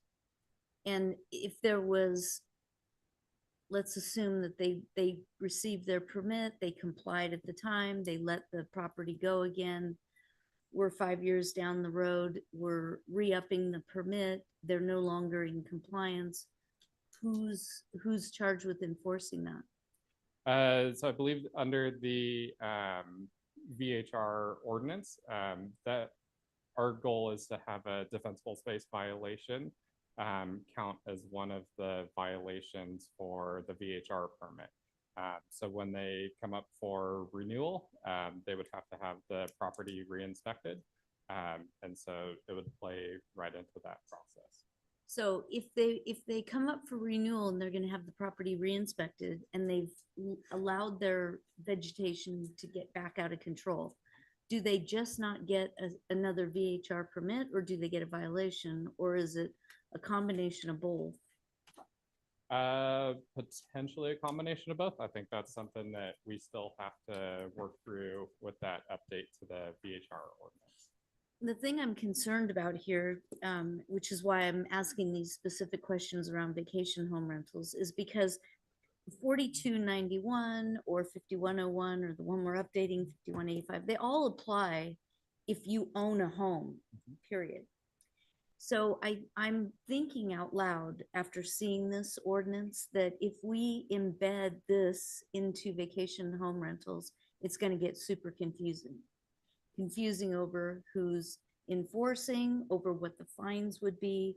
You know, we have a very specific vacation home rental ordinance that we're trying to bring back to this body that has fines that are of the magnitude of 1,000 and 3,000 or 2,500 and 5. No, 1, 2, 3, 1,000, 2,000, 3,000. You know, it's on a totally different magnitude, and it's very clear within our ordinance that code enforcement is who enforces the ordinance. If we embed another ordinance within it that has lackadaisical enforcement in the beginning, I'm being told that this isn't, the thrust is not to enforce this out of the gate, but to get compliance. We're going to have an ordinance, the VHR ordinance will be mushy. It'll get cloudy, kind of who's doing what. So I just would like for all of you, when you're working out the VHR ordinance, to be thinking about that. It applies to them just strictly as being a homeowner. It doesn't have to necessarily be part of the permit, because it just makes it very clouded in my opinion. But I trust that all of you will work that out. I just want to mention it. Thank you. All right. Any further comments or questions before we move to public comment? I just do have one. The other thing is homeowners insurance, and we know it's very difficult sometimes with a given residence in a given location to get homeowners insurance. I believe that this ordinance, if enforced, will allow people to get homeowners insurance in areas where they can't, because their neighbor has cleaned up their threat that was to their property. Because that has come forward in El Dorado Hills a number of times. It's not the problem with the person who has the property. It's the neighbor that isn't cleaning things up that causes them to have their insurance canceled. That's So there's not our experience. That's been the experience in the El Dorado basin. Hills from a couple of people I know. No, it's just companies pulling out. It is the goal that we can move the needle long term, is we There's become multiple more reasons why resilient. insurance but- companies are moving out, but I have heard and I have a friend who actually got insurance by going to a different agent, but they were canceled because of the neighbor's condition, not theirs. It's a Homeowners complex- insurance is a consideration in this. That's all. It is a consideration. It's, Yeah, it's a I got- complex issue. Yes. Reflect on John's issue there. Because I spoke about that one winery that was hit with $104,000 on the fair plan a year later because of BLM property that buttoned up to their property. They had to sell their property to pay their property outright because they couldn't afford the insurance. This is what it's put a lot of people in these situations. It's not right. And you're talking about insurance. You can do all this work on your insurance, on your house or whatever. What is it lowered 3 to 4% or 5%? That's not enough to help these people. When the fair plan is anywhere from 5 to 10 to 15 to $20,000 per year, John. I understand that. You know, It's so a- it's not helping. It's a different issue related to insurance, but it does affect people who want to have protection of their property and to maintain the insurance The they problem have. is the government. Oh. I'm sorry, but it starts with the state. We It have really all does. been very, very active in the insurance arena. Each I one of know, us have and been. I've Yes, beat and 'em we up will 3 or 4 continue to be times. so. Me I have too. too. I have Insurance too. We all commissioner. have. I would say that, I mean, the goal would be to get this county-wide. If we get our county as a whole, you know, with its defensible space, the goal is to be attractive to the insurance companies Right. to come back. Yes. I totally get that. Mhm. But one-offs here and there aren't really working too well. We have fire safe so councils and Right, basically fire so- safe communities that are getting that respect. It's all about the market. And Yeah. so I would say that, yeah, the goal to make our county as a whole attractive to insurers would be fabulous. That is our goal. It's just, how do we get there? How do we bring everybody along together? That's what we're trying to figure out right now. And that is the goal of this. And I have a lot of comments, but I'm going to reserve those for after public comment. So let's open this up. Love to hear your thoughts and your insights. Now taking public comment on item number 30, individuals will have 3 minutes to address the board. The timer will notify you when you have 30 seconds remaining and again when your time is up. Public comment will be taken first from those participating in the boardroom and then from those participating through Zoom. For those participating by Zoom, please make sure you unmute yourself when called upon. If you're joining the meeting by phone, press *9 to indicate a desire to comment. If you're joining by Zoom, press the raise hand button. Please voluntarily state your name for the record. Good afternoon. Hey, Linda Colombo. I printed up where it said here on the computer. I got the old paperwork. So I did a lot of work today on the old paperwork from December. I went to a workshop, which was not a workshop. It was a presentation. People did not get to sit around in tables and share questions and ideas. And I brought that up, I think, at that meeting. So workshops haven't really been workshops for my experience. I have 23 years as a volunteer firefighter. I have 21 years as an EMT, 8 years as a paramedic, 10 years working as an assistant to the Fire Safe Council executive person. I'm a realtor for 40 years. So I kind of cover a lot of what's going on right now. I love what George had to say. Thank you, Lori, also for your comments. When I went through this, I think somewhere along the line, I heard there's a $44 million deficit for the county right now. I don't know what your debt is, but anyway, that's something that's out there fooling around with people in the area. 44% of the county does belong to federal and state land. They are not paying 1 penny towards what you're requiring us to do here. I have 34 acres. I'm along Highway 49. The grass is that high. I go up to my fence. If I want to be fire safe, I have to clear the land on the other side of my fence. Myself, I'm 81 years old.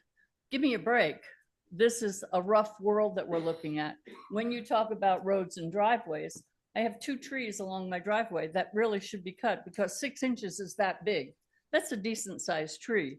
If I have to cut those trees down, I'm going to look like I'm in a desert, but the other 34 acres is a vertical area over the river and I can't clear it. And if they go, radiant heat is probably going to blow up my house.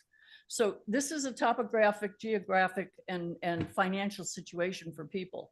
I cannot qualify for most of the freebies because even though I'm 81, I look like I'm healthy. So they say, you don't need any help, right? It's a pain, basically. One of the things I looked at, there were millions, but they were all on the wrong piece of paper. One way in, one way out roads. I think that's where it begins. Are they private roads? I didn't see that in your definition and it wasn't in this old paper. Private roads, what about county roads? I came in on El Dorado Road and the county roads are not cleared on either side, 10 feet back from the edge of the road. Not happening. They're not cleared 15 feet up either. That's an expense the county's going to have to absorb. If we do have a high deficit, whatever the heck the number is, that's something that what's good for the goose is good for the gander. That needs to be addressed. And there's a lot of roads in this county that belong to the county. the federal government, Highway 50, some of those areas are clear. Thanks. Damn. I know, 3 minutes goes fast, but thank you. Fair- And Thank I you for your talked as comments, fast Linda. as I could, but did I'll great. send this to you. Great. We would appreciate that. We Thank you. appreciate all your dedication to our communities.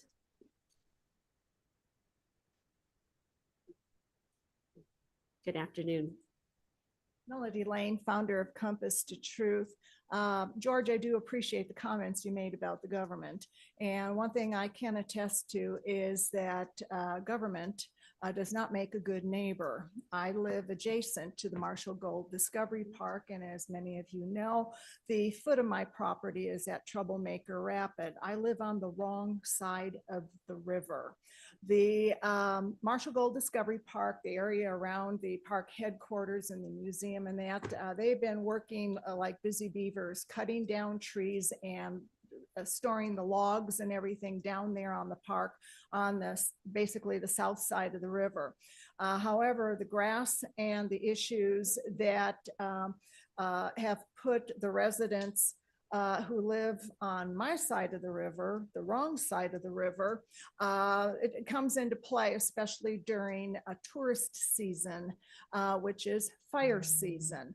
And this was a topic that was addressed to Sheriff Lykoff when he was at the Taxpayers Association a couple weeks ago. Long story short, I've had 5 arson fires that have started either directly on my property or within a quarter of a mile of my property. The 2007 fire was ignited by third-generation firefighter Ben Kunha. He was under $10 million bail bond, same as the King Fire arsonist.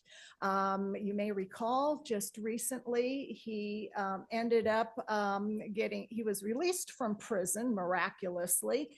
And I think it was in January, he was rearrested for igniting explosives throughout El Dorado County. But that 2007 fire happened to claim the life of my beloved golden retriever. I was working at the Capitol at the time, and I ended up sending pictures of the helicopters landing in my backyard, dispersing firefighters, the retardant being,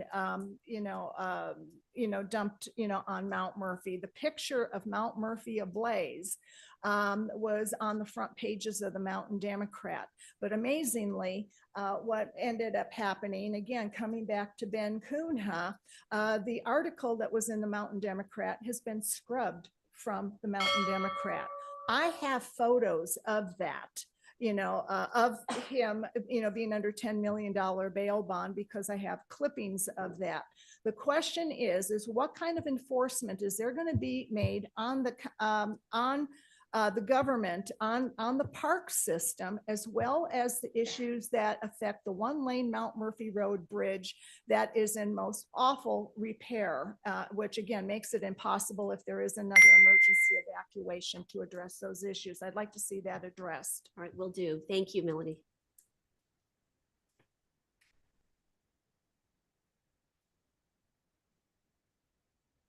Good afternoon. Good afternoon. Kimberly Beal with the Association of Realtors on the West Slope, not the one on the East Slope up there in her territory. I wish to thank you and staff and the working group that's been working for over 2 years, all of you together, to bring forward this document before you today. In my opinion, it is far better than what was initially created for us. And it was too onerous. You've scaled it back some, but you're still got in there all the important, things that we're trying to accomplish. So we're good with that. I'm going to ask you still for one more clarification in section 8.09.070, item C. It starts out saying prior to the close of any real estate transaction subject to civil code. It does not qualify the type of property for real estate transaction. The staff report says it's only going to pertain to residential properties having 1 to 4 units, but I don't find it in this document. You describe what a real estate transaction is, not what is to be inspected. So if you would just staff go through there just to make sure that's not overlooked, because we have to remember all the people that are going to be reading this and trying to comply, and they're going to need to know that. Great. 2 points I want to thank you for, all of you, is that you no longer are asking that we be more strict than state law 110219 in what properties get inspected, meaning we're going to be inspecting very high and high severity zones, not moderate. Thank you very much. And finally, a special thanks for changing the time that we have if a buyer is going to be taking responsibility for compliance after close, to changing it to 180 days from 90 days. That one is a real big matter for us. Next, I hope that staff, during the time that you're going to be waiting between now and your next second reading, will update the disclosure that you created when you adopted the prior ordinance. Just make sure that the date of this ordinance and the name of it is no longer, it's got the hazardous name in it. So that needs to be updated. It's a real simple deal. And then finally, I just want to remind you that in 23, we had over 3,000 single-family homes close on the West Slope. This does not include the Tahoe Basin.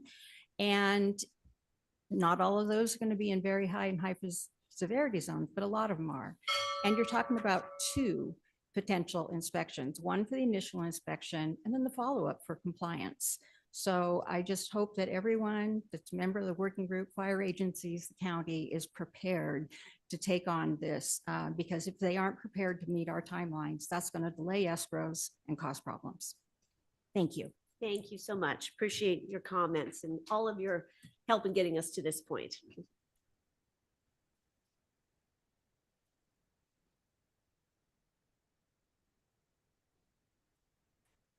Good afternoon.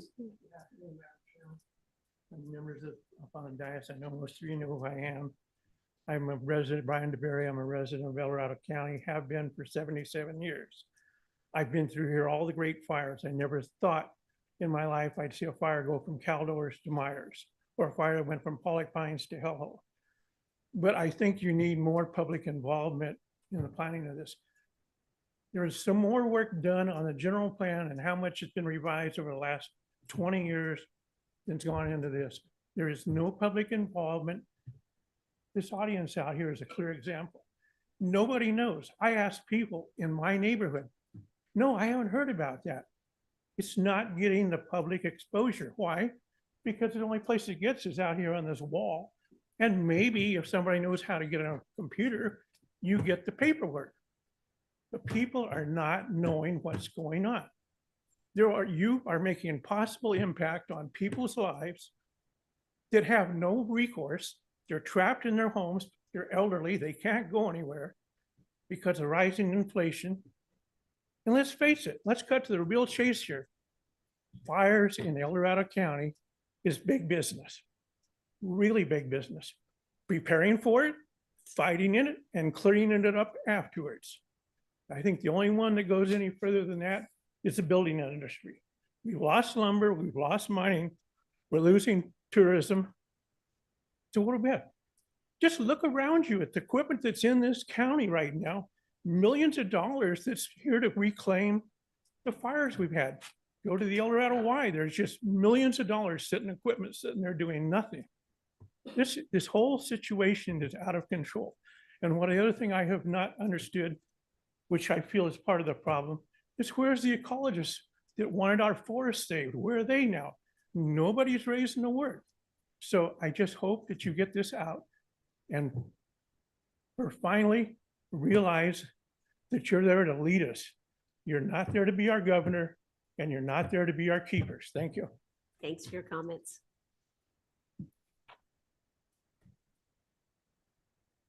Good afternoon. Good afternoon, Board. Michael Rinaldi, Farm Bureau and 40-year tax-paying resident of El Dorado County. I was here back in August when this item came before you, and I was pretty outspoken at the time. I'm here today generally in more support than I was back in August. It still feels like more overreach, but I recognize the great risk that we're in, and of course, the catastrophes that have occurred. Since last August, your staff and your OWOPR group has made a significant effort to do more outreach, and that's appreciated. And their presentation has evolved from what seemed to be more justification for why you were doing it to more of the operational issues surrounding this and the expectations both that the county has and that the expectations that are on residents. And so I appreciate that that has evolved. I also recognize that there's more documentation that's more relevant. It's very difficult to find and read. I do appreciate the Q&As. You didn't have them last year when you were, prepared to take action on this and fortunately did not. So I appreciate the work that your group has done. I live next door to a significant amount of public land, and the remarks that you've heard here today are in fact real. They are not the greatest of neighbors, though BLM has done some sheep on the tall grasses, but along the river where timbers are piled high from the several floods that we've had, they're drying out. They're along the trail where people walk and smoke. It's concerning. So I appreciate you all staying on those public officials that oversee those lands, and your relationships both at the state and at the federal level are very, very critical to our well-being. So again, good luck with this decision. And depending on just no matter what your action is today, you can still continue the outreach. And I do appreciate that more of the outreach has been done at staffed fire stations because they tend to have more of the local fire officials that the public recognizes when they come to these meetings. Thank you for your time. Thanks for your comments. Is there anyone else that would like to share their insights on this topic? Good afternoon. Good afternoon. And to all of you. My name is Brenda Manginelli. I am a real estate broker active for 38 years in El Dorado County. In what Linda said, we do have, and George, we have too much government in our life as it is. Let's talk about the 2,300 closed escrows that Kim was referring to. Say 2,000 of them. Let's just say 2,000. If you did 2,000 homes, dwellings, and you have to have 5 inspections every day to get 2,000 closed escrows. That's not going to happen. I understand from one of the workshops that really wasn't a workshop either, it was a presentation. They only had 7 CAL FIRE people to do these inspections. If that is true, how can we do that, take care of that many escrows in a year? The cost is definitely very costly. I have a gentleman right now, he's retired, he's 65 years old, lives on 3 acres in Pollock Pines. We had CAL FIRE come out, very nice. They did the inspection, just doing the 100 feet. He had 2 bids to get this work done. One was 7,000, the other was 10. And so we went with the 7,000. It got done. You had to lift all the pine trees, $7,000. He had to take money out of his retirement fund that we're ending up. He has 2 stints in his heart. He cannot possibly do this himself. I think that's cost prohibitive. And we don't have enough people, resources in this county to take care of this. As it is, it took 2 weeks to get somebody out here. Now, what if everyone is doing these inspections? How is this going to happen? Our escrows are going to get more and more delayed. Then we have winter coming upon us. I think the answer is the fire-wise communities, where you get people to want to be a part of this, not to be forced on them. That is not the way we should be acting. Okay, whether some people can afford to get it done, some people can't. But we also have to have resources for the people to apply and to have some help in order to pay for all this work. My understanding in reading the state that the governor had put out, that they had millions and millions of dollars available for this, but you had to put the application in before January 2024. Well, we didn't know about it to do that. Again, we need to hear more from you all. Fire, whatever, get it out there, make it the front page of the paper, Mountain Democrat. Tell us all what it is we're trying to accomplish here. But fire-wise community, I think, is really the way to go. And true that El Dorado County, if you want the public to take care of their property, El Dorado County has to take care of their property also, because that's not right. It's not to where do what I say, but not what I do. Thank you so much. Thanks for your comments. there anyone else that would like to speak? All right. No, sorry, Linda, thanks. Good afternoon. Hi, my name is Hugh Council. I've lived in El Dorado County since 1958. I spent 13 years in the fire department here in Placerville, 30 years for CAL FIRE or State Fire Marshal. I was the director of operations there and actually was involved in writing a lot of the regulations that we're forced with today. But I want to make a couple things, a couple points. I've heard a lot of things about Supervisor Parlin. She and I have had a couple conversations, but I've heard several things about that, about public education. And I will tell you that the County Fire Safe Council, which I'm currently vice chair, at least for one more day, we work closely with the county, with County Fire, and with CAL FIRE. And we do free assessments, as you know. And in fact, I just was in a meeting this morning, before this meeting, talking about our assessment form to make sure it's consistent with the same form that CAL FIRE uses and that the county uses. So the only difference is, now I want to make clear that when the county comes out and inspects your property, or CAL FIRE comes out and inspects your property, they are only looking at defensible space. They're not looking at home hardening.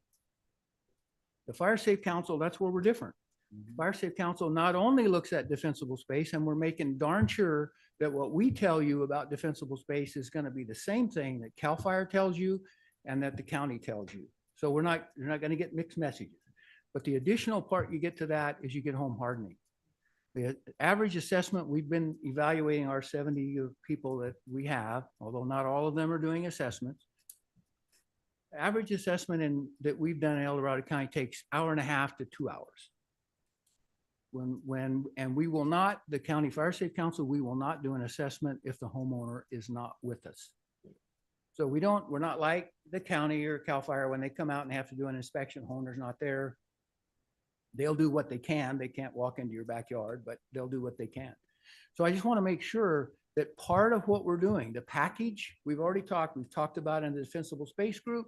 We've talked about the package of information that we hand out. The public education package is the same package. You get the same package of information from the county. You get the same package from CAL FIRE. You get the same package from the County Fire Safe Council. So people get educated, not only to talk about the different programs that we have. I recognize that people often don't have the money to do these things. The Fire Safe Council does have money, and we do what we can with that. A lot of times people are just misinformed how to get a hold of the Fire Safe Council. That's why we produce a workbook.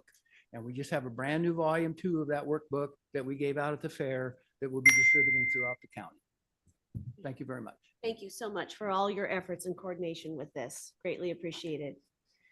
All right, anyone else before we move online? All right, Kim, let's go online. Thank you. Now taking public comment from Chris Payne. Good afternoon. Good afternoon, Board of Supervisors. Can you hear me? We sure can. Just a second, let me turn off my other device here. Thanks to Tom Myers and the Defensible Space Working Group for this information today. I want to focus on the summary of defensible space requirements that was listed on your presentation. Real estate transactions, I'm speaking on behalf of the El Dorado County taxpayers. We agree greater clearances, the 300 feet. We would agree other property, other laws and permits. We agree clearance along driveways and roadways, we would agree. We disagree with the only remaining thing on this list. Good neighbor policy, protection policy was removed from the ordinance and replaced with the definition of responsible person, which means essentially if you have a house or is allowed to build a residence within 100 feet, it's the responsibility on the other side, if you don't make the 100 feet, for the responsible person who is the owner of the other property to have to pay to have your your dwelling compliant. That is wrong. It was not in the original ordinance. I said that in my April letter, which is part of your attachments. This has to be considered. The part it should be keeping the good neighbor policy. That is then the party who's building the house has a responsibility to contact their neighbor, letting them know what they're doing, and then allowing the neighbor should give them access, which the current good neighbor policy requires. I did have other things that were proposed that were approved by the Taxpayers Association board, and certainly I do respect the comments of both parties today, those who believe that we ought to be implementing this and those who feel like it's an overreach. I completely understand. In the case of my concern about low-income individuals, veterans, seniors on fixed income, I think that's important. That's already been raised. You need to continue that discussion. Also about ADUs, their location and combustibility, also important because we realize subdivisions are not rural properties. I'll let that be my comments. Thank you very much. Thanks for your comments. Now taking public comment from Kelly M. Good afternoon. Oh, hi, good afternoon. Glad I was watching my computer. It skipped there when she called my name. Thank you. Boy, I wish I could hear our founding fathers around the table of Peter or whatever they're doing right now, because we're hitting one of the most fundamental things that they believed, which was property rights. Going throughout the whole Constitution, you can find those elements of constitutional value and what it means to own property, because owning property also made you free. And there's a lot of going back and forth on constitutional experts between natural law and common law on what is the guise of government's ability to encroach on our property rights. But going with what John said, and I'd really like to kind of echo that he's not being misleading. Especially in El Dorado Hills, we have had people not take care of their properties. If you go to El Dorado chat on Facebook, you're welcome to try to find it. I just tried, but you know what? I don't have that kind of time. There is actually a thread from El Dorado Hills on this exact topic. And one of the commenters had told the other person, well, maybe you should just go on Saturday and mow their grass and lawn down if you don't feel safe. And I had to interject because my, legal training said, no, don't do that. Please don't do that. Go call the county, call your fire department, call somebody, but don't just go onto their private property and start mowing the dead grass. So it is a problem. And so it got me thinking about, constitutionally speaking, one of the things that was very clear is that one person does not have the freedom to encroach on another person's investment and quality of life on their personal property. So this is a really complex issue because one is, we all have two major worries here in El Dorado County, and we're so lucky. It's not murder, it's not a lot of assault. It's not those things. We have two biggest worries: cost of living and fire. Most of us don't wake up and say, I'm worried that I might be assaulted in Safeway. But we do worry as summer comes, is there going to be a fire off Salmon Falls? Because I live in a mixture of rural and residential in El Dorado Hills. And I'm noticing that some of the properties off Lakeview are getting a little long for my comfort. So I think that maybe our esteemed, I say that in quotations, legal analysis maybe needs to go a little over the constitutionality, because I also believe that I'm kind of leaning towards that you guys are doing a good job and on the right path. There's a lot of questions still, and I agree that it's so much better than it was at starting point 2 years ago. But I do think we're on the track of where we do need to do something and maybe have funds for those who can't afford it. Thank you. Thank you for your comments.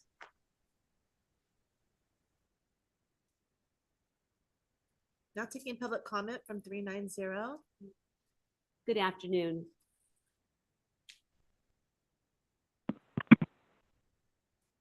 Well, hi there.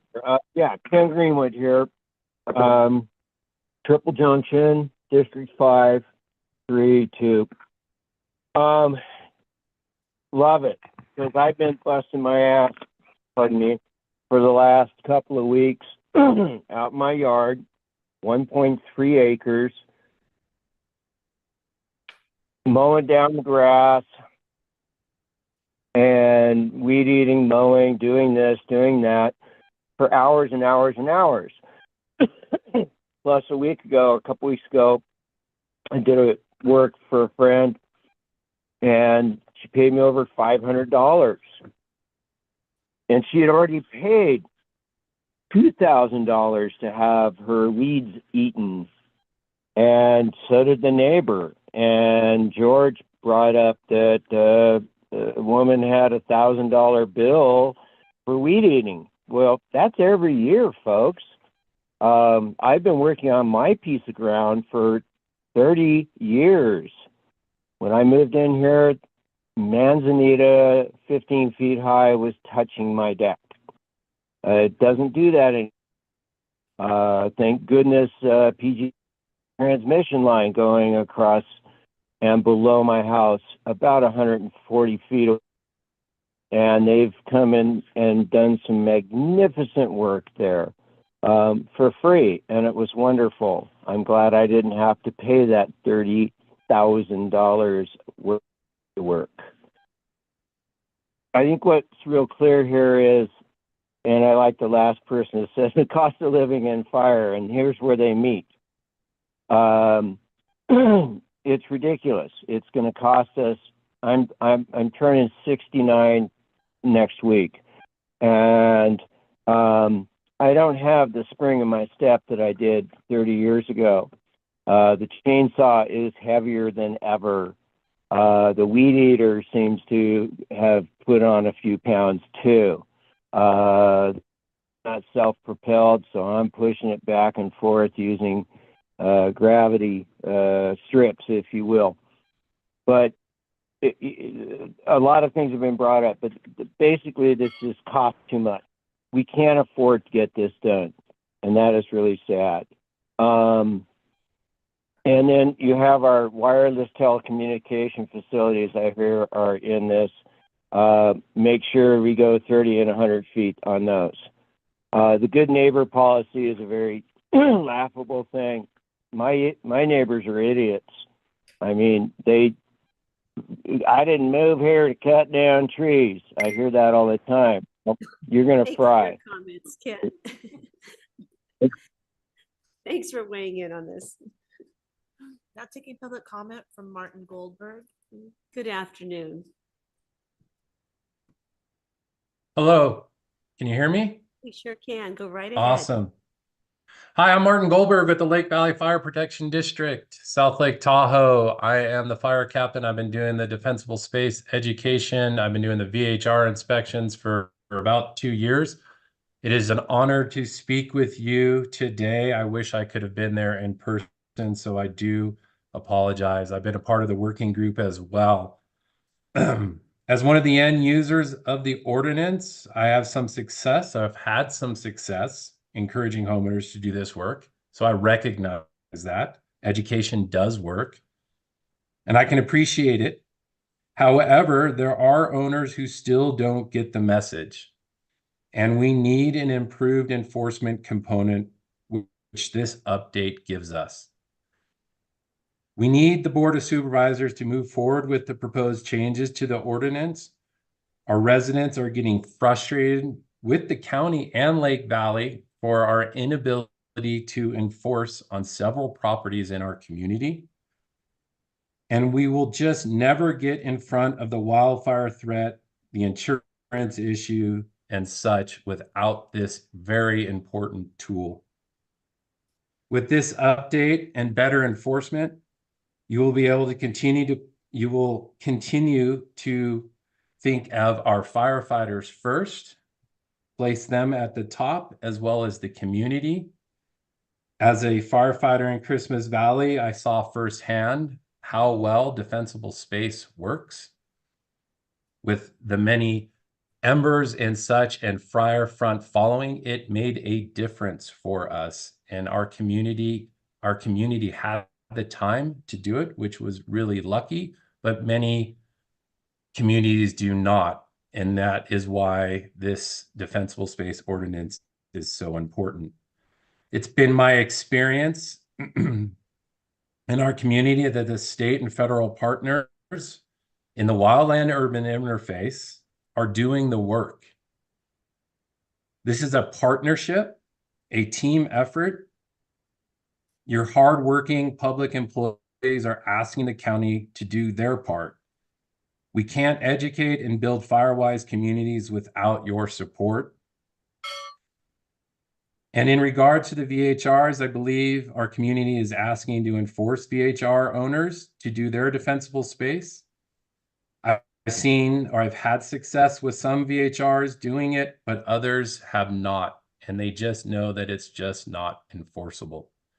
So I really appreciate you allowing me to speak and offer my encouragement. I really appreciate county staff's hard work on this, and I thank you.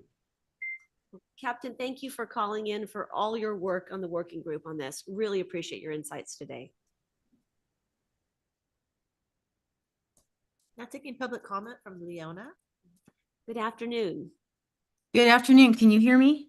Sure can, coming across loud and clear. Great, thank you. My name is Leona Allen. I'm a 64-year-old resident of the, oh, I said 64 years old, oops. I'm a 64-year-old resident of the Tahoe Basin.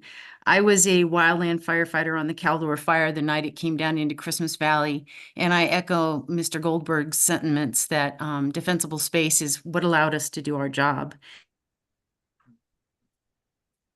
But more importantly, I'm a Firewise neighborhood leader for my neighborhood.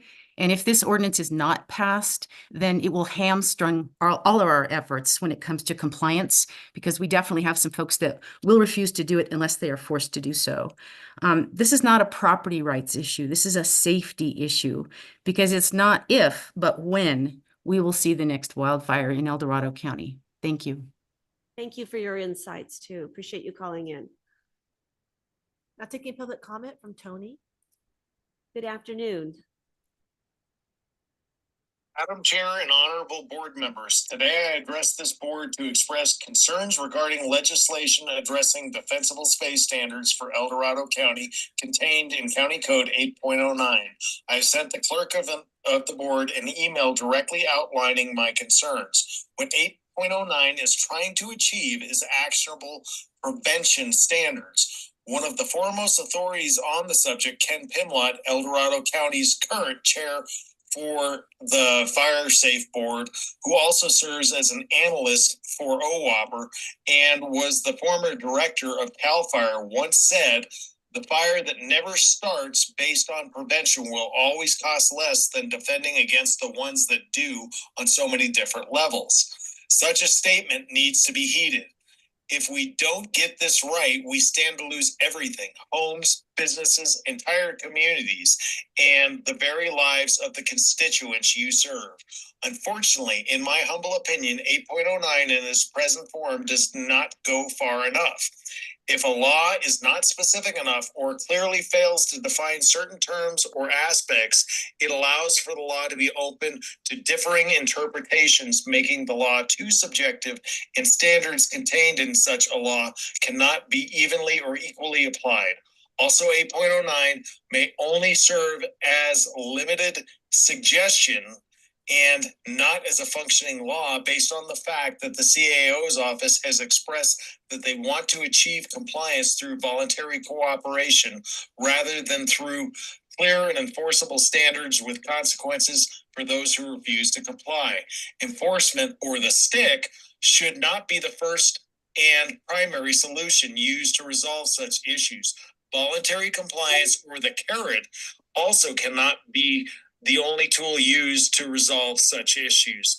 Let's be clear, the purpose of 8.09 should be about setting the gold standard for defensible space standards. Objectives need to be more than just talked about, but clearly outlined, defined, and proven to show marked success in order to have a viable county code. County code can and must be more restrictive than state law. Otherwise, the county is creating a law that is redundant and serves little purpose. We're on borrowed time because each day that passes without people and entities creating actionable, defensible space is a day closer we all come to losing such communities to wildfire. I urge this board to carefully read through the law with a discriminating eye, consult subject matter experts, ask the tough questions, and then decide if you have a code that can stand the test of time and wildfire, or do you have just another suggestion that accomplishes nothing? Thank you for your comments. Appreciate them. Now taking public comment from Linda Campbell. Good afternoon. Hello, everyone. Just a few things. One thing in regards to the cost associated with things. Everybody keeps talking about affordable housing. Housing is out of reach for a lot of people. If we are now imposing new things and new fines and new things like that, ultimately somebody's going to have to recoup the cost. So that means an increase in housing cost, which makes it potentially more difficult for other people to be able to buy a home. Generally, I guess we're looking at ultimately we're going to have more resources in the county that we're having to pay for things as well as possible fines. I'm in total agreement. Similar comments I brought up with the whole fire safety thing and this all along is the imposition on private property owners and how it's done. So just some additional things to think about when it comes to property sales. There's clear timelines associated with that. If somebody's delayed in buying or selling, that could make a deal no longer be able to go through, which means they have to start over. Ultimately, I realize this is a hot topic and it's complex. When it comes down to it, though, the idea of safety, even if we do all of this stuff, we cannot be guaranteed that our home will not burn. That isn't, and I have full respect for the fire department, want to do whatever I can to help them, but we have to try to balance it realistically and realize with all of the things that are trying to be implemented, you still can't guarantee our house won't burn or our livestock won't be lost or anything like that.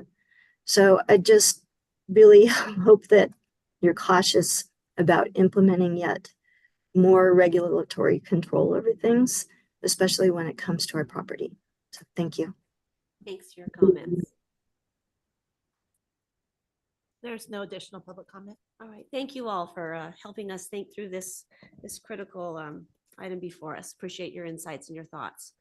There were some questions. So Tom and Sue, there was a question about one-way in county roads or private driveways. And I think that the crux of the matter is in the ordinance, we talk about defensible space being applied to only those designated roadways, not every road in the county. Can you just briefly touch on what is a designated roadway and how is that determined, and how is that information made public? Sure. So that was one of the excuse me, primary reasons for separating out the roads and driveways for clearance requirements. Right now, the county does not have any designated roads. And I think that's more of a separate policy outside of this ordinance on how roads would be designated. There have been discussions that if grant funds are used through either the county or other organizations to implement roadside clearance projects, that a road could be designated for that area for a certain number of years to have the owners on the of the adjacent parcels be responsible for maintaining that grant funded work for a period of time. But we haven't landed on any particular policy for designating a roadway. I believe we were mainly talking about originally, as we were dealing with this originally, that for evacuation routes or for those roads that are heavily impacted but are critical to evacuation. Yes, and so as you know, our county does not designate evacuation routes. Right. So we wanted to get away from that, or having the designated roads be misconstrued as evacuation routes. Thank you for that. Okay. Because whenever a fire comes, we can't pre-designate evacuation routes until the fire is there. But really the goal with this is, and this is a collaborative effort across all the different agencies, our DOT, our office, Fire Safe Council, RCD, is really step up in terms of clearance along the roadways. Okay, thank you for that. There was a question on section 8.090.70, Kim brought it up, that what type of real estate transactions are we referring to? Because there seems to be a discrepancy between two places in the document. Sure. So the preference would be to maintain the reference back to Civil Code section 1102.19. I think this is best addressed through FAQs. As she mentioned, the 1 to 4 residential units. That way, if there are updates to 1102.19, we don't have to amend the ordinance again, and they're automatically included in that. So I think as far as our education and outreach, FAQs or some additional information on our website for the specific real estate transaction inspection process, I think that'd be a really good option there. Excellent. Probably easier to find than trying to, go all the way through a document. Excellent. All right. And then there was a really solid question. Do we have the resources that we need to meet the timeline of the real estate transactions that occur in El Dorado County?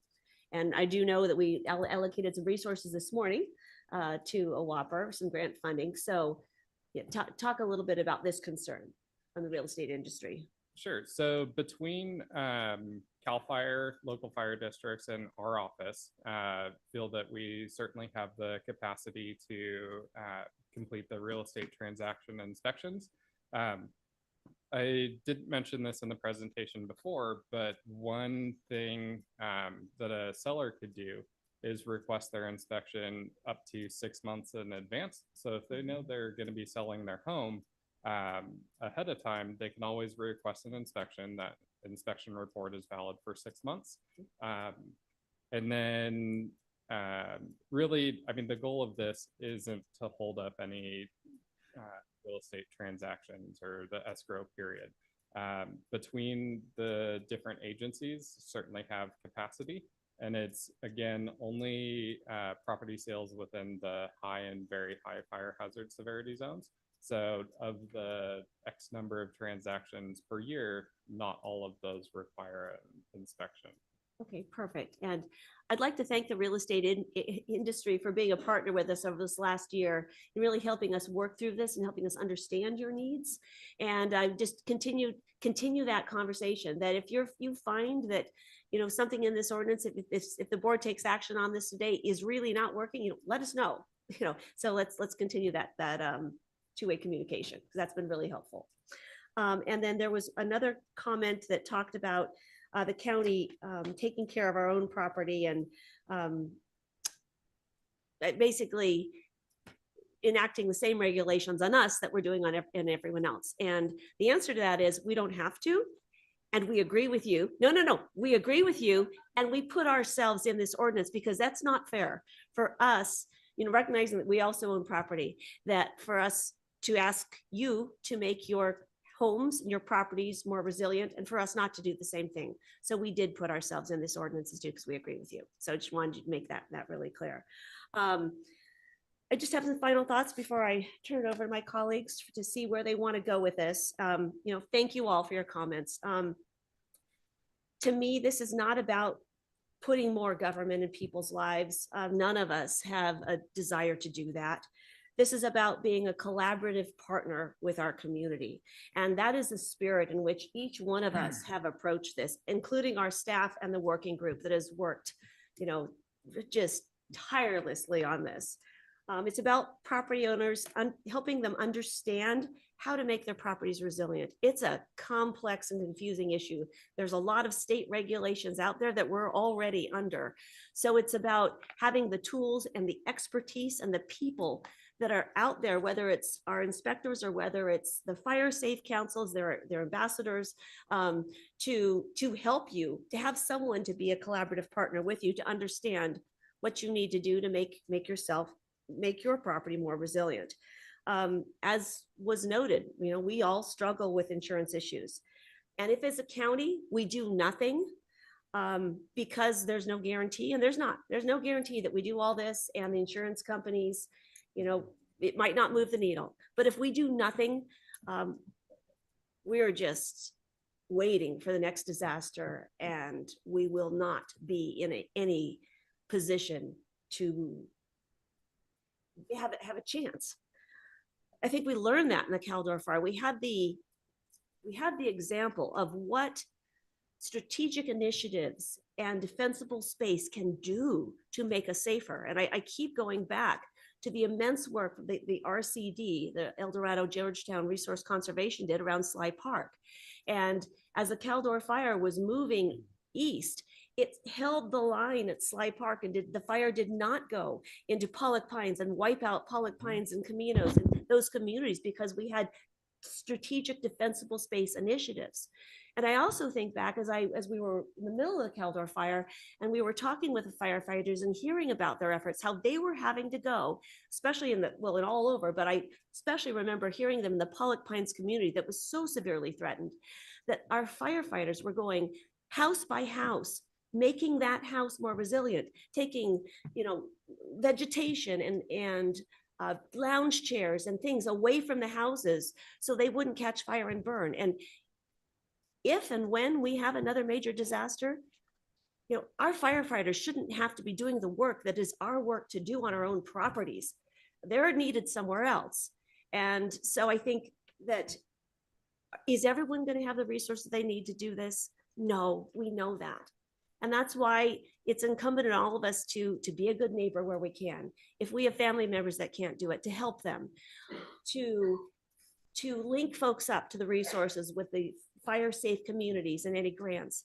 And, if there's an 85-year-old lady that can't do defensible space, do you think we're going to come down on her and, fine her thousands of dollars? No. And that's why the board was very clear about the implementation guideline. And we haven't talked about that. That's a part of this. I thought you did a wonderful job expressing how we are going to use this tool, because I shared your concerns, and we all did. We were all concerned about this is going to be the stick that was just going to be super heavy handed that not everyone could use. And that's not how we're going to use this. But that doesn't mean that we don't need some kind of stick for those most egregious cases of health and safety. And in our implementation guideline, we're very clear. That's what our enforcement tool is, because we've had tools in the past that have no enforcement, and they're feckless. And so we don't want to go down that road again. So in my mind, we found that balance. And so I feel comfortable moving ahead with this, recognizing that, as we move forward, if we find places that are onerous or are not working, we can make adjustments. So those are my comments. So turn it over to my colleagues at that point. I just want to make a few comments. Let's go back a ways. I got a fire map that goes back to 1915.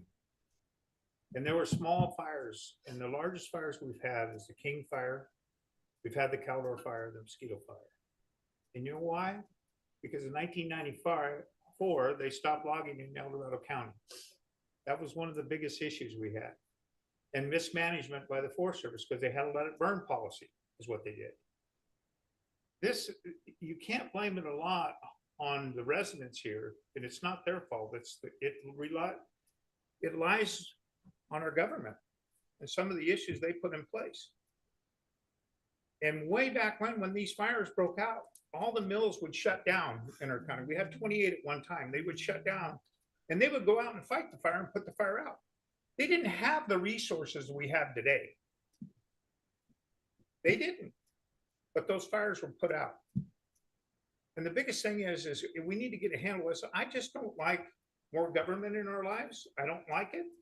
I think the fire safe councils can work with a lot with the residents. I got to hand it to Linda Colombo here, especially when her fire safe council, and let's take Sand Ridge Road for instance. When you went out there and got signatures from all the property owners and you cleared 30 feet on each side of the road on Sand Ridge all the way down, especially when it was, which ended up, we did have a fire, but it prevented it because of the work you did on the sand fire. See, this is why I say that the fire safety councils can work with the communities without any of these strong arm regulations. And I think that's the way we should look. I just don't like more government in people's lives. We need to take it on to help communities, not hinder it. So it's going to put a burden on a lot of these residents and stuff if we do put this. And in that Fifth Amendment, it states there, the Supreme Court says that we should not put a burden on our residents. And that's something that I think we need to look into, because I think if we do start doing some of this stuff, would it open us to litigation? Is it possible? Very possible. So anyway, that's where I stand. I think I consider this idea, a lot of it, but I just don't like the regulations and I don't like government in people's lives. And I think we need to stay out of that when it comes to that. Thank you. Supervisor Heidel. So I have a little different perspective. I think public safety is the number one thing because we were fortunate. We didn't have loss of life at the Caldor fire. The Butte fire did. If anybody really studies what happened in that situation, it brings tears to your eyes of people being trapped and burned to death in an environment because there was no planning, there was no evacuation. I took that to heart and tried to learn from it. What do we need to bring to El Dorado County to start getting ready? So that's part of it. The other part is there's multiple threats that are involved. If you look at the fire that happened in Santa Rosa, that one blew me away. Here's large subdivisions and the fire just sweeps through and wipes out everything. It's not all forest land interface that causes that. It's WUI, right? Wildland urban interface. And once those fires get going with today's environments, the way they sweep through, it's not like what happened 20 years ago with the King fire. They are totally different. And anybody in the firefighting agencies will tell you that. We are in a new era in terms of firefighting and prevention. So I believe strongly we need to move forward with this. There's got to be continuing education, continuing information. We've been doing that for years. But I'm also going to tell you, no matter how hard you try, there's always going to be people you don't reach. The other key aspect is you need to be aware of what zone zero means and what's coming, right? Because what I can see with the current system of fire insurance and the SAFE plan, what our insurance commissioner and people are starting to stage to do is if you don't have defensible space, we're not going to offer you the SAFE plan, right? So now you're without insurance entirely, even if you had it. If you have zone zero types of protection, you'll probably be able to get an insurance carrier to pick up the coverage at a much, much lower cost.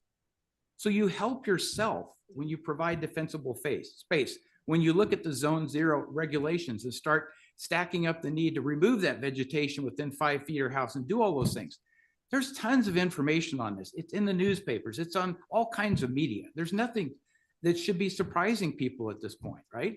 We've already started the fire season and there's been some fires that have happened in our county that I'm amazed they're already starting up to the magnitude they are. Fortunately, we have a really good responsive force right now. But at some point we could have a fire that overwhelms that. And then we're pulling people in from out of state and trying to do the same thing we did with the Caldor fire. So at any given year, and any given point in time, that threat is always there and it's in multiple communities. But these fires are spreading much faster, much larger areas, brands carrying much, much farther with the wind than they have before. It isn't just fighting the fire you see on the ground. It's where's that brand going 5 miles away that's going to start the next one. And so this whole thing spreads.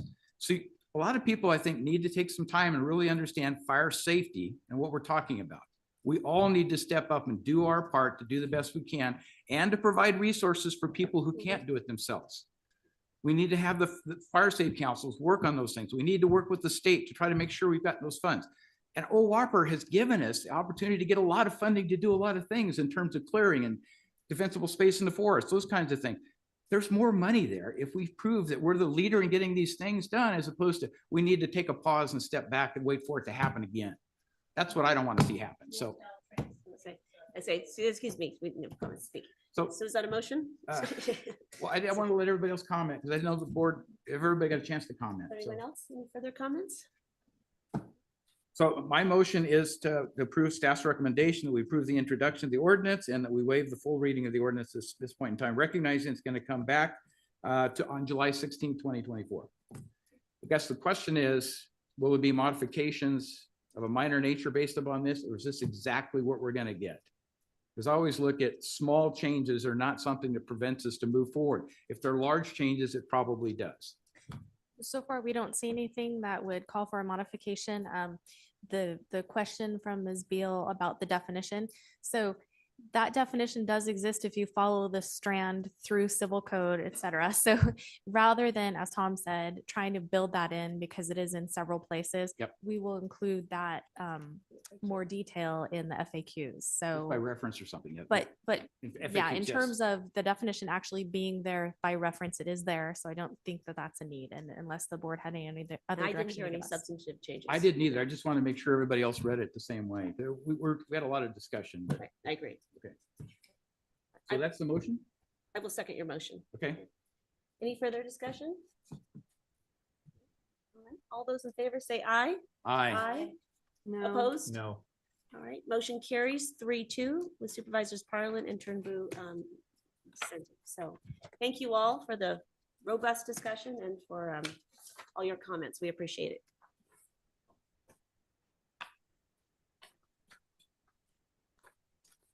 Okay. We have a couple of closed sessions ahead of us. Give them a few minutes to clear out.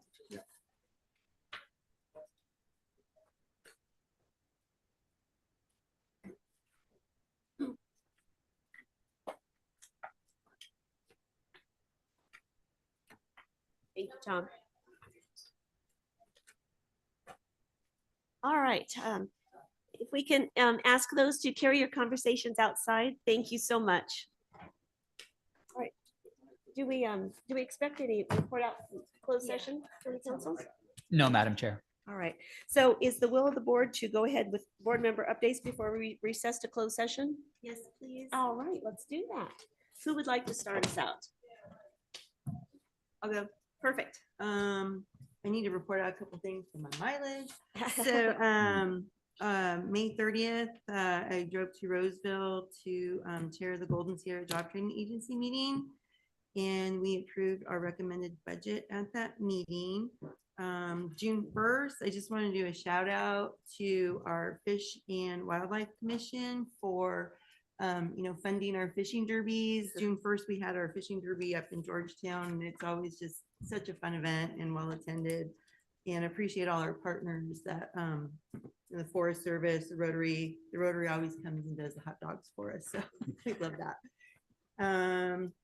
And then, on June 7th, just want to let people know that followed up on a conversation at the Transportation Commission.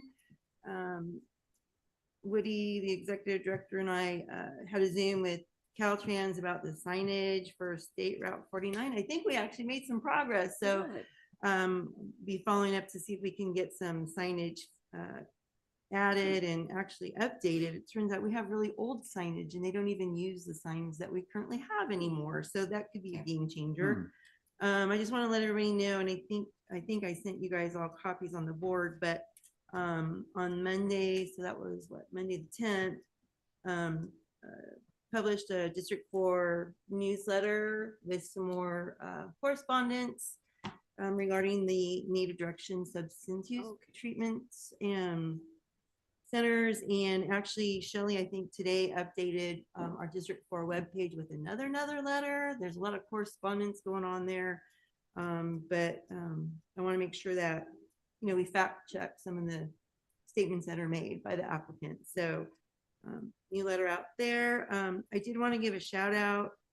Last week, I had a constituent had a complaint or concern getting their business license, and it turned out there was some confusion last year with the process, and then this year it created a different confusion. So I ended up reaching out to our treasurer tax collector office and to our county fire, and both of them were so quick and responsive and immediately looked into what had gone wrong. They fixed it so that the process won't happen again like that ever, hopefully, and got in touch with the constituent, and they had their business license, I think, within a day or two.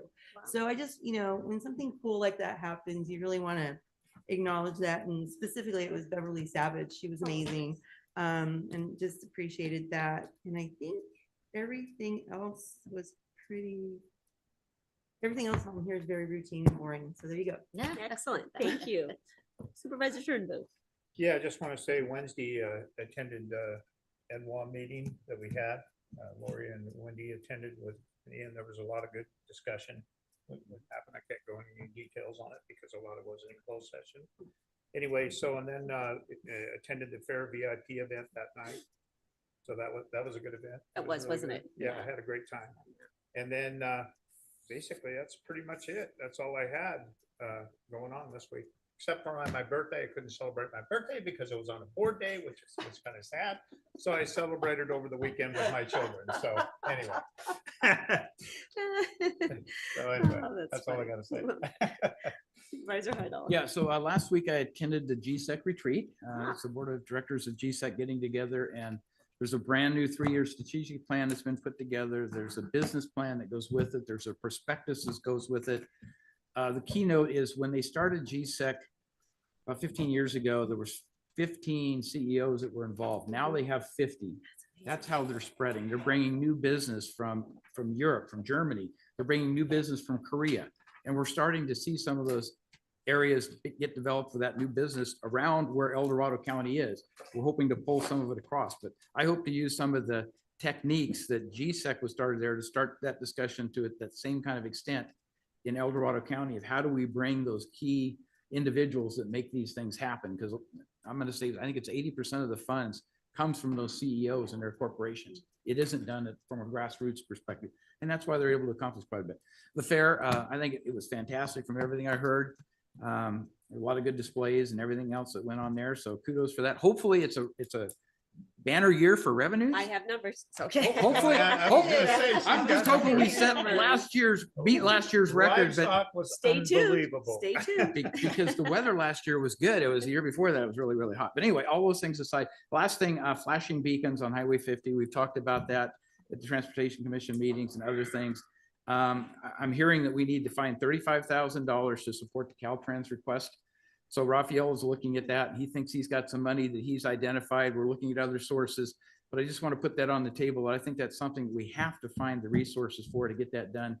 If we find the resources, there's a chance still it'll happen this fall as opposed to skipping another year, but we're going to have to move quick on it. So just make everybody aware of that. I'm going to have a request for that when it comes down to other budget discussions. So that's it. All right, thanks. We're looking at the couch cushions. There you go. All right, sounds Pass good. the hat, the boot. Supervisor Lee. Very quickly, I'll just mention that I attended 4 in-person area plan meetings up in the basin and 1 virtual. Kudos to the Tahoe Planning Department team that put those on. We had some great attendance, a lot of interest. So it's just the beginning, more to come. I do want you all to be aware that we're having an all hands on deck meeting on June 27th. Up in the basin to discuss the Emerald Bay Transit proposal. That'll include the Forest Service and state parks, TRPA, TTD, CHP. It's a lot of different agencies, all of whom have, skin in the game. And the intent of that meeting is to sit around the table and say, what can we get done? What's going to be harder and how do we move forward? So that's exciting that is getting going. I also wanted to update you that the city of South Lake Tahoe and the county are working, the legal teams are working on the language to establish a joint powers authority to jointly operate transit up in the basin. So we're working on that. We're hoping that we can get that to in front of both boards no later than October of this year. And then I just want to remind you that the vacation home rental ordinance is slated to come back to this body on August 26th for first reading. I anticipate there might be more than one first reading, and that's okay, because the board hasn't really had an opportunity to see what staff is going to present. So I just wanted to put those couple things on your radar. Excellent. All right. All right. So you ready for numbers? Now, they're still coming in, but so far, they're like, these are not final numbers, but so far, the fair pre-sale tickets, they were up 79%. Wow. The carnival, crazy? right. The carnival pre-sale was up 10%. Overall carnival sales, a new record for the El Dorado County Fair, and we are still tabulating. Yeah, and first of all, I really appreciate my assistant Karen working with Kathy to get us these numbers because we knew everyone would be very interested in this. So overall sales, new record. Fair entries up 34%. Finally up to before COVID numbers, which is huge. How many cars did they park? They parked 4,220 cars. That's a lot of cars. Same as last year. Note, they need more parking space. The Heritage Hog is about $66,000. And this will most likely go to the barn improvements. $66,000 for a hog. That's some hog. And then they're still waiting on how many 2030 tacos. Last year they sold 9,600 and they expect they sold more. And I only bought 2,000. I bought tickets, but I didn't have the time to wait in line to get my tacos. I know, because they were, the lines were so long. There you go. And the sale lots for auction is up 10%. So they're still working on the numbers, but record looks like it's a banner year for the fair. So congratulations to the fair staff, the Fair Association Board of Directors, all of the mighty volunteers and the associations that, come together to create magic for our community. It really is a community event, and so pleased that it was so well received. That's just really exciting. Also, like saw a lot of our county staff, tending bar and supporting all those functions, and really appreciate everyone's involvement because it takes a lot to put on a county fair. So Yeah, it does. yeah, well done for everyone. I attended a opening of the groundbreaking of Quick Quack Car Wash on Missouri Flat Road a couple of weeks ago. So that's exciting to see that business coming in on Missouri Flat Road. I think that will just be a real asset for our community. Our community was real excited about that, and had a lot of internal district meetings, but also would like to folks know, just as we're working on vacation ordinance, we're also working on the ranch marketing and winery ordinance that will be coming back before our board soon. And it will be working through the Ag Commission, the Planning Commission, and then be coming for our board. And prior to that, Supervisor Parlin and I, as part of the ad hoc committee, are going to be hosting a town hall meeting this next Monday, 9 p.m. Just kidding. 5 p.m. here in board chambers. Our fabulous Ag Commissioner was going to go around to all the different agricultural entities and interested parties and stakeholders, and we'll kind of walk through all of the changes in the ordinance to, for community outreach. And when we heard that, we said, you don't have time to do that. Let's just bring everyone together in one and have a town hall meeting to look at the changes before they go through the more formal processes of our committees and commissions and ultimately boards. So looking forward to that more informal town hall meeting to work through the proposed changes and getting community input before it comes to our board. So with that, our CAO, have any updates for us? Just get more of a public service announcement. Perfect. So with on the heels of the Whopper conversation and in light of the grass fires that we had this past weekend, and as inspired by my parents on Father's Day, they live in North County and we were observing the Mount Murphy fire. They wanted to know how do we know what's going on, right? And I was like, oh gosh. So I showed them. I took them to the sheriff's page. You go to OES. You can sign up for perimetermap.com. There's actually no sign up. You simply log on to perimetermap.com, shows your location, shows whether or not you are in an evacuation zone or a warning zone, showed the names of the roads. It was really cool. It was a cool exercise to go through. I mean, they're not super savvy people. The next question was, well, how do we get notified, right? So that we don't just have to go and look. So I showed them how to sign up for Rave on our website. So I know we try to push all this information out. It's so hard to get to everyone. But it was a fun exercise and it's really readily available on the county's website. So. That's a really helpful Yeah. reminder. Yeah. Thank you. Excellent. All right, so with that, the board will now recess into closed session to hear items 31 and 32 as specified on the agenda. And anyone who wishes to provide comments concerning these matters may do so at this time. Now taking public comment on closed session items 31 and 32. Individuals will have 3 minutes to address the board. The timer will notify you when you have 30 seconds remaining, and again when your time is up. Public comment will be taken first from those participating in the boardroom and then from those participating through Zoom. For those participating by Zoom, please make sure you unmute yourself when called upon. If you're joining the meeting by phone, press *9 to indicate a desire to comment. If you're joining by Zoom, press the raise hand button. Please voluntarily state your name for the record. There's no public comment. All right, thank you for being with us, El Dorado County.